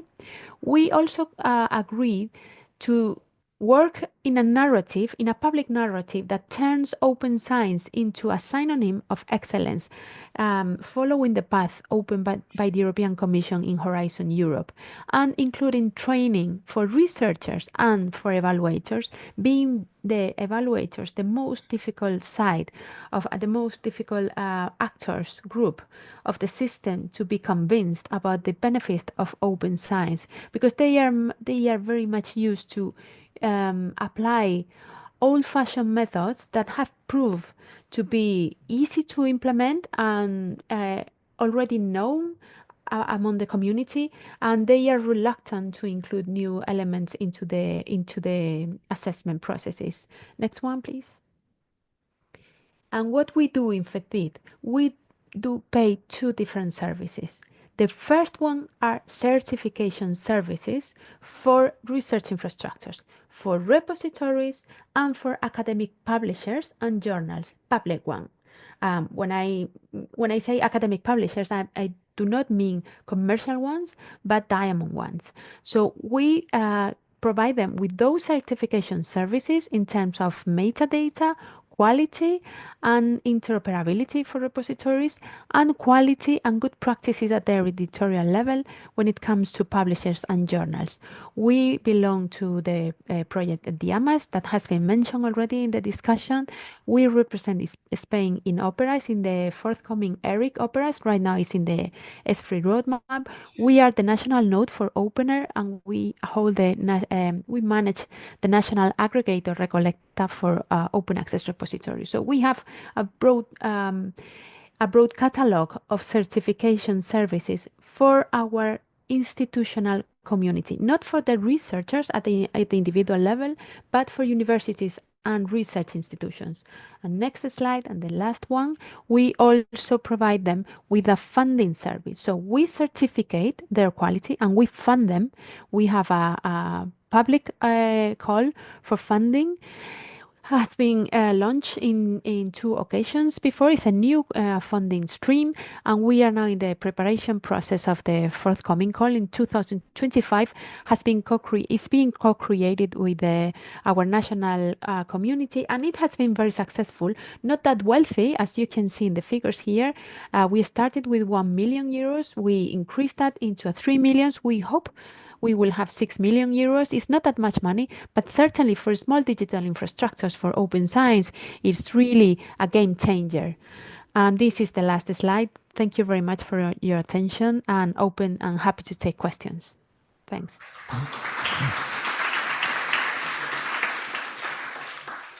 Many thanks again for being with us today. So I think we do have time for only one question. I'm sorry about that. My fault, because I thought we were with plenty of time at the beginning of the session. Since Pilar is online, if there is any burning question, I would like it to be for Pilar, because for all the others, the usual trick, as I was saying to Graham, is that we do have the coffee break. In 10 minutes from now, we can certainly continue the discussion during the coffee break. So I just would like to know if there is any burning question or... Yes, please, wait for the microphone. No, because Pilar cannot hear you, she's online.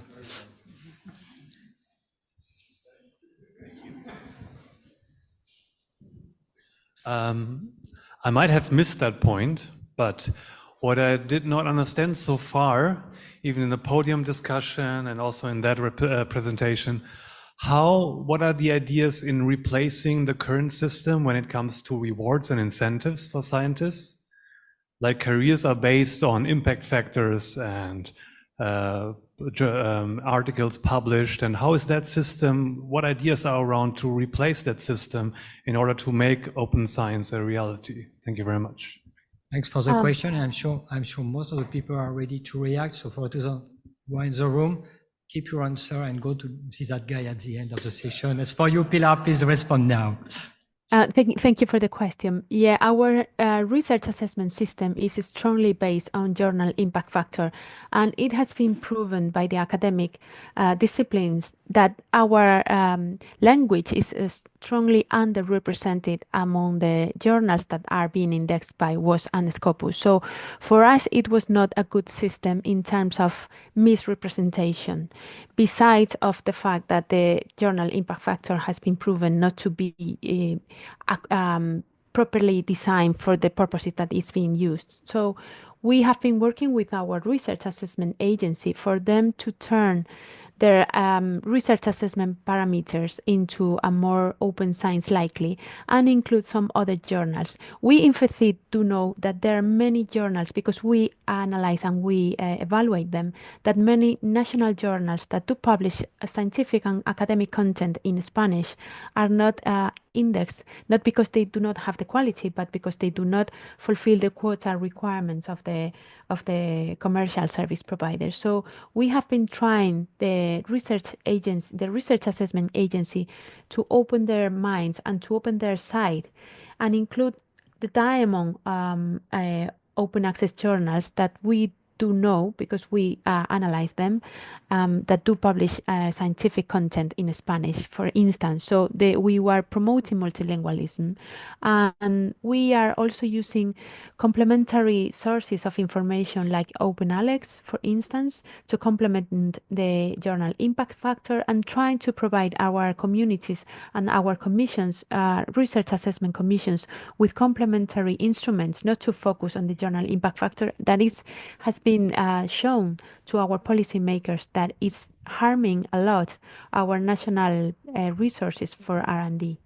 I don't know if I answer your question. I think it's a pretty good start, and we will go on during the coffee break, as I said. Thanks a lot for this, Pilar. We really have to stop here. I'm going to ask one question myself, being the chair of this session, to all of the speakers. And you don't have to answer now, but I would really appreciate if you can give your answer possibly to the EUniWell office after the meetings. It's a very simple one, because from the reaction we have had in the room and from what we experience in our universities, we are not all of us, but we are convinced that open science is there, it's already there, it's our future. So far, so good. But many of our communities, students, young people, researchers, staff people, they need to be convinced, and we need to, find some success stories, something that would never have happened if not because of open science policy and strategy and so on. And I'm sure that all of you, within your expertise, your field of expertise and your experience over the last few years, you do have at least one or maybe two, maybe three success stories, something extremely convincing that can help us at the EUniWell level, to make the adventure real one, and something which convinces all of people that this is indeed the way forward, because we are going to do things that are not possible without the open science strategy. So please think of it, take your time. But once again, all the speakers there, I really wish to thank you all on behalf of the entire audience for what you have posed to us, and it was extremely illuminating. So thanks to you. Before you applause, I leave the floor to Robin, who is going to wrap up everything for the next 5 minutes, and when 10 minutes, you are in principle, I trust you. And thanks again to all of you, and I enjoy the final outcome of all this from Robin. Thanks again.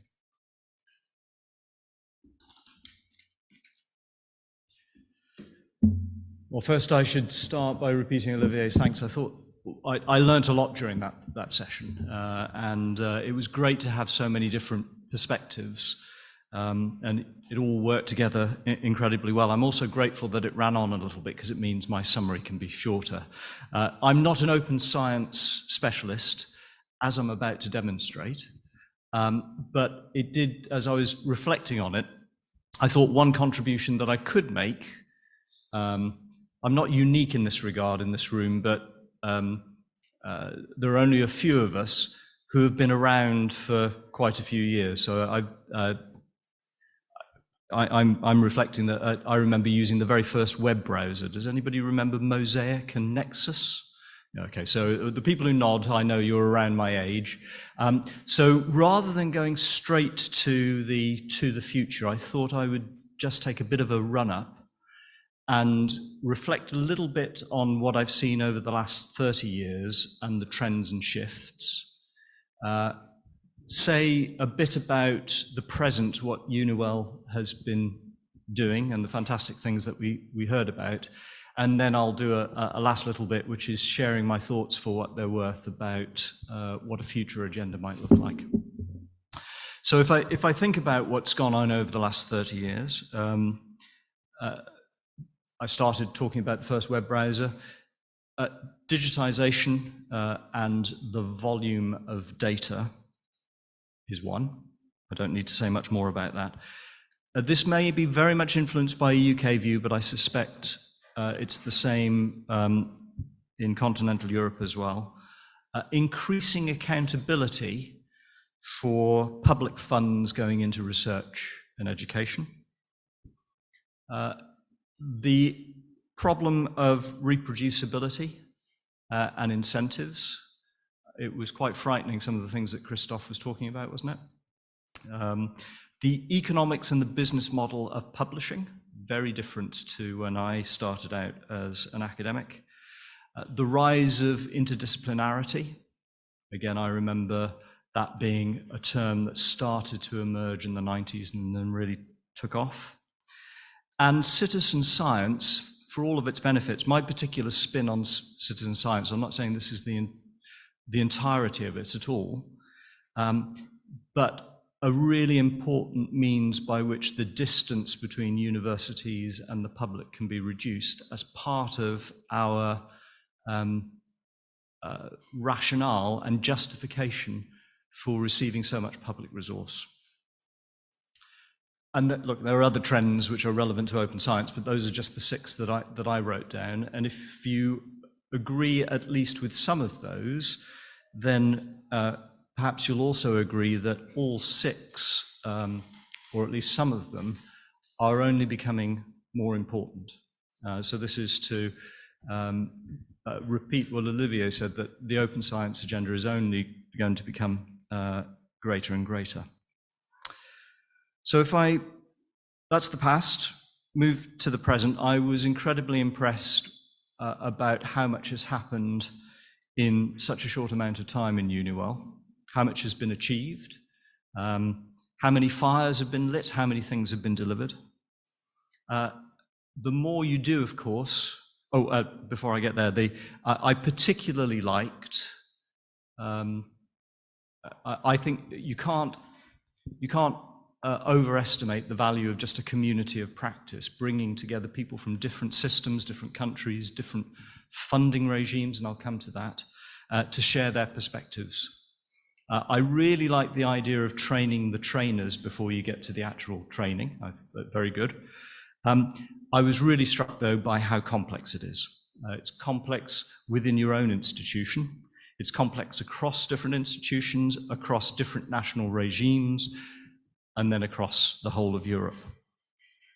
So let me point to 2 gaps that I think that came out of that, although one of them is just going to repeat that very good question at the end. Of course, these days, yesterday and today, are focused on research, but there is quite a big gap, isn't there, between the application of open science principles to research and to education, and I'll come back to that. It's no surprise, but I think it is a big problem. And the question of incentives. So some of you will know I'm an economist, so I'm bound to say that, aren't I? I think the question was very much about individual incentives. I thought you might be interested to know in the UK, we have, some of you may know, this periodic national research assessment exercise called the Research Excellence Framework. The next one is due to happen in 2028 to 29.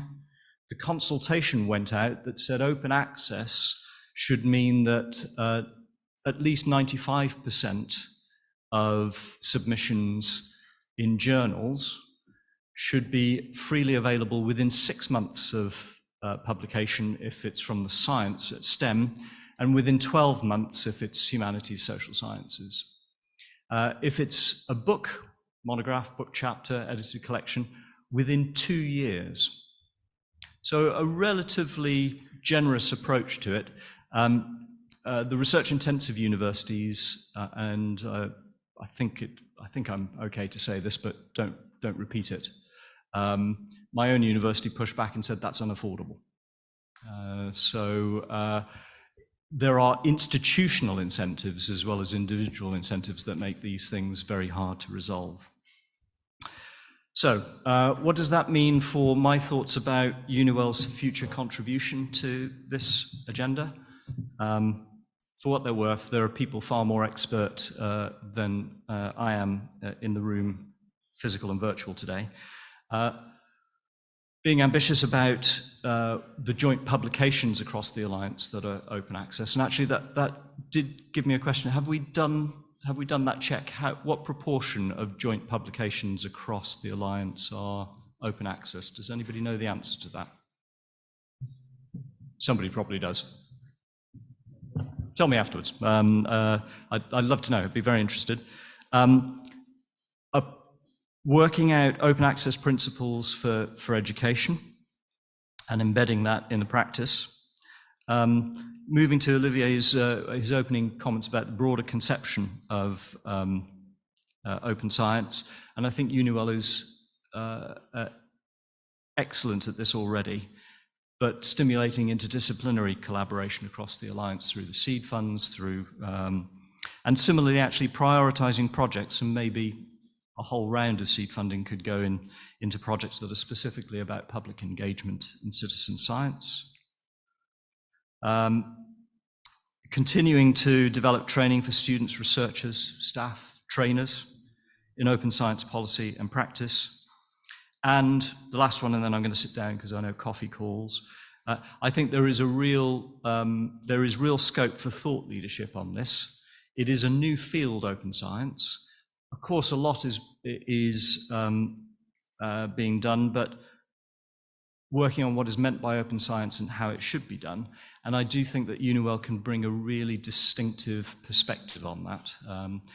Quite what that looks like, I'll leave it to the great brains in the room who know what they're talking about to work out. So, Olivier.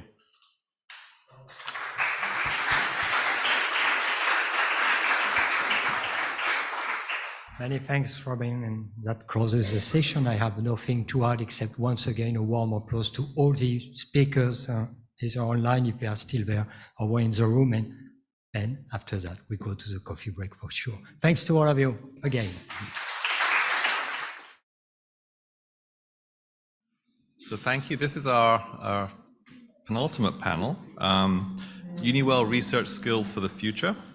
And we have sort of 2 sessions within this, and the moderator is Professor Miklos Kelemeyer, the EUniWell academic lead and head of the Department of Biophysics and Radiation Biology here at Semmelweis University. So, Miklos, thank you.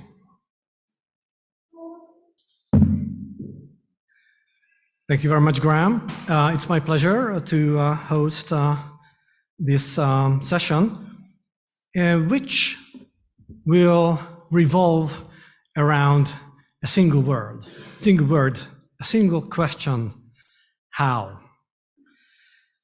To understand this, I would like to remind ourselves of the fact that besides the church, the university is the longest standing institution of mankind. It's 1,000 years old institution, and probably it has a good reason. I'm convinced it is because it has a societal mission.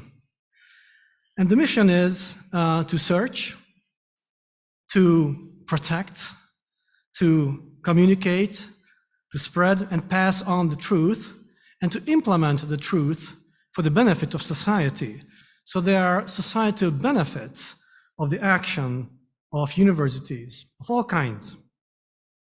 This, by the way, this process of searching, protecting, and testing, and passing on, and actually implementing for the societal benefit truth, brings up the possibility of formulating a kind of a life cycle of knowledge, so to speak.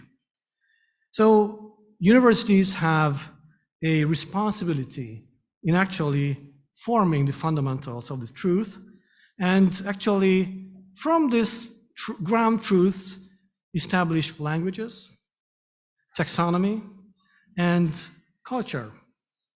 It's a very important task of universities, and obviously in the past few years we have been toying with the idea and reflecting on the possibility that these new concept of university alliances, how would that change the original mission, or how would that add to the original mission of the age-old universities?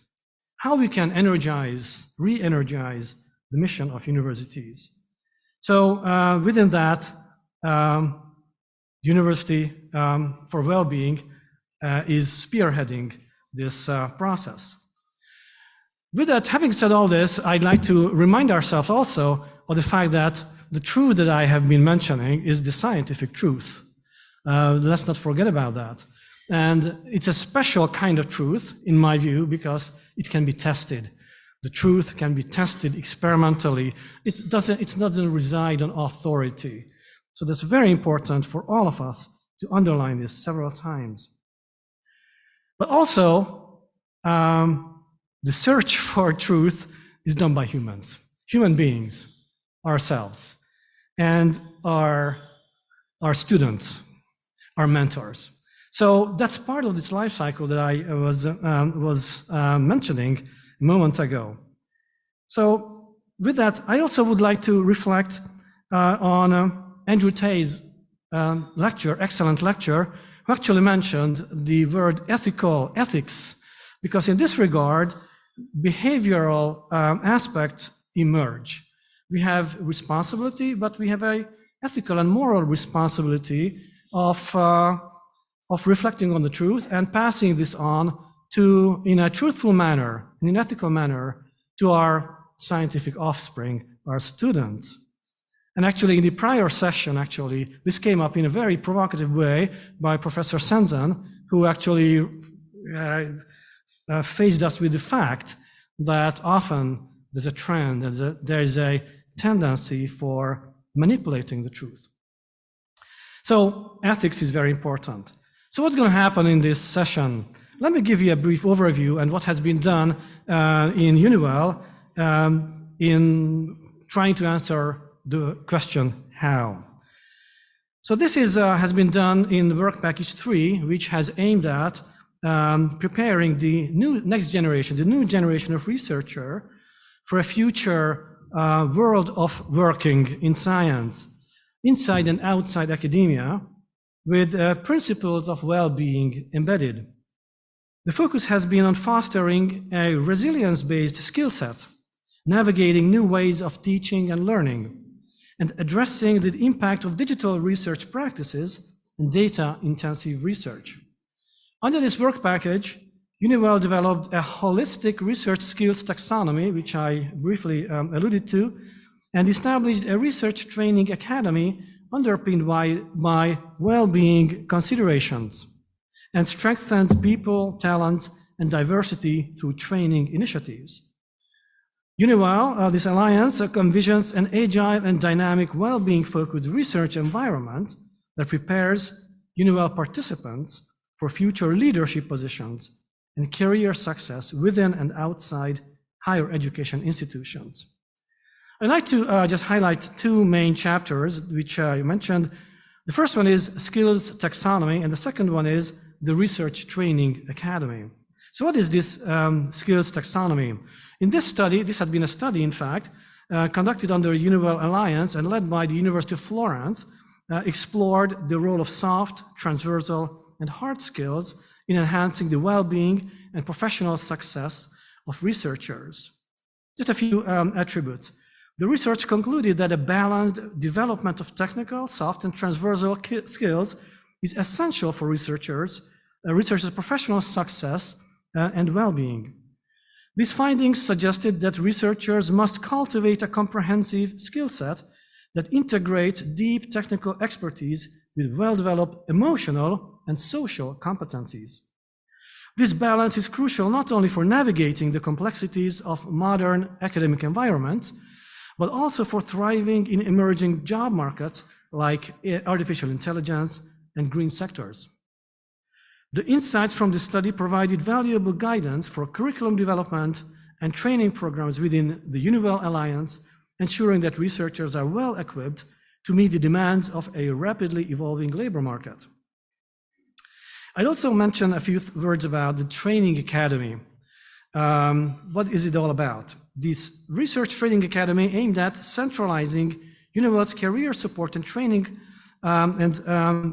which is offered for PhD students, postdocs, and researchers, and provide various services, including a center for emerging talent, a center for leaders, an extensive range of courses, fellowships, and networking opportunities to attract, develop, and nurture the next generation of EUniWell changemakers.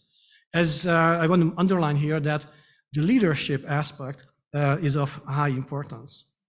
This initiative employed a holistic perspective on researcher development to ensure that PhD students, PhD candidates, postdocs, and researchers are well prepared for a multitude of professional roles in society, and places a strong emphasis on the well-being and personal development of them. So this Research Training Academy supports the creation of a community of researchers united by their commitment to well-being, and provides a space where they can network, interact, co-create, and share their research findings. There are certain thematic focuses that I need to mention.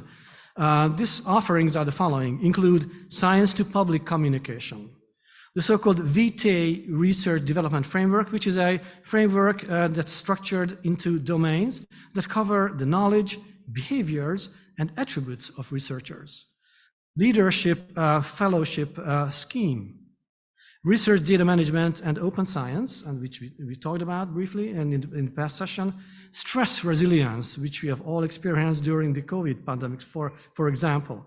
Networking and communication skills. Okay, so in this session, which is going to have a special structure. In the first half, we'll have a brief presentations by three key persons. So there's a slight change in the program. Unfortunately, Dr. Melanie Behrens from Constance became sick, and so she cannot join us. So we'll have a little bit more time, but I want to stress that we will be checkmarking the time. So with that, I want to invite Christine Jahn, Human Resources Development Consultant, University of Cologne. She will be one of the speakers, and Professor Daniel Frison, Associate Professor of Experimental Pedagogy at the University of Florence, also at the table, and Dr. Imre Varjú joining us online, an Assistant Professor of Semmelweis University. I think he's joining us, by the way, from the United States. So having said that, I want to invite you to deliver your presentation.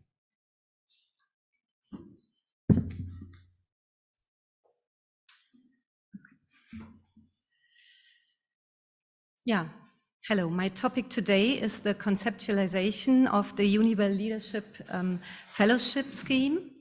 My name is Christine Jahn, and I work at the Human Resource Development Department of the University of Cologne. First of all, I would like to thank the Cologne EUniWell office around Dr. Ruth Möhlig-Falke for having the chance to participate in the development of this new and innovative training approach. Here you can see an overview of the agreed objectives. The Leadership Fellowship is a training program within the Research Leadership Hub of the EUniWell Research Training Academy, offering mid-career researchers from across the EUniWell Alliance the opportunity to develop or improve their leadership skills, and also to facilitate the application of these skills within the fellows teams.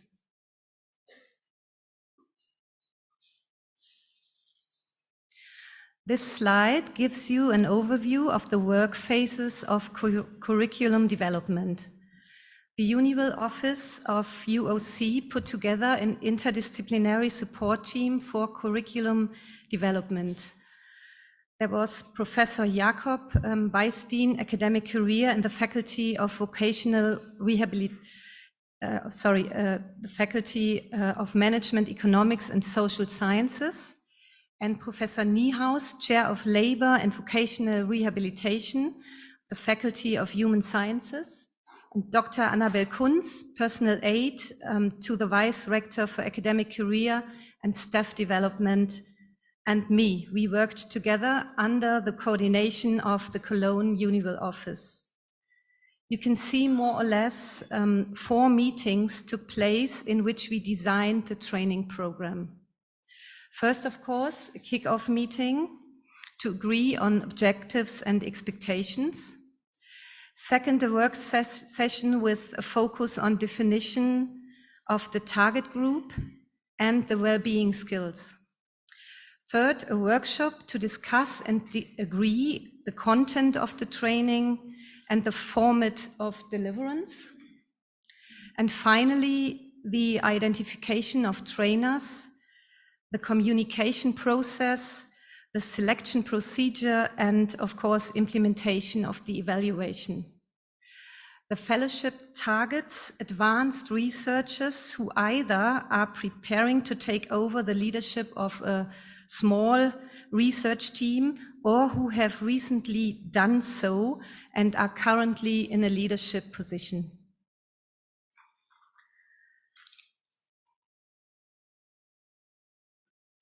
Here you can see on the lower part of the slide, you find the well-being skills that I mentioned, which are supposed to be achieved. So it's intercultural communication and well-being in the workplace. These skills touch upon 2 competence areas in the European Competence Framework for researchers, working with others and self-management. The design of the 3-month pilot training program was divided into 4 interactive parts. Of course, the kickoff, which took place in Cologne, that was an on-site workshop, 1.5 days. At the end, the closing session again, on-site in Cologne for 1 day. After 6 weeks, and in the last weeks, 2 online community sessions took place to deepen well-being contents, such as giving and receiving feedback, or, for example, the theory of resilience and other topics. Between the interactive workshops and community sessions, self-organized learning took place using the coaching app.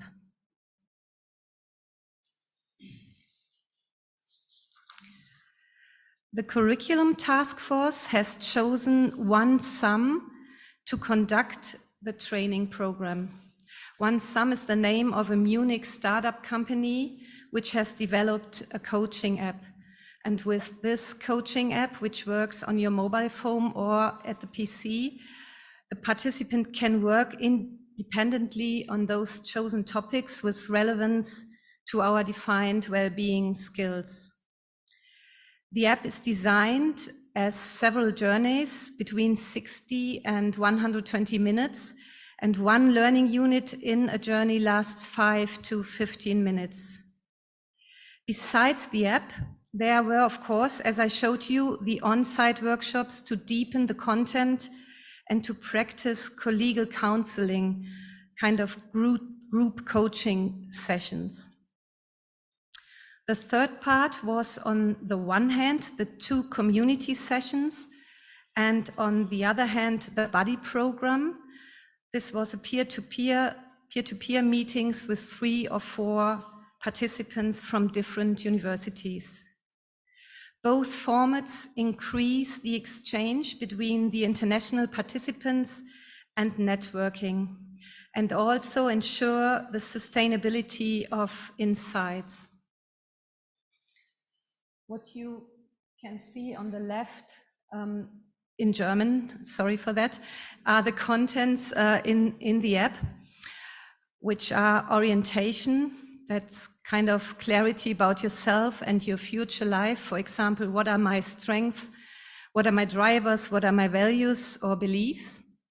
And the topic mindfulness, the good self-care. Of course, the topic social relationship, the importance of conflict behavior, communication skills, for example, setting boundaries. And the fourth is success, like self-confidence and goal setting, and innovation, the ability to change, and courage.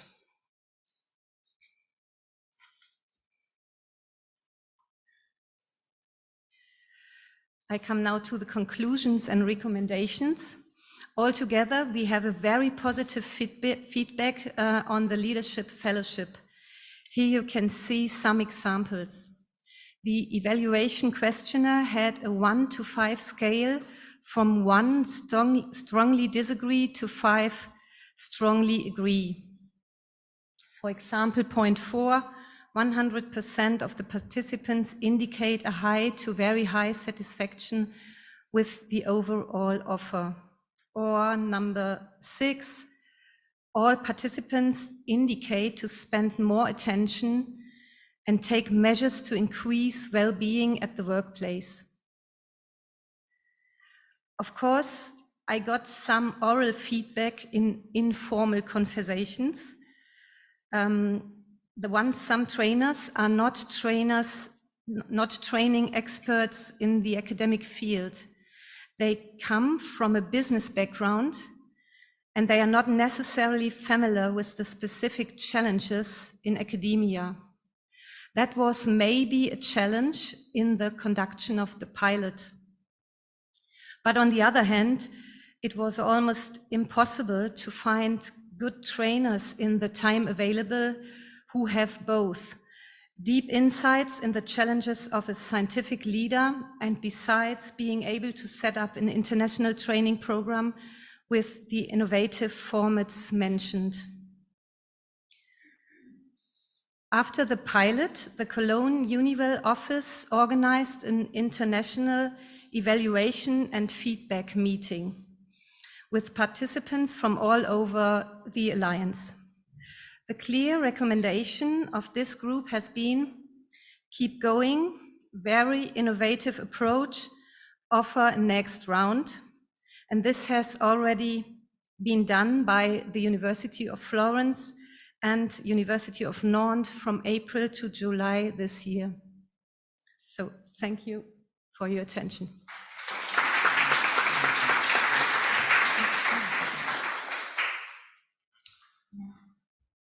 Thank you very much. Now I invite Dr. Daniele Friesen, Associate Professor of Experimental Pedagogy, University of Florence, to deliver her speech. Thank you.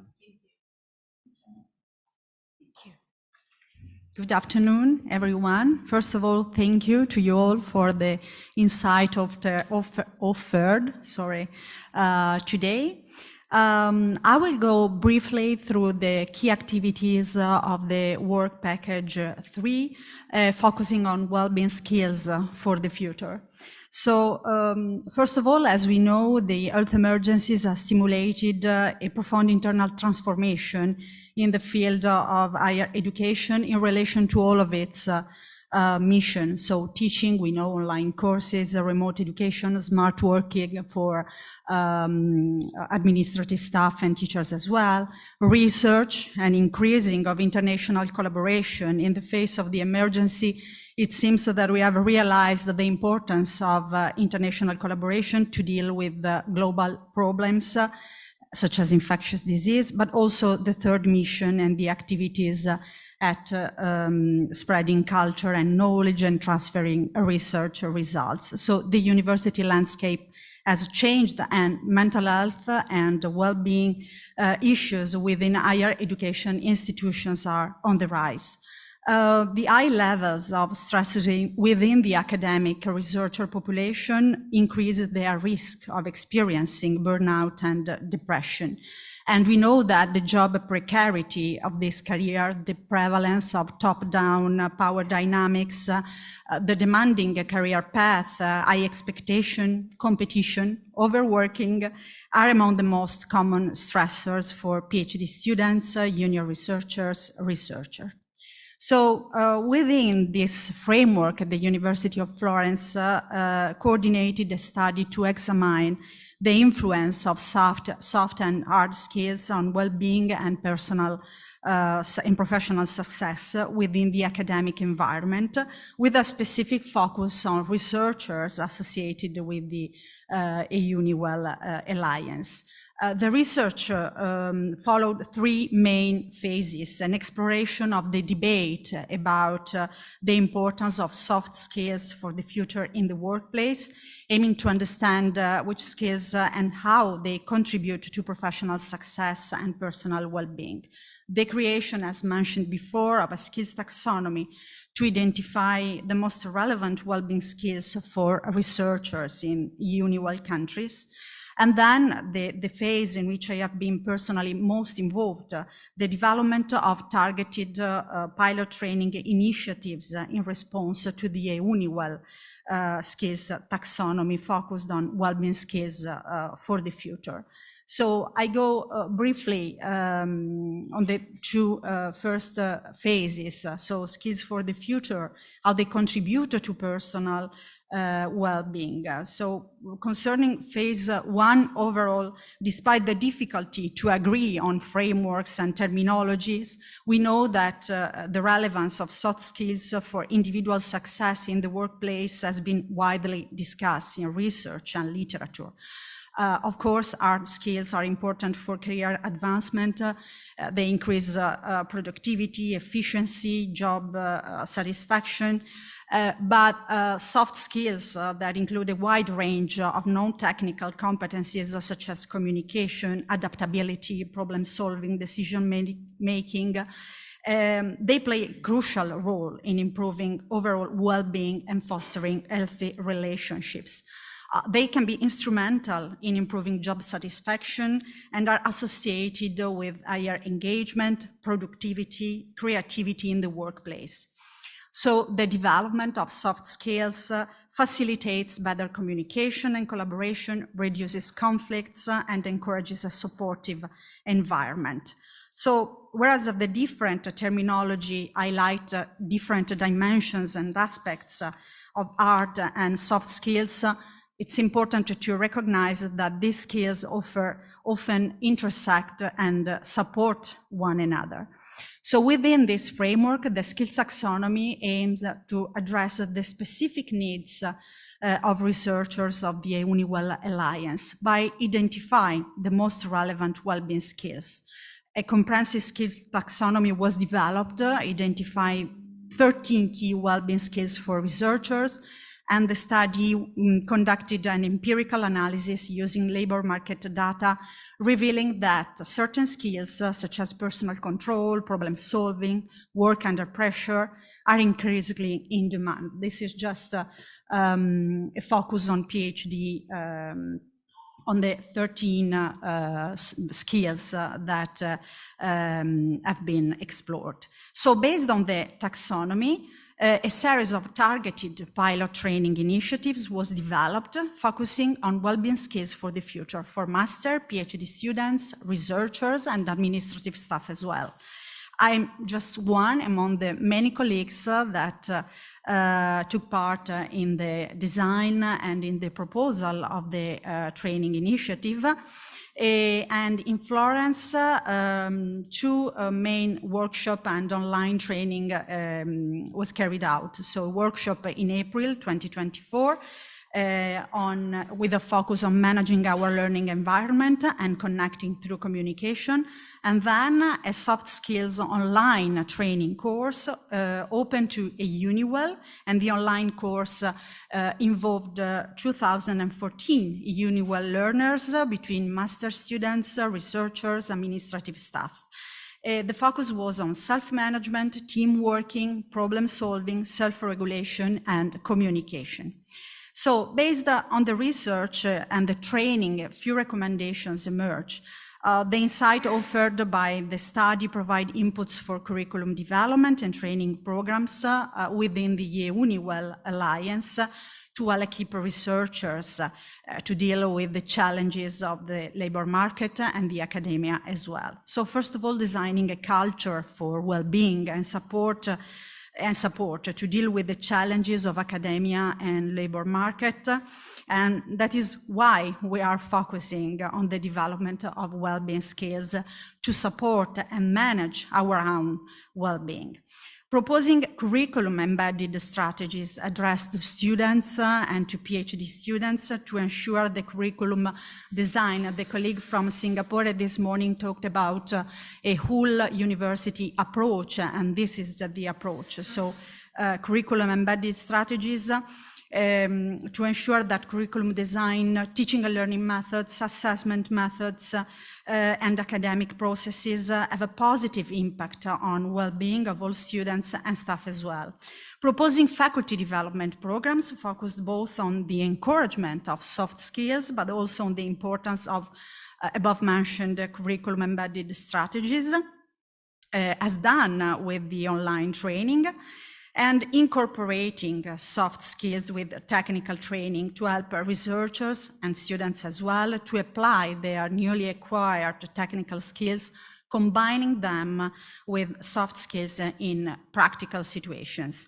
Last but not least, supporting networking and building an academic community to develop healthy relationships and a sense of belonging. So thank you for your attention.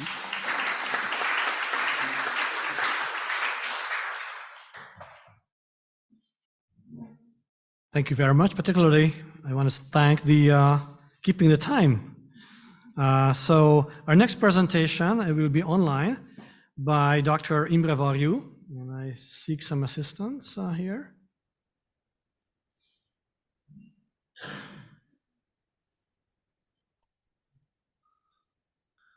Okay, so Imre is online. He's assistant professor at Semmelweis University, but he's connecting to us, I believe, from the United States, from Boston, I believe. And he will be talking to us about on science communication. Imre, the floor is yours. Thank you, Professor Kellermeyer. It's great to be here. Thank you so much for having me. Yes, I'm on the East Coast. It's a really gloomy morning right now, but I hope that you're having a great day over there in Hungary. I'm really sad I couldn't be in person. Timing was not working in my favor. Actually, I'm going to be in Budapest next week, but just not this week. So very happy to talk to you about the impact of science communications online. So I'm going to summarize a couple of key points of the EUniWell work that our working group has been compiling for the last couple of years. Before we jump into that, a little bit of introduction about myself. My name is Imre Varjú, and I used to teach and be a researcher at Semmelweis University. I'm still an assistant professor, but for 15 years I was publishing, I was doing benchwork science, and also teaching medical students in 3 different languages. So you can say I really developed a passion to communicate science in a clear and actionable way. What I've been always fascinated by is how do we take all that great research work that is out there and how do we translate it in a really simple, understandable way to general populations. So when I got to Harvard during my Fulbright fellowship, I got in touch with a couple of people working in the field of health communications, which was a field that was really unknown to me at that time. And through that through those conversations, I realized that where my passion lies is actually this field of health communication, which is exactly translating health sciences into public audiences. So I went to Columbia, established myself there, and did a degree in Master of Public Health and Health Communications. And today I'm also a senior director at a health communications agency in Manhattan. So that's a little bit about me. So my perspective is really, how do we get science to the people? So I was really, really glad when Esther and the great team at EUniWell approached me with this science communication proposal through the EUniWell project. And we immediately got to work because what really is key is understanding that science communication is not a nice to have. The ability for researchers to be able to translate their findings into simple terms is absolutely key, and we see multiple proofs for that. I've collected a couple without this trying to seem complete. First of all, let's start with the fact that the general public, if you can call it the general public, is generally not very effective in understanding science, right? Why would they be? Not everyone gets a science education. Not everyone is a medical professional. There's some data from the US. This was a mini study conducted by the New York Times, and they were shocked to see that 70% of their own readers weren't able to read the science section in New York Times. This is not a scientific magazine. This is just a publication that has some scientific parts in it. So that's just a shocking number. But if you take a look at more close at what happened during COVID, if you were a part of the general public, you're not a medical professional, not a scientist, and you were just trying to look for information online, then what you can see here is that these little boxes are the reading levels, or the level of complexity of the online information about COVID-19. And this dashed line here is the average reading level of the American public, which is comparable to the European at a very, very large scale. So what you can see here is basically, if you're a person looking for healthcare information about COVID-19, you're not going to find it at your level. You're going to find way more complex information that you're not going to be fully able to digest and action on. So there is a gap between how scientific information is generally presented online and basically through every single outlet out there, and the general understanding of the public. And then the third thing that we cannot not talk about is the rising wave of misinformation. Right? I would love to not have this part of my talk, but we need to mention it, because what really happens if you look at public health information online and medical information online, if you compare misinformation with actually true public health certified information, then this is what happens. Well, you can take a look at these two images, which you could just find on social media, and you can tell me which one you think is more engaging, right? This here on the left is from the WHO, just the leading healthcare organization, right? This here on the right is from an unknown source, misinformation source. Which one do you think has most stopping power, and which one do you think that people will be more drawn towards, right?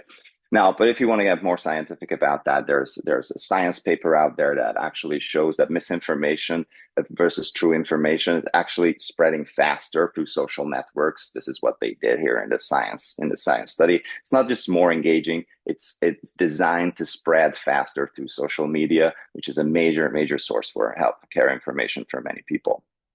So that's about the problem. If we need to put a number behind it. This mini study was conducted by the Johns Hopkins University during COVID, and they estimated that the dollar amount of healthcare costs that are lost due to COVID-19 specific misinformation. This is just COVID-19 specific misinformation is somewhere between $50 and $300 million per day. So there's a true economic cost. There's a true toll on well-being. Poor science communication and ineffective science communication is not just hurting on a personal level, it hurts entire economies. So there's two ways to go about this. If we want to simplify, one, increasing the scientific understanding of the public. B, increasing scientists' capability to communicate their findings in a much more clear and actionable way that is engaging. So within the EUniWell team, we took the second approach. And basically we said, let's put a training program together using all our EUniWell University resources. Let's pool our resources and put a training program together that equips scientists to be able to talk and communicate efficiently through multiple outlets, right? Whether that's institutional science news, talking to journalists, talking to the general public, also talking to the business environment, which is what this right side shows with the elevator pitch of their scientific proposals. And at the end of the day, what is also shown is better communication is not just important for scientists to be able to communicate to lay audiences. So of course, it's really important within the scientific community. If you look at studies, those papers that are shared on Twitter and other social media outlets have very small snackable form and very short descriptions, and very clearly they tend to get more citations. So this is actually this was actually measured. So if not for any other reason, they should improve communication skills of scientists so they can actually spread their own science better. So we realized this and we said, let's sit down, let's come up with a plan. So it was a five-phase plan. In the first phase, we were gathering the experts across the universities, the EUniWell member universities, and you can see some up here. And we gathered some great experts. We pooled their resources. We talked to all of them. What do you have? What are you teaching at your university? How do you train your scientists? Then we piloted a couple of workshops. And then we came up with a training concept. And then later on in phase 2, about 2 years later, we expanded on the number of workshops and diversified our workshops according to student needs, which ultimately will lead an updated curriculum design, which can be used by all the universities. So again, these training workshops included how do we talk to the general public? How do we talk through social media? How do we talk to journalists, radio reporters? How do we talk to the business world and also policymakers, which is really crucial, for instance, when there's a public health emergency. Couple of our results without a deep scientific analysis. You can see the variety of the workshops that we did. We actually were formalized during COVID, right? Which may not be surprising to most of you, but pulling this all together online was really not a small feat.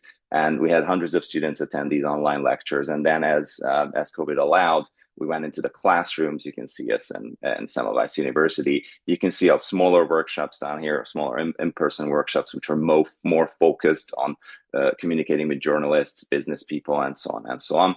We had great participation and overall really good satisfaction rates with the young researchers who enrolled in these programs. So we're very excited and very hopeful that this is something that we can take on for the future. A little bit of status update on how we're planning on expanding.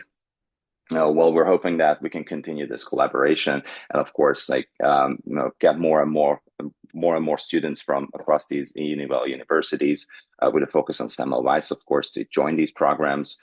We have some interest from the Fulbright Committee on holding a scientific panel about science communication. And right now, I'm in collaboration with one of the Columbia University professors. And we're in the process of writing a book chapter about this training model. So this is just what's coming up and what's next for the future. I really appreciate your attention. And if you want to get in touch, you will know where to find me. I was happy to be here. Thanks for listening.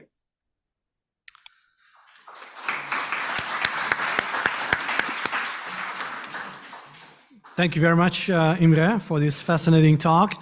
We have heard 3 presentations, and we have a little bit of time because the fourth announced presenter is unavailable. I'd like to ask whether you have any questions. First of all, to Imre, to Dr. Varju, since he's online. Dirk? Yeah. Hi, Imre. I really loved your talk. Thanks very much. I read or looked at a science paper last Thursday, and they spoke about artificial intelligence and people who believe in fake news, and they claimed in the article that people were more trustworthy towards ChatGPT or other forms of artificial intelligence than humans explaining what's going on.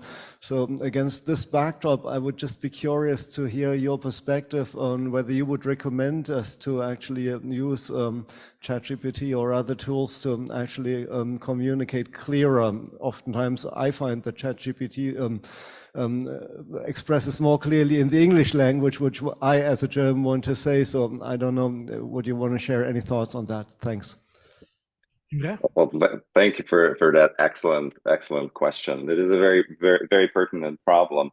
I can give you my experience with generative AI, and there's no question that this is going to be widespread and that people will be using it to get answers. Well, the phenomenon itself that people tend to trust artificial intelligence in a way that they trust humans is actually not very new. There were some earlier studies from I believe from 20 years ago when they tested under very controlled circumstances for elderly people, I think who were fighting loneliness and social deprivation. When they set up these artificial partners for them, actually the relationship that they developed with an artificial AI type of bot that relationship was almost as helpful as an actual human relationship to their quality of life. So this has been around. So the ChatGPT and this new wave of Gen AI just puts a more specific spin on it. In my perspective, I think how you're using ChatGPT is actually the right way. ChatGPT is a tool. It should not be the general source of truth, but it can help you get there. If you're struggling with communicating the information clearly that you want to convey, ChatGPT can give you a head start. You can use it to simplify your process, simplify what you want to say, but you always need to be the final kind of fact checker of that information that comes back from ChatGPT. So I don't think it's the end means. I think it's a tool that helps you communicate your science better. Thank you very much. Thank you. Awesome. Beatrix. Imre, thank you very much. This is Beatrix speaking. Thanks very much for your presentation. I've got a question that relates to communication, internal communication among us as a community of academics, because I do find that challenging sometimes as well, because of a number of, well, I'll say this provocatively now, prejudices of how the humanities and humanities people communicate and, you know, how others communicate. So I notice that there are three things happening. One is, oh, it's also complicated. Second, could you please put this on a 2-pager? Thirdly, could you just simply simplify what you've just been saying? I mean, and so on. So where are we going? You mentioned, of course, multiple addressees. This is a linguistic truism that has been around for quite some time. But why is it, and I do say this in a very self-critical way, for example, that the humanities don't manage to sometimes bring their communication to where it has to be? Perhaps we then wouldn't be where we are with this world. I'm saying that in a very critical way. But what's going on? I find this very difficult with all the stereotypes that are around, and you know, there's no patience anymore. There's no patience to listen anymore, to indulge in lovely phrased and rhetorically structured texts and so on. So where are we internally speaking, not just communicating with journalists? Excellent question. Thank you for that. This is something I've noticed when I was deep into the science world, and I will go even farther. When I was at a conference, which was specifically a hematology cardiovascular focused conference, I had tremendous difficulty just understanding the group working on the same thing that our group was, and how they were communicating about their science. So it's not even just like between disciplines or across disciplines, it's also between different teams and how they communicate. I think there's definitely it's a multifactorial question. I don't think I have a great answer, but where we come from, like there's certain kind of layers to this, as if you can imagine, like an onion. Like there's definitely a cultural layer from where we come from. Probably my communication style coming from Hungary and now working in the US for the last 8 years is vastly different from someone coming from France, for instance. So there's certainly a cultural layer in there. There's a discipline layer. As scientists, we tend to use different terminology across, like the humanities will use something completely different as the medical science. So there's those differences, and there's other different layers. I think there's at a kind of a large level, if we look at a big picture, I think there's something to learn from each other all the time. If I, as a scientist, look at the business world, I look at how the business world communicates, which is fact-based, action, short sentences, let's go, let's do this. There's a lot to learn from that as a scientist, because I tend to build my sentences up and they just go on and go on and go on, and I tend to explain, and I feel like I need to explain. The longer the sentence in science, the more scientifically tested and the better it will be. And that's just not how the business world communicates. So if you want to convey information there, you'll run into difficulties. I think there's lots to learn from the business world. However, I also find, since I work kind of in the business world for the last 6-7 years, that the business world also benefits from a good scientific approach. Because most of the time, a lot of times they want to make fast decisions. Those decisions are gut decisions. They go like, this is how we've been doing this. Let's go this way. Let's do it this way. But if you stop for a second and give them a more scientific kind of approach, and like, why are we doing this? Here's 1, 2, 3. What are our strategies? What are our insights? That's a much more grounded kind of system and a much more effective system than just moving ahead and plowing ahead really furiously. So long story short, I think there's something to learn from each other. And I do see some improvement in science communication, but there's a long way to go. Thank you very much, Imre. And any question to Imre, maybe, or to the panelists? If I may, Imre, you actually highlighted the pipeline of communication between science and the society, and you focused your theme on the scientists. But let me just ask the other side of the pipeline.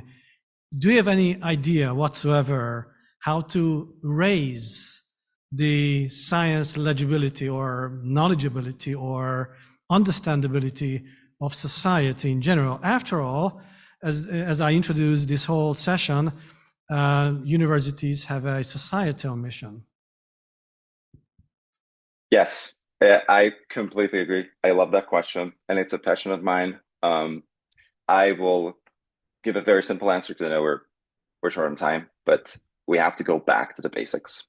And this has to happen from elementary schools on. We cannot expect adults to be able to kind of relearn what they know about science or what they don't know about science. We need to go back, elementary school, high school. Throughout the education, we need to weave in the understanding of science much better than we do. And I know there's great regional differences. I don't want to like mush all the countries together. I mean, some of the Nordic countries are doing an excellent job, way ahead of the game. But generally speaking, in the world, there needs to be a rethinking of curricula from very, very early on, as soon as possible. That's how we do it. I'm personally not a big believer of changing 40, 50-year-old adults' minds about science. Great lesson to learn. Thank you very much, Imre. Let me ask the audience if you have any questions to our panelists sitting at the table. We have a couple more. Yeah, please, Beatrix. I do. So thank you very much. I've got 2 questions.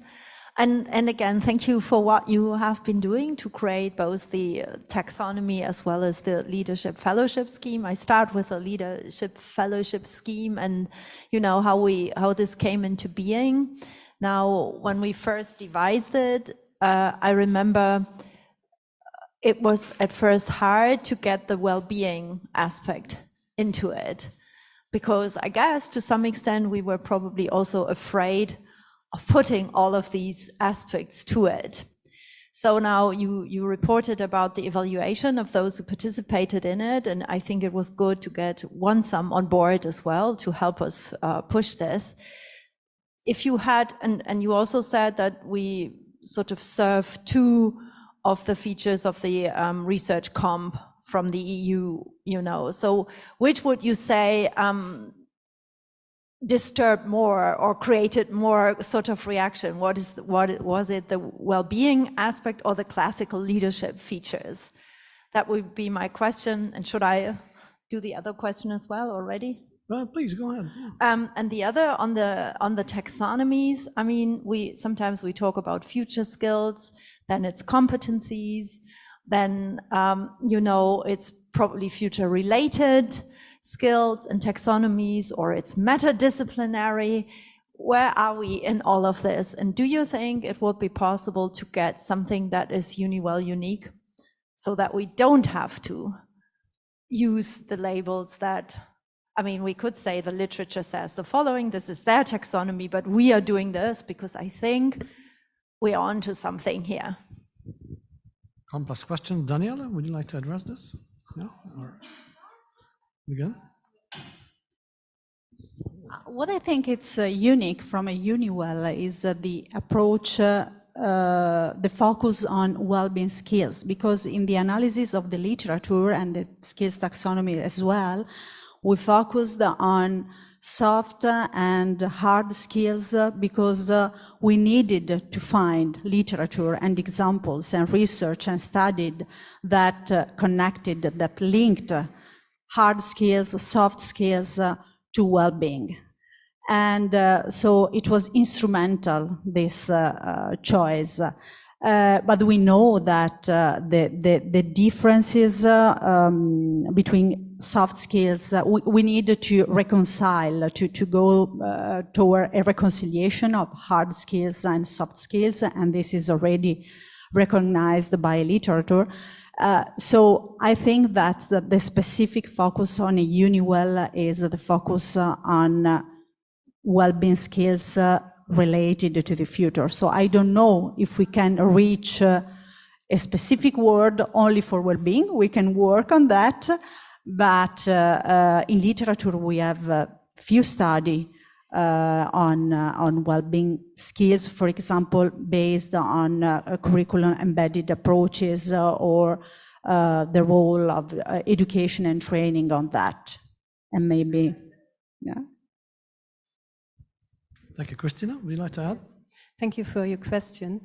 Yeah, I think before well-being part and classical leadership, the most important part for the participant, I think, was the networking part, to be together in an international context and to see, okay, what does leadership mean, for example, in Spain, and what does it mean in Birmingham, and so on. But let's see how the participants see that point when they are sitting here in a couple of minutes. But also the well-being part is very important in nowadays in leadership, I think, because today as a leader, you need to create an environment where everybody can be like he comes in the group. And so it's very important to be not on a very hierarchical level, so to be unique with your team. So I think it's very important. Thank you. If I may, I would like to pose a general question to this panel and maybe the next panel as well, and to the audience as well. So what could you just tell us what you think about the main differences and similarities between leadership in a for-profit, harsh, private enterprise organization versus academia and education and research? Would you have an idea? Because otherwise, leadership is a very strong issue in a private enterprise, and I have programs to do that. Yet we are learning the tricks of the trade. So any hints, any suggestions?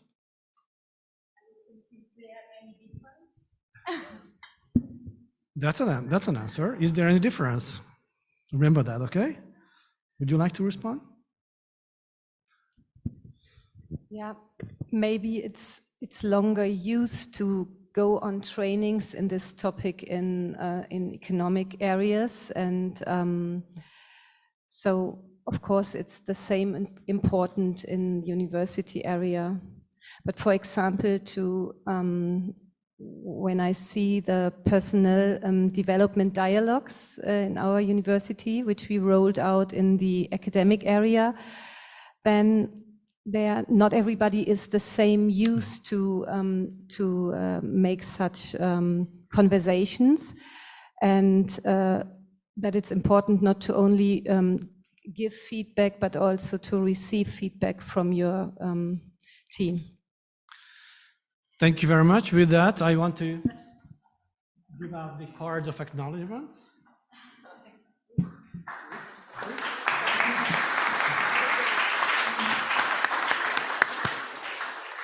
Thank you very much, Christina, Daniela, and also Imre. And now I would like to invite a very special panel to the table. Yua Zhao, alias Benny, as I was told. Oh, Barry, I'm sorry, Barry Zhao, please. Professor Rima Sleiman from Monaco. Janka Kovachikova. Please correct me if I made some wrong pronunciation, okay? Janka is from EUniWell University. Irina Didenko from Taras Shevchenko, Kiev. Lorena Franco Martinez from Murcia. And Samira Osman from Birmingham. Please have a seat over here. Thank you. Great.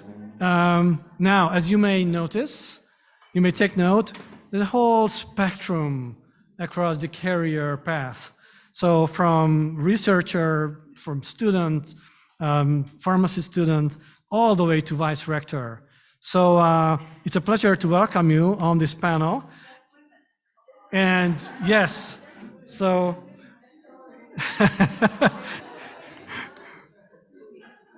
we have been talking about equal opportunity, and now this is the result, see?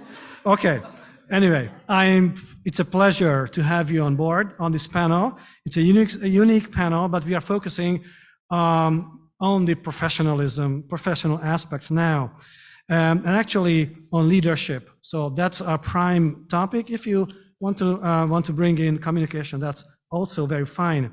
So I'd like to begin by, since I just made a very brief introduction, I'd like you to, maybe starting from this end of the row, I'd like you to tell a very short personal story. Before that, please introduce yourself in a somewhat greater detail. Personal story of leadership. Now, what do I mean? Either as a leader or as someone who is led, who has been led. Obviously, we would like to hear good examples, which are primary examples, exemplary stories that we can learn from. But obviously, we want to learn from bad experiences too. So it's okay, whatever your story is. We'd like to hear some short stories. So please.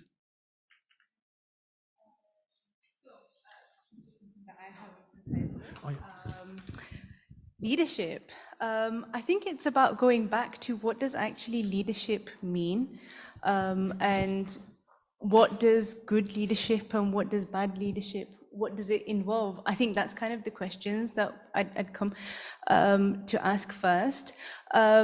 So my background is as a pharmacist. I'm from Birmingham, and I had a keen interest in academia. So having worked in a very in a rat race, I would say, where what we were doing, as a pharmacist, we were running around. It was just trying to meet targets, trying to meet goals. I think at that point, what I lost was contact with people. And I think that was important, because what was what I was doing was trying to achieve targets, to kind of, build on what my role was, and to go to the top in a very competitive organization. So then coming to academia, the leadership that I experienced was much softer. My supervisor for my PhD was very supportive. He had time for me, and that was time that I didn't, and nobody in my, commercial organization ever had time for me. It was always, here, Samira, these are our targets. We have a scorecard. And for me as a pharmacist, I need my scorecard to be green. Everything for me has to be green because I want to be able to achieve the best. But then it was totally different in academia because my supervisors now had time for me. They were able to pave the way for me, show me, Samira, this is how you can do things. Or have you ever thought about this? How about we try something different? And that leadership for me was a breath of fresh air. It was nice to see because I now had somebody who was able to coach me in new skills, have time for me, and help me to achieve the best that I could be, not just by showing a scorecard and say, look, these are the targets that I can achieve. Now coming through the process, and I'm at the end of my my PhD. In 2 weeks, I'll be defending my thesis. I can see that light through that tunnel, and I feel that the positive leadership that I had from my supervisor is what supported me through that. So I think to kind of summarize what I'm trying to say is coming from a commercial background, although it was in healthcare, to academia for me was a breath of fresh air because I felt supported. And then, having the experiences through this platform, through EUniWell, building my network and getting to know different people has also helped and supported me in that. So thank you. Thank you, Samira. Very interesting. So time, devotion, mentoring, those were positive examples of leadership. Thank you very much. Okay, Rima, would you like to add to this? Thank you. Hello, everyone. I'm Rima Sleiman. I'm Vice Director for Research at INALCO. I was very pleased to join this first fellowship, leadership fellowship. And what I'm about to say now maybe would give answers to your previous question about what's the difference maybe between the leadership and academic leadership. And what I felt in my experience is that there is a specific challenge in the academic leadership, which is the set of contradictions inherent to it. First, for example, we can notice that administrative or leadership roles are often taken by professors or researchers not by choice, but usually out of necessity to serve the institution rather than as a career move. This could create sometimes a situation where we may be leading, maybe junior professors may be leading senior professors who have refused to do this job and have opted to focus on their research.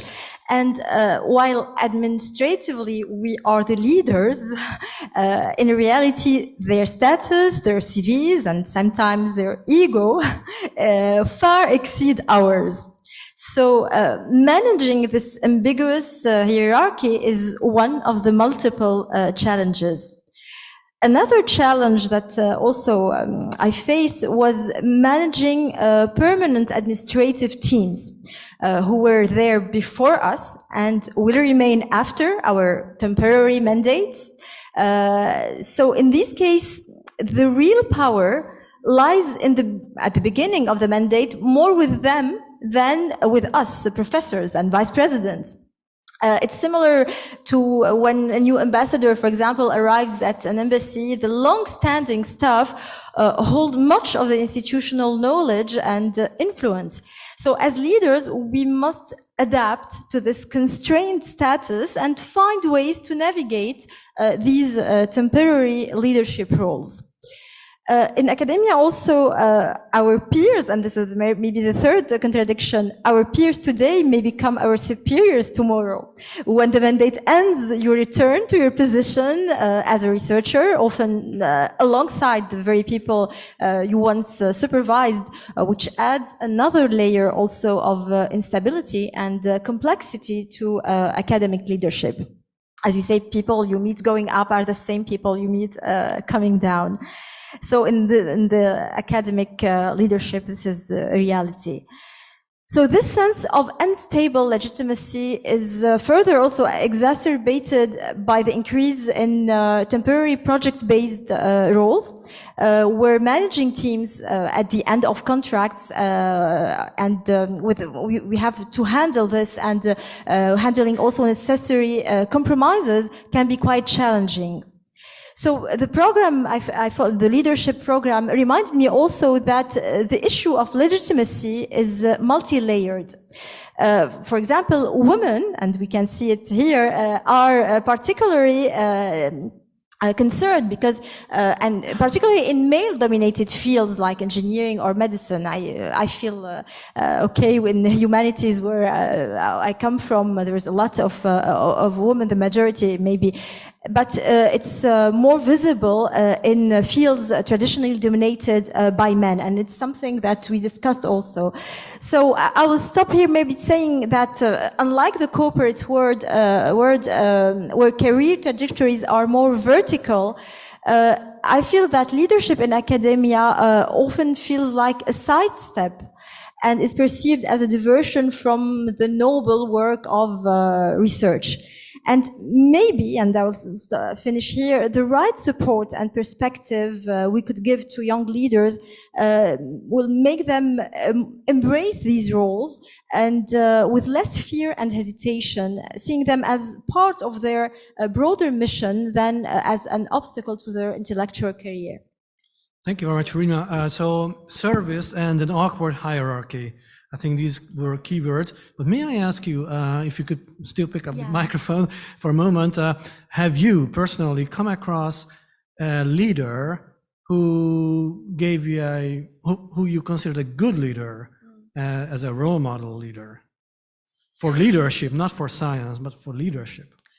Yes, I did. Do you want to comment, to develop? What made, just three keywords. What do you think made him or her a good leader? Listening, empathy listening, but also a decision maker. Decision maker.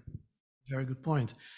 Thank you very much. And I think Barry, right? If I recall, Barry? Yes. May I call you Barry? Yeah, Thank sure. you. Great. Please, your story. Yeah, my story. Okay. So actually, for me, concerning about leadership, it's more like a journey. The journey, like how you know yourself and how you know the team, what you are working with. Concerning also for the leadership, I mean, when we mention about leader, usually you coming with some words like power, successful, shining, or important. But actually, it's also on the other side, I think, concerning about the real leadership or what I have learned or experienced concerning about our fellowship and also the personal experience is more like a sharing, or how to say, if it is possible to be happy and also to be a happy leader, or you make your team member to be happy. So for my personal experience, I think it's something I want to share here, that be a scientist, of course, you want your student or your team members who always want to be a successful scientist, for example, your student. But it also happens that, for example, in the medical school, in our student, sometimes it's also important to let them to find themselves their own way. So it's common that for the student, maybe they want to be a scientist, or like say a surgeon or a scientist, or like a physician, maybe they want to give up afterwards, after they, for example, during the pandemic time, it's in my team, so I really have the student, how to say, after these challenges for the scientific world, in the end, they realize, okay, maybe they will not be a scientist in the future, so but just to be a pure physician in the end. I think something like for a leader is probably hard, right? So you want to help them to support their dream to make a scientific story successful. So I think it's also the way that has to be true to yourself and also to be accept who they are. So for me, I also like the sharing from Christina concerning about our one-sum program about self-reflection. So this is also the way during the leadership, maybe it's also the way that you try to make, as you said, active listening and also to make more effective communication. So with this, it's somehow to help you to be the real one, what you want to be, and also to be really accept the diversity and also to be work more inclusively. So from my personal experience, leadership is really the listening and also learning, sharing, and also self-reflection. So in the end, I think everyone could be your own leadership, right? So this is my feeling. So thank you very much. Awesome. So in a surgical research laboratory, what makes the colleagues happy? You coined the word happiness. I like that, actually. Yeah, so actually, I would say sometimes it's also difficult to definition, right, for the happiness, right? So like the well-being, right? How you make the precise definition of these words. But in the end, I think it's always the self-recognition and also self-certification about this. Great. Listening, self-satisfaction. Excellent terms. Okay, let's move. Thank you very much. Thank you. Let's move on. Yes, thank you. So Rima stole my part about women in engineering. So this panel is for me unusual because usually I am only woman or one of few women in some panel or some conferences. But I hope you don't feel uncomfortable. No, I feel really comfortable, actually. So yes, as I prefaced, I am expert in mechanical engineering, so hard sciences, and mostly male-dominated. And I have various experiences from leadership, both from really bad to really good. Currently, my boss is really good a leader, fortunately. Yes, so for me, leadership is about like feeling safe or create the safe environment. At the same time, for me, a leader needs to know herself or himself. So for me, participation in this EUniWell program gave me opportunity to reflect or to know myself really well, to make a foundation for the safe and inclusive environment for not only male, but also female, hopefully, and people of minorities in a team. And I think it's really important in research because research should be in a safe environment. And in a safe environment, we can be really creative and open, and we can have open discussion, we can share the ideas. And that I didn't have in my career many times. It was just last years to have a safe environment, to be safe to share my ideas, to discuss ideas in without fear to be deemed not to understand topic, not to be taken seriously, not to be questioned credibility. So in my perspective, it's really about creating safety for everybody, every team member. And of course, active listening that I reflect really much on, because in the field of engineering, I myself am really problem-solving oriented, and I have always some solutions to problems. So for me, as soon as I got these exercises about active listening, I was rather shocked. I need to beat my tongue to really listen, and I have no problem to listen, but I have a problem to not to just to jump to the solution for the person. So that was really hard for me, and really useful to know that I have this problem and that I need to basically work on it. And I think I would finish with this one. Thank you very much. So the key words are being protected, being in a safe environment, self-knowledge, and listening versus being silenced. That's a big difference. Thank you very much. Let's pass the baton. After a brief introduction, could you could you share your stories? Okay. Dear colleagues, I'm from Ukraine, and you know what is going on for 2.5 years in our country. In this situation, being a leader is pretty challenging. And you as a leader, you are responsible not only for your own well-being, but also for safety and well-being of your team. Actually, when I joined the Leadership Fellowship program, I was at the very beginning of my leadership path, because I was for several months an acting head of department. And at the end of this program, I was elected by my team as a head of department. So I passed this way together with our trainers, with bodies, and so on and so forth. So for me, leader, it is a heart of the body who is pumping the fresh blood to all the organs, who guarantees that everything is okay and everything is working. And for me, this leadership fellowship program was a kind of a paradigm shift. And when I returned back to my team, I'm trying to introduce the changes in my team. And I hope that I managed at least to start doing this because my team trusted me and voted for me. Thank you, Irina, very much. And certainly safety is a key issue in your institution. We can fully understand, and we are very empathic with you. And I could say providing power in a way of pumping, as you, in your own words, is very important for a leader to provide. Thank you so much. Okay, the baton is with you. Thank you. Hello, everyone. I'm Lorena from the University of Murcia, and my background is veterinary science. So we work with a lot of teams, different topics, and I don't have a lot of experience in leadership, but I'm starting with a few little projects with multidisciplinary and international groups. So I'm facing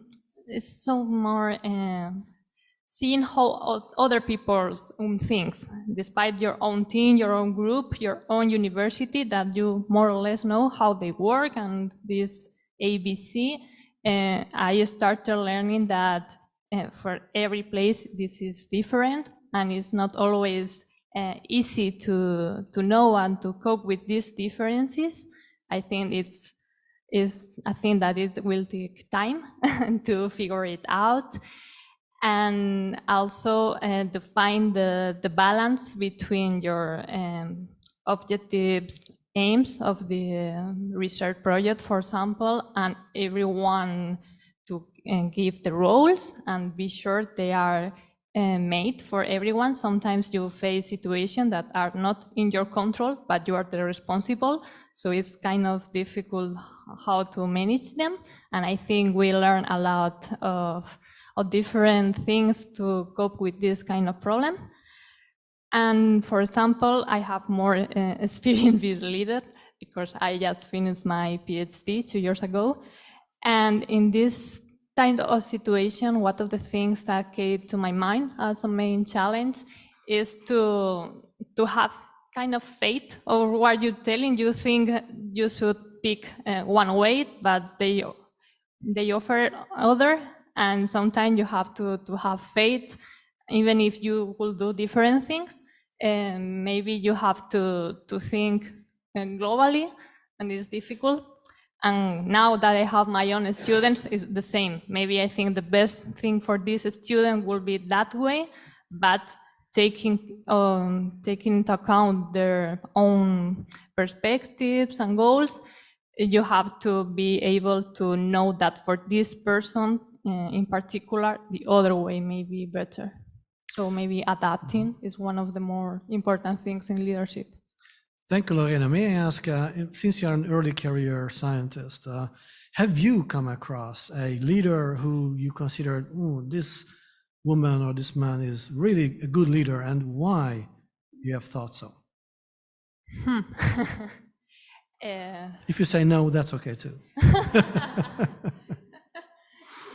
No, yeah, I think it's depends of the situation, but these people you see that have a good balance between human resources, let's say, and the global picture.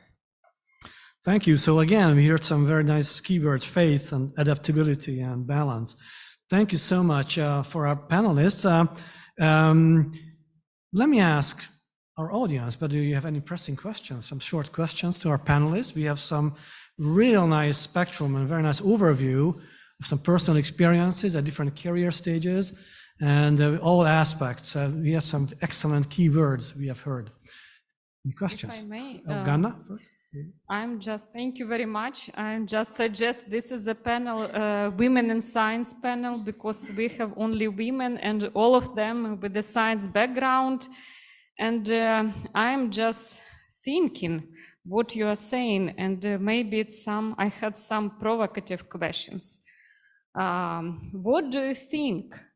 Is their job in research is the best place to build and train your leadership skills, since you compete all the time and it's naturally in science? Okay, any panelists who would like to, who is courageous enough to answer this question? Competition and learning. Learn the tricks of the trade of leadership in a competitive environment. I might try to answer from my own perspective.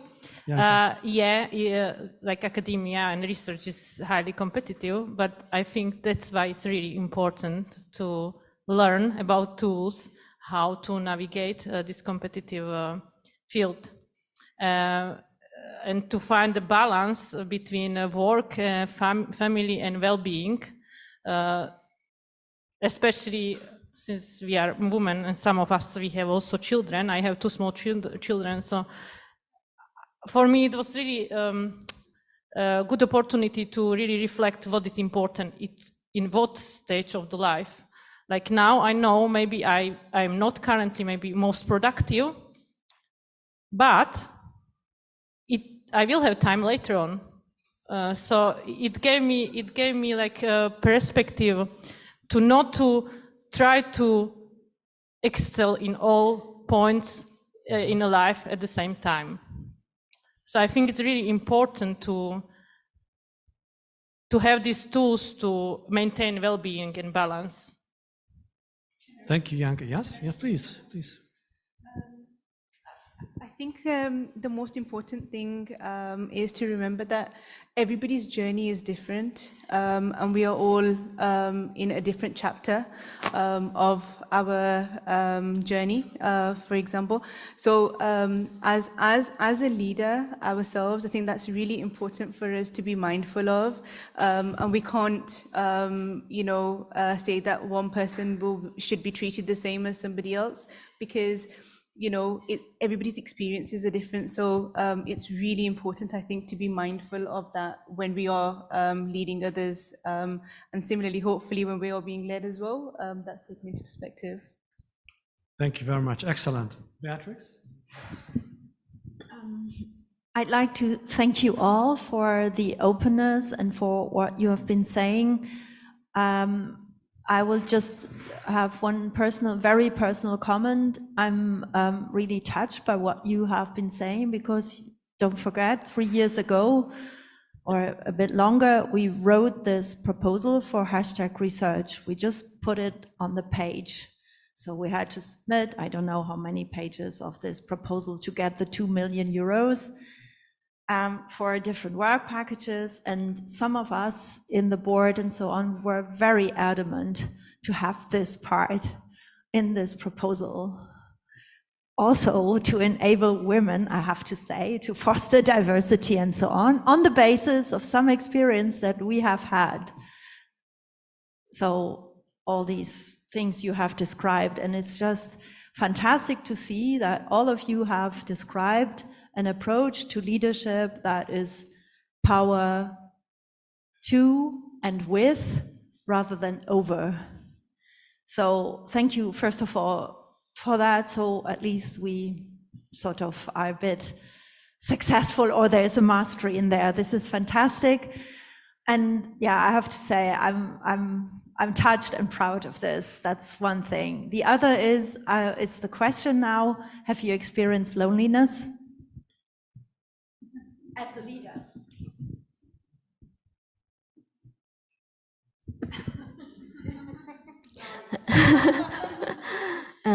Yeah, actually, sometimes I would say it's also enjoyable time, you know, to be alone, because it's really encourage you to be thinking, right, concerning about facing the challenges and also the difficulties, but also bring the more opportunities. In particularly when you ask about the question of loneliness, it's really reminding me, because for me it's such an important experience to be here to the University of Semmelweis, because everyone probably know the story about him, right? So he really stayed the truth. And I think during that time, like the well-being concept, nowadays we are talking about well-being is like over 100 years ago. He's talking about hygiene, talking about washing hands is so important for the doctors. So that was really the courage that you have to be alone, the courage that you have to speak out what you think might be good. Right, so this is, I think, to be a leader is the character that you have to stay with loneliness sometime, but also for this loneliness also attract the people who have the same vision with you together. So, yeah. Thank you so much. I really want to, let's give a big hand to the panelists.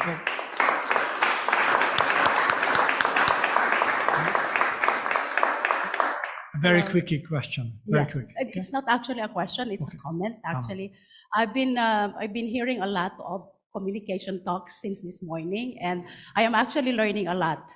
What is the common denominator among the participants in today's conference is that you are part of EUniWell. I am on the other part of the River Danube. I am coming from a private institution, actually. And when you asked a question earlier of, what's the difference between being a leader in a hard life, and then we're talking about women leaders and leadership. I am an academic, and I am running my own educational institution.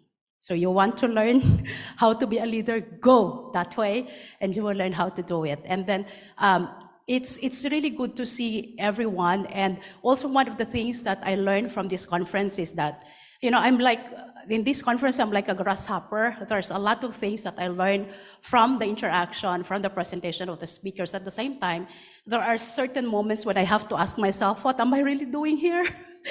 Because you seem to have all this. I am a product of public school in France, but I am now living in Barcelona, but I am originally from the Philippines. So I went across the world to have my own educational institution. But what is interesting about this conversation is that no matter if it's a public university or a private institutions, or our challenges are the same. So the reason why I am here and what I like about my position is that I am here based on my personal motivation to learn, not really to attend because, a boss, my leader is forcing me to attend, but because I want to learn from your experience. So when I come back to my own small institution, I will be able to upskill my faculty, give more opportunity to my students, and it's really an amazing experience to be here. Thank you so much. Thank you so much. We highly appreciate this. So we can and we should learn from each other. Let me pass out these wonderful cards. Thank you so much once again.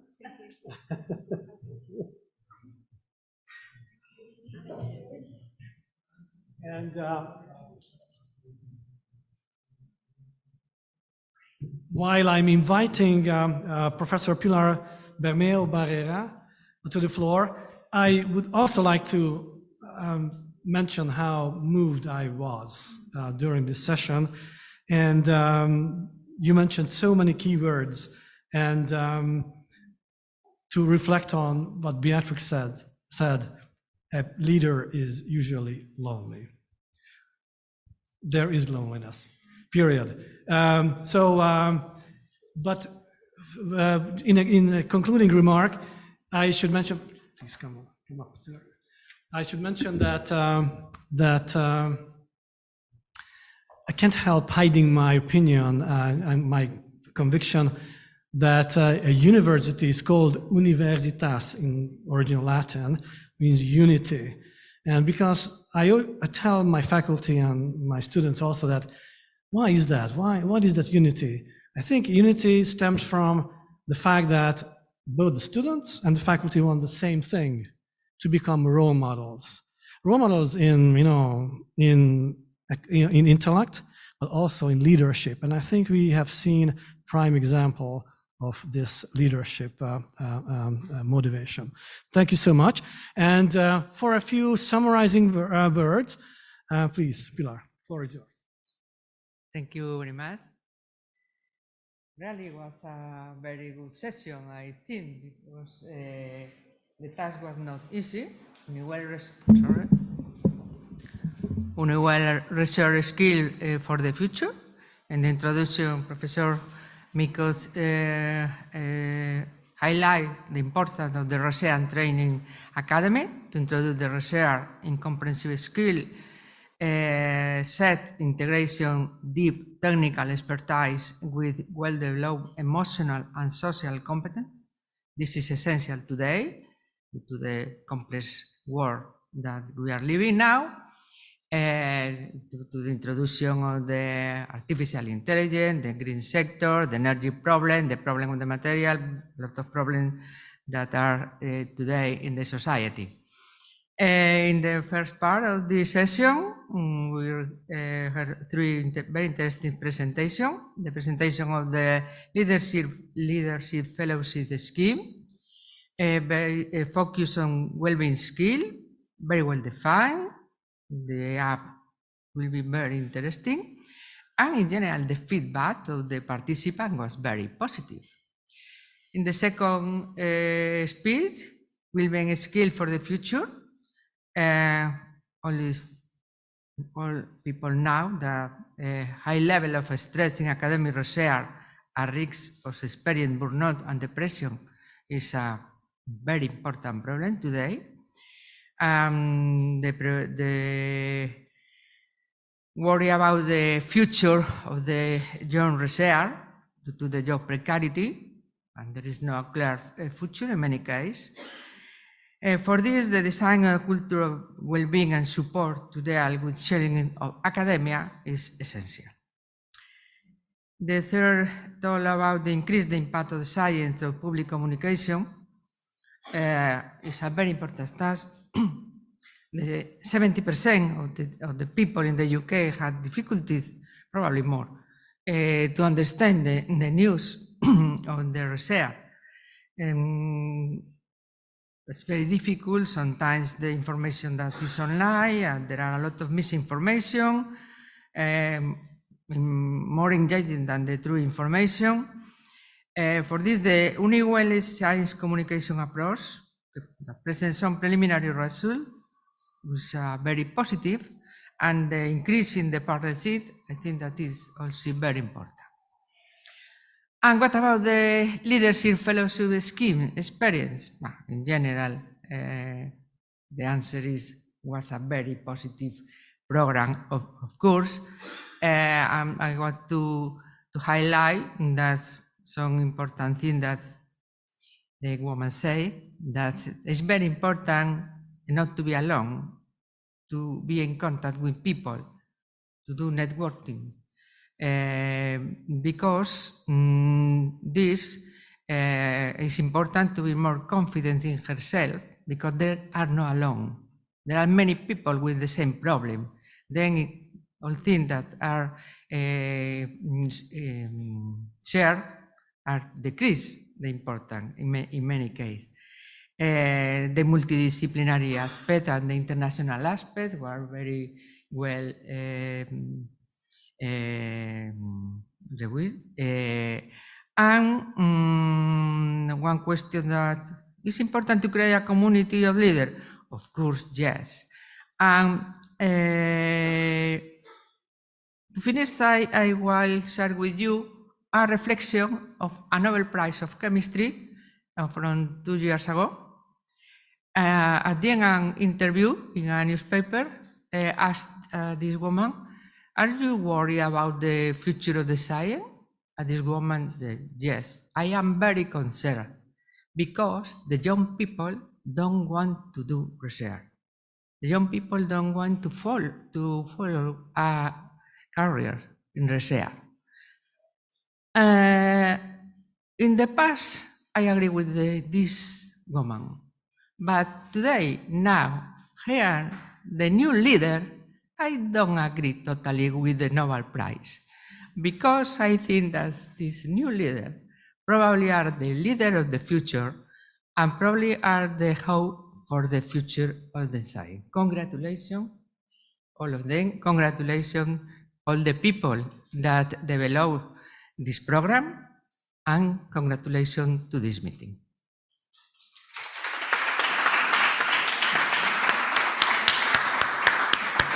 Thank you very much, Pilar. That couldn't have been a better ending for this session.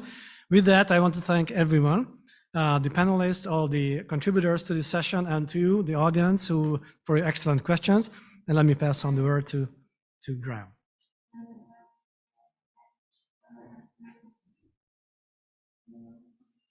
Thank you very much for a fantastic session. We're now coming to our last session, the last half hour. And that is looking to the future with EUniWell research, so not just hashtag research, but with EUniWell research. The session will be moderated by Beatrix, and we have a panel of the Vice Directors for Research from the Alliance who are here. So if they will all come up to the front. We have a short time to discuss today, and also, I think, also reflect a little bit on yesterday's meeting as well. So, Beatrix, I'll turn. You can stand here, I think. Yeah, I do that.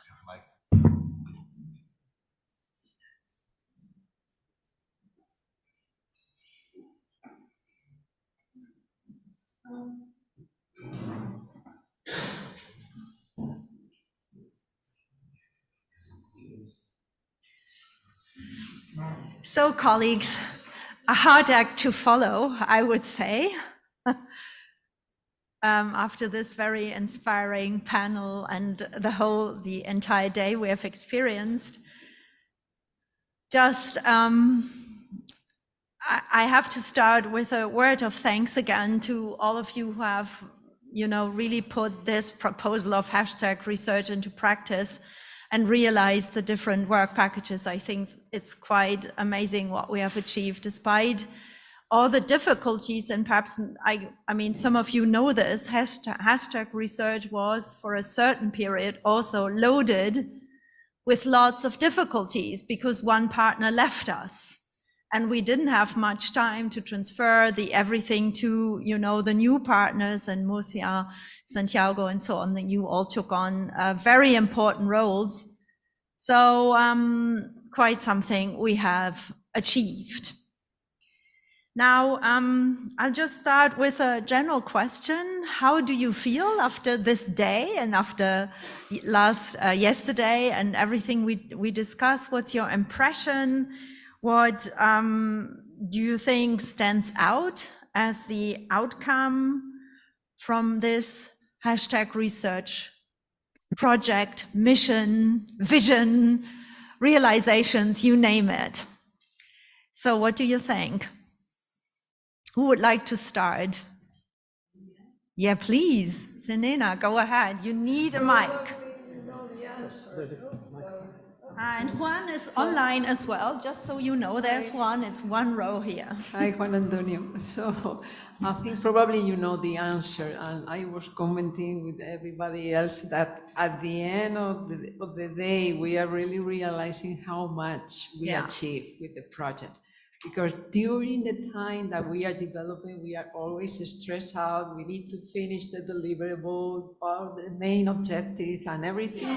So you really don't realize how much we got. And today and yesterday, I think we have very clear examples about the power that we have in EUniWell in the research and innovation dimension, and how much do we still can do. And I think it's fun and perfect. So that's my opinion. Thank you. Okay.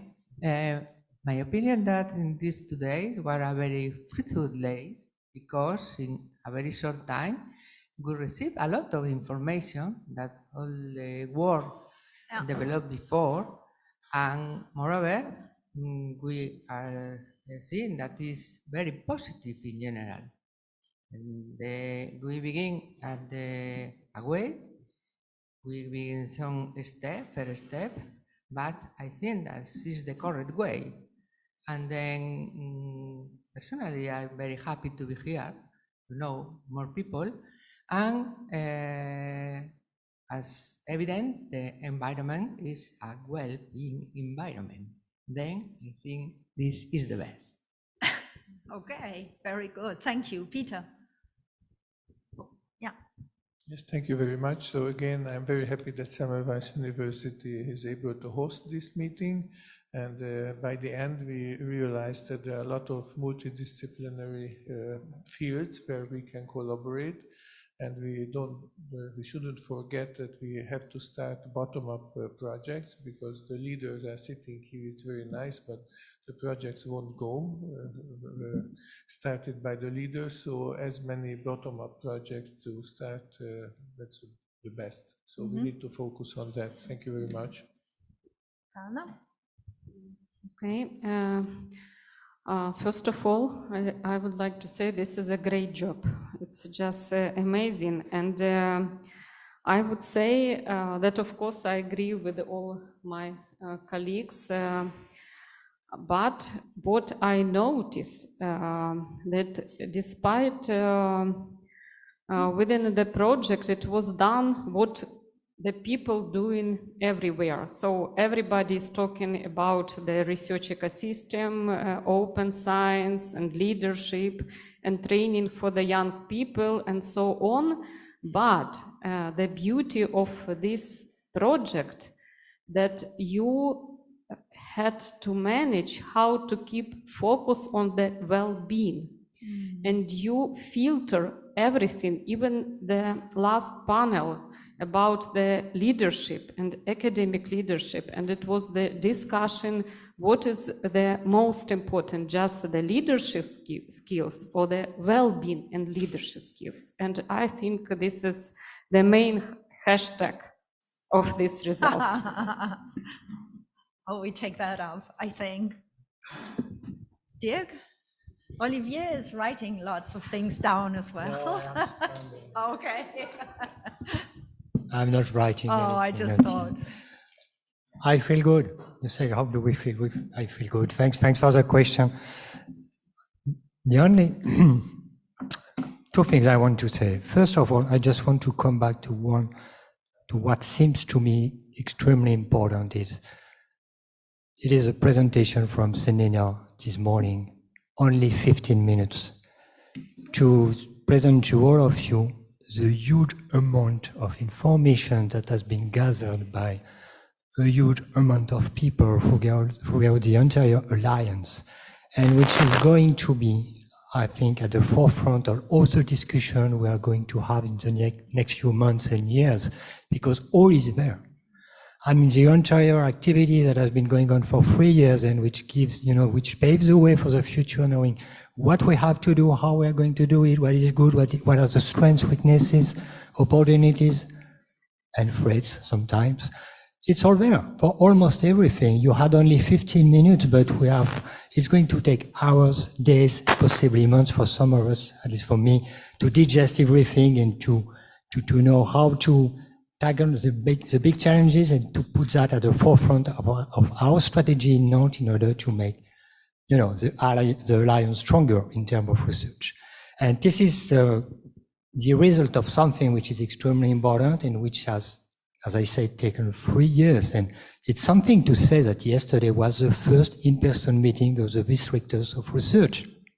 The first one after 3 years. So we can say, why so long? But on the other side, I feel good. We did it already, thanks to you and thanks to all the vice-rectors being there. We did it for once, and it was really successful because we are aiming at the same, toward the same goal. That's what I think. My second point is, we are extremely happy of what has been said. Good. But how many people in the room? That's a closure of the hashtag 2020 program. And we need to ensure that all that has been said there needs to be widespread into our communities.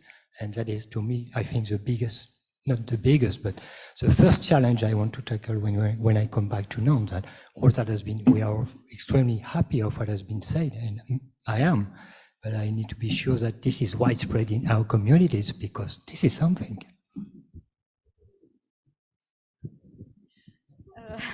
Thank you. I'm like, as you know, INALCO just joined the hashtag research, and so we weren't at the last phase. We are so happy to be here today, and we are communicating better than last year. For example, we didn't have any participants to the seed funding, and this year I think there are 3 or 4 from INALCO. So we'll keep on, and I think it will be very positive also. Thank you. Yeah. Okay. Yeah. Well, yesterday I said I was curious what would be coming up in these 2 days, and now I'm curious what's coming up in the next years, because I sense, also being a novice here, a tremendous potential of this community, and I explicitly call it a community. And for me, this has been a very informative experience. And actually, I'm approaching an answer to a question that I've been pondering upon very long, and that's namely how to reconcile scientific excellence and well-being. And I think the answer, and this last panel before this was very important to this, is somehow I think this EUniWell Alliance has the potential to actually square or link the brain and the heart, to put it a bit pathetically. So I've experienced a lot of heart business here in this community.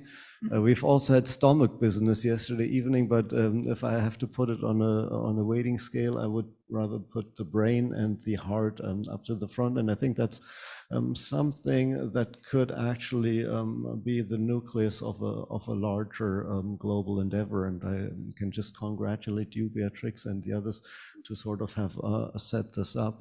It's a very, very promising thing.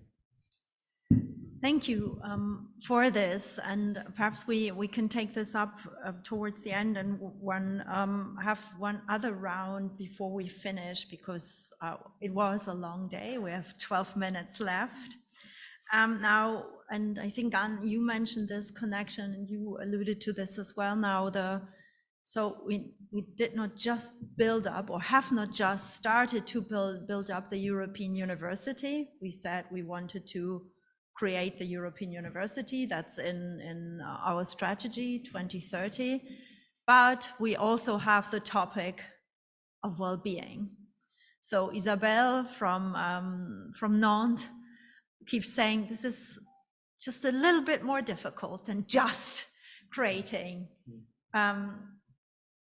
a European university. So our corrective is not just being really focusing on this line of whatever we do is science-based, we follow good academic practice. In addition, we now also have this topic of well-being, or this is in our mission. This should be present in everything we do. So how did you experience this? You also, in a way, already, alluded to this.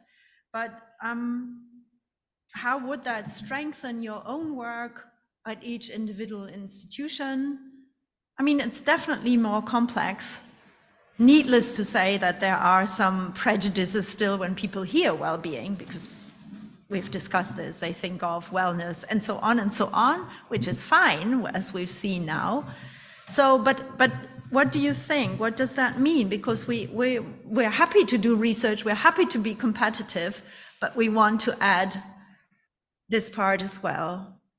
So any thoughts on this? It's complex, but again, we seem to be doing this. Maybe I can just provide some thoughts, because there is a part that is already into all of us. Because when you do the conversion from the old areas of research that we are experts, you do the conversion to the SDGs, that are already taking care in most of the time for the well-being concept, all of them are feeding into. So you saw this morning from the data that from our research production, we are already doing a lot of well-being. Yeah. Probably before we didn't know, we were not conscious because the concept was not there.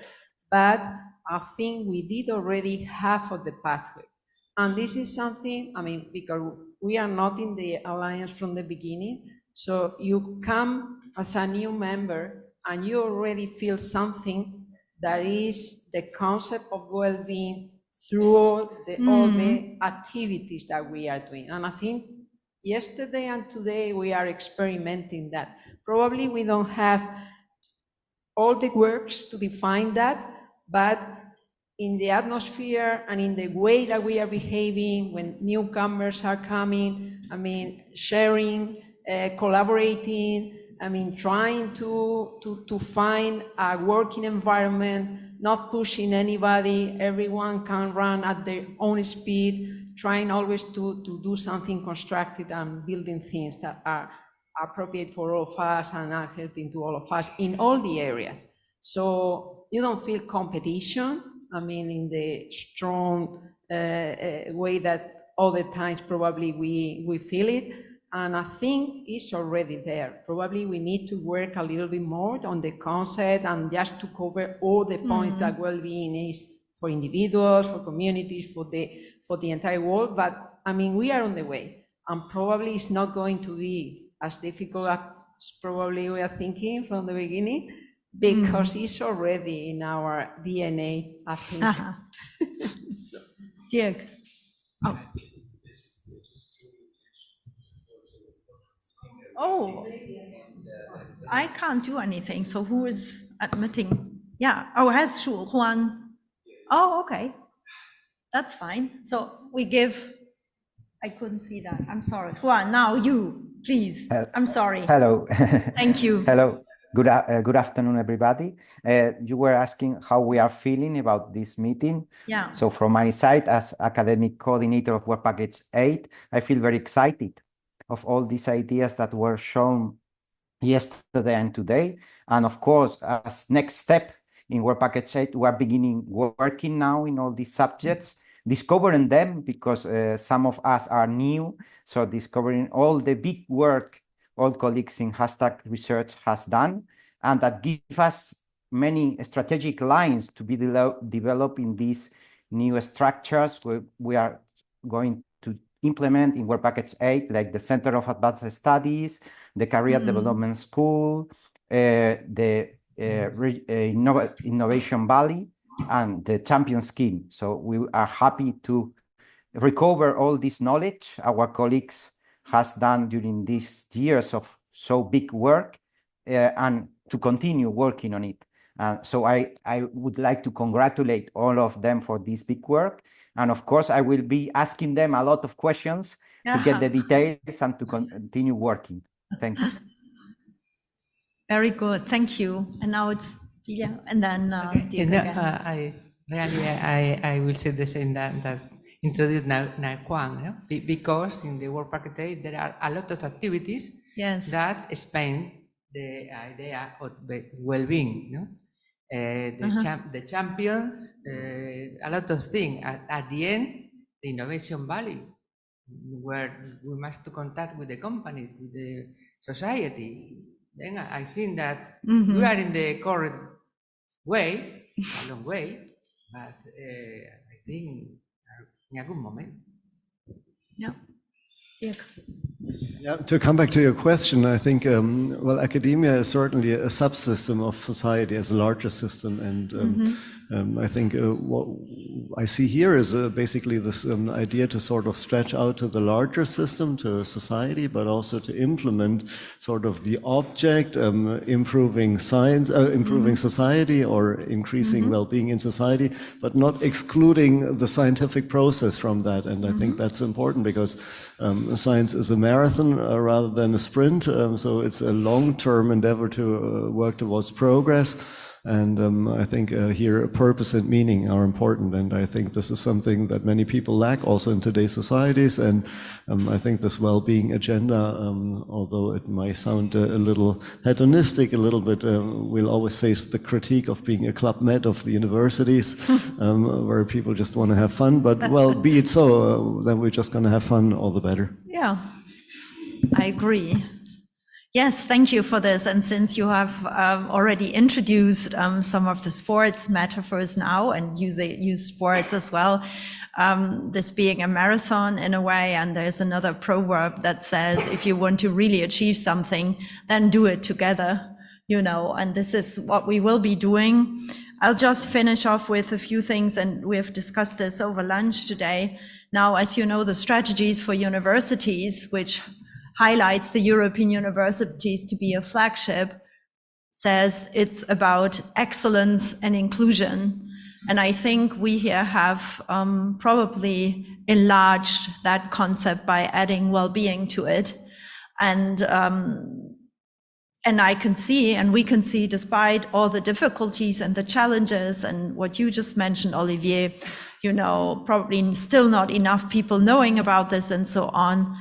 We are doing this, excellence, inclusion, and well-being. We're actually putting this into practice. And I think this is quite an achievement. And we have heard that if we feel safe, if we feel appreciated, then creativity thrives. I've seen creativity in all sorts of ways here today and with everything that was showcased. So I think there is something to it that relates both to how people feel and to what kind of community they experience. So we are social beings. And if we really want to do this, and the questions are so difficult now, so complex, so we need the various expertise anyway in inter and transdisciplinary research. We need the students in this, and we need your expertise in this, your comments on this, what we shall be doing, how we shall be doing this, to really thrive. And I think with that, I'm an optimist anyway. And since I have experienced a kind of summer of sports as well, so I will come back to this. Even sports is also, you know, this constant training, and constant skilling as well. And suddenly things thrive and there is mastery. And I'm explicitly not using excellence here now, but there's mastery as well in how we do things. And probably that's our path to the future. So again, thank you very much to everybody for realizing #research, for doing what you have been doing, for the different work packages. Thank you very much to the project managers. One actually can't be here today, but I'm sure she is online. That's Daniela Zualaga, the project manager for the entire project. She can't be here. I feel very sorry for her. She has done an amazing job as well, together with the other project managers. I don't want to miss this and say this. So I hope you can hear us. Of course, many thanks also to the Cologne office. Sounds weird me saying this, but sometimes I have to say it that way. Graham leading this, and the others, of course, as well. Ruth was mentioned, all the other project managers and now I will explicitly say that at the 11 universities, although not all have been, you know, the monetary beneficiaries of this program, #research. And again, I'd like to say, despite the geopolitical challenges and the challenges that are immediately affecting EUniWell through Ukraine, through the situation here in Hungary, and also through Brexit, we have done quite amazing things, and we are all here doing this. And it was an explicit decision to do the #research conference here in Budapest. And with this message, we have put forward. So again, thank you very much to the hosts, Marcel, Miklos, and of course, Esther, big round of applause. You have been there. You're always there in the back. Thank you very much.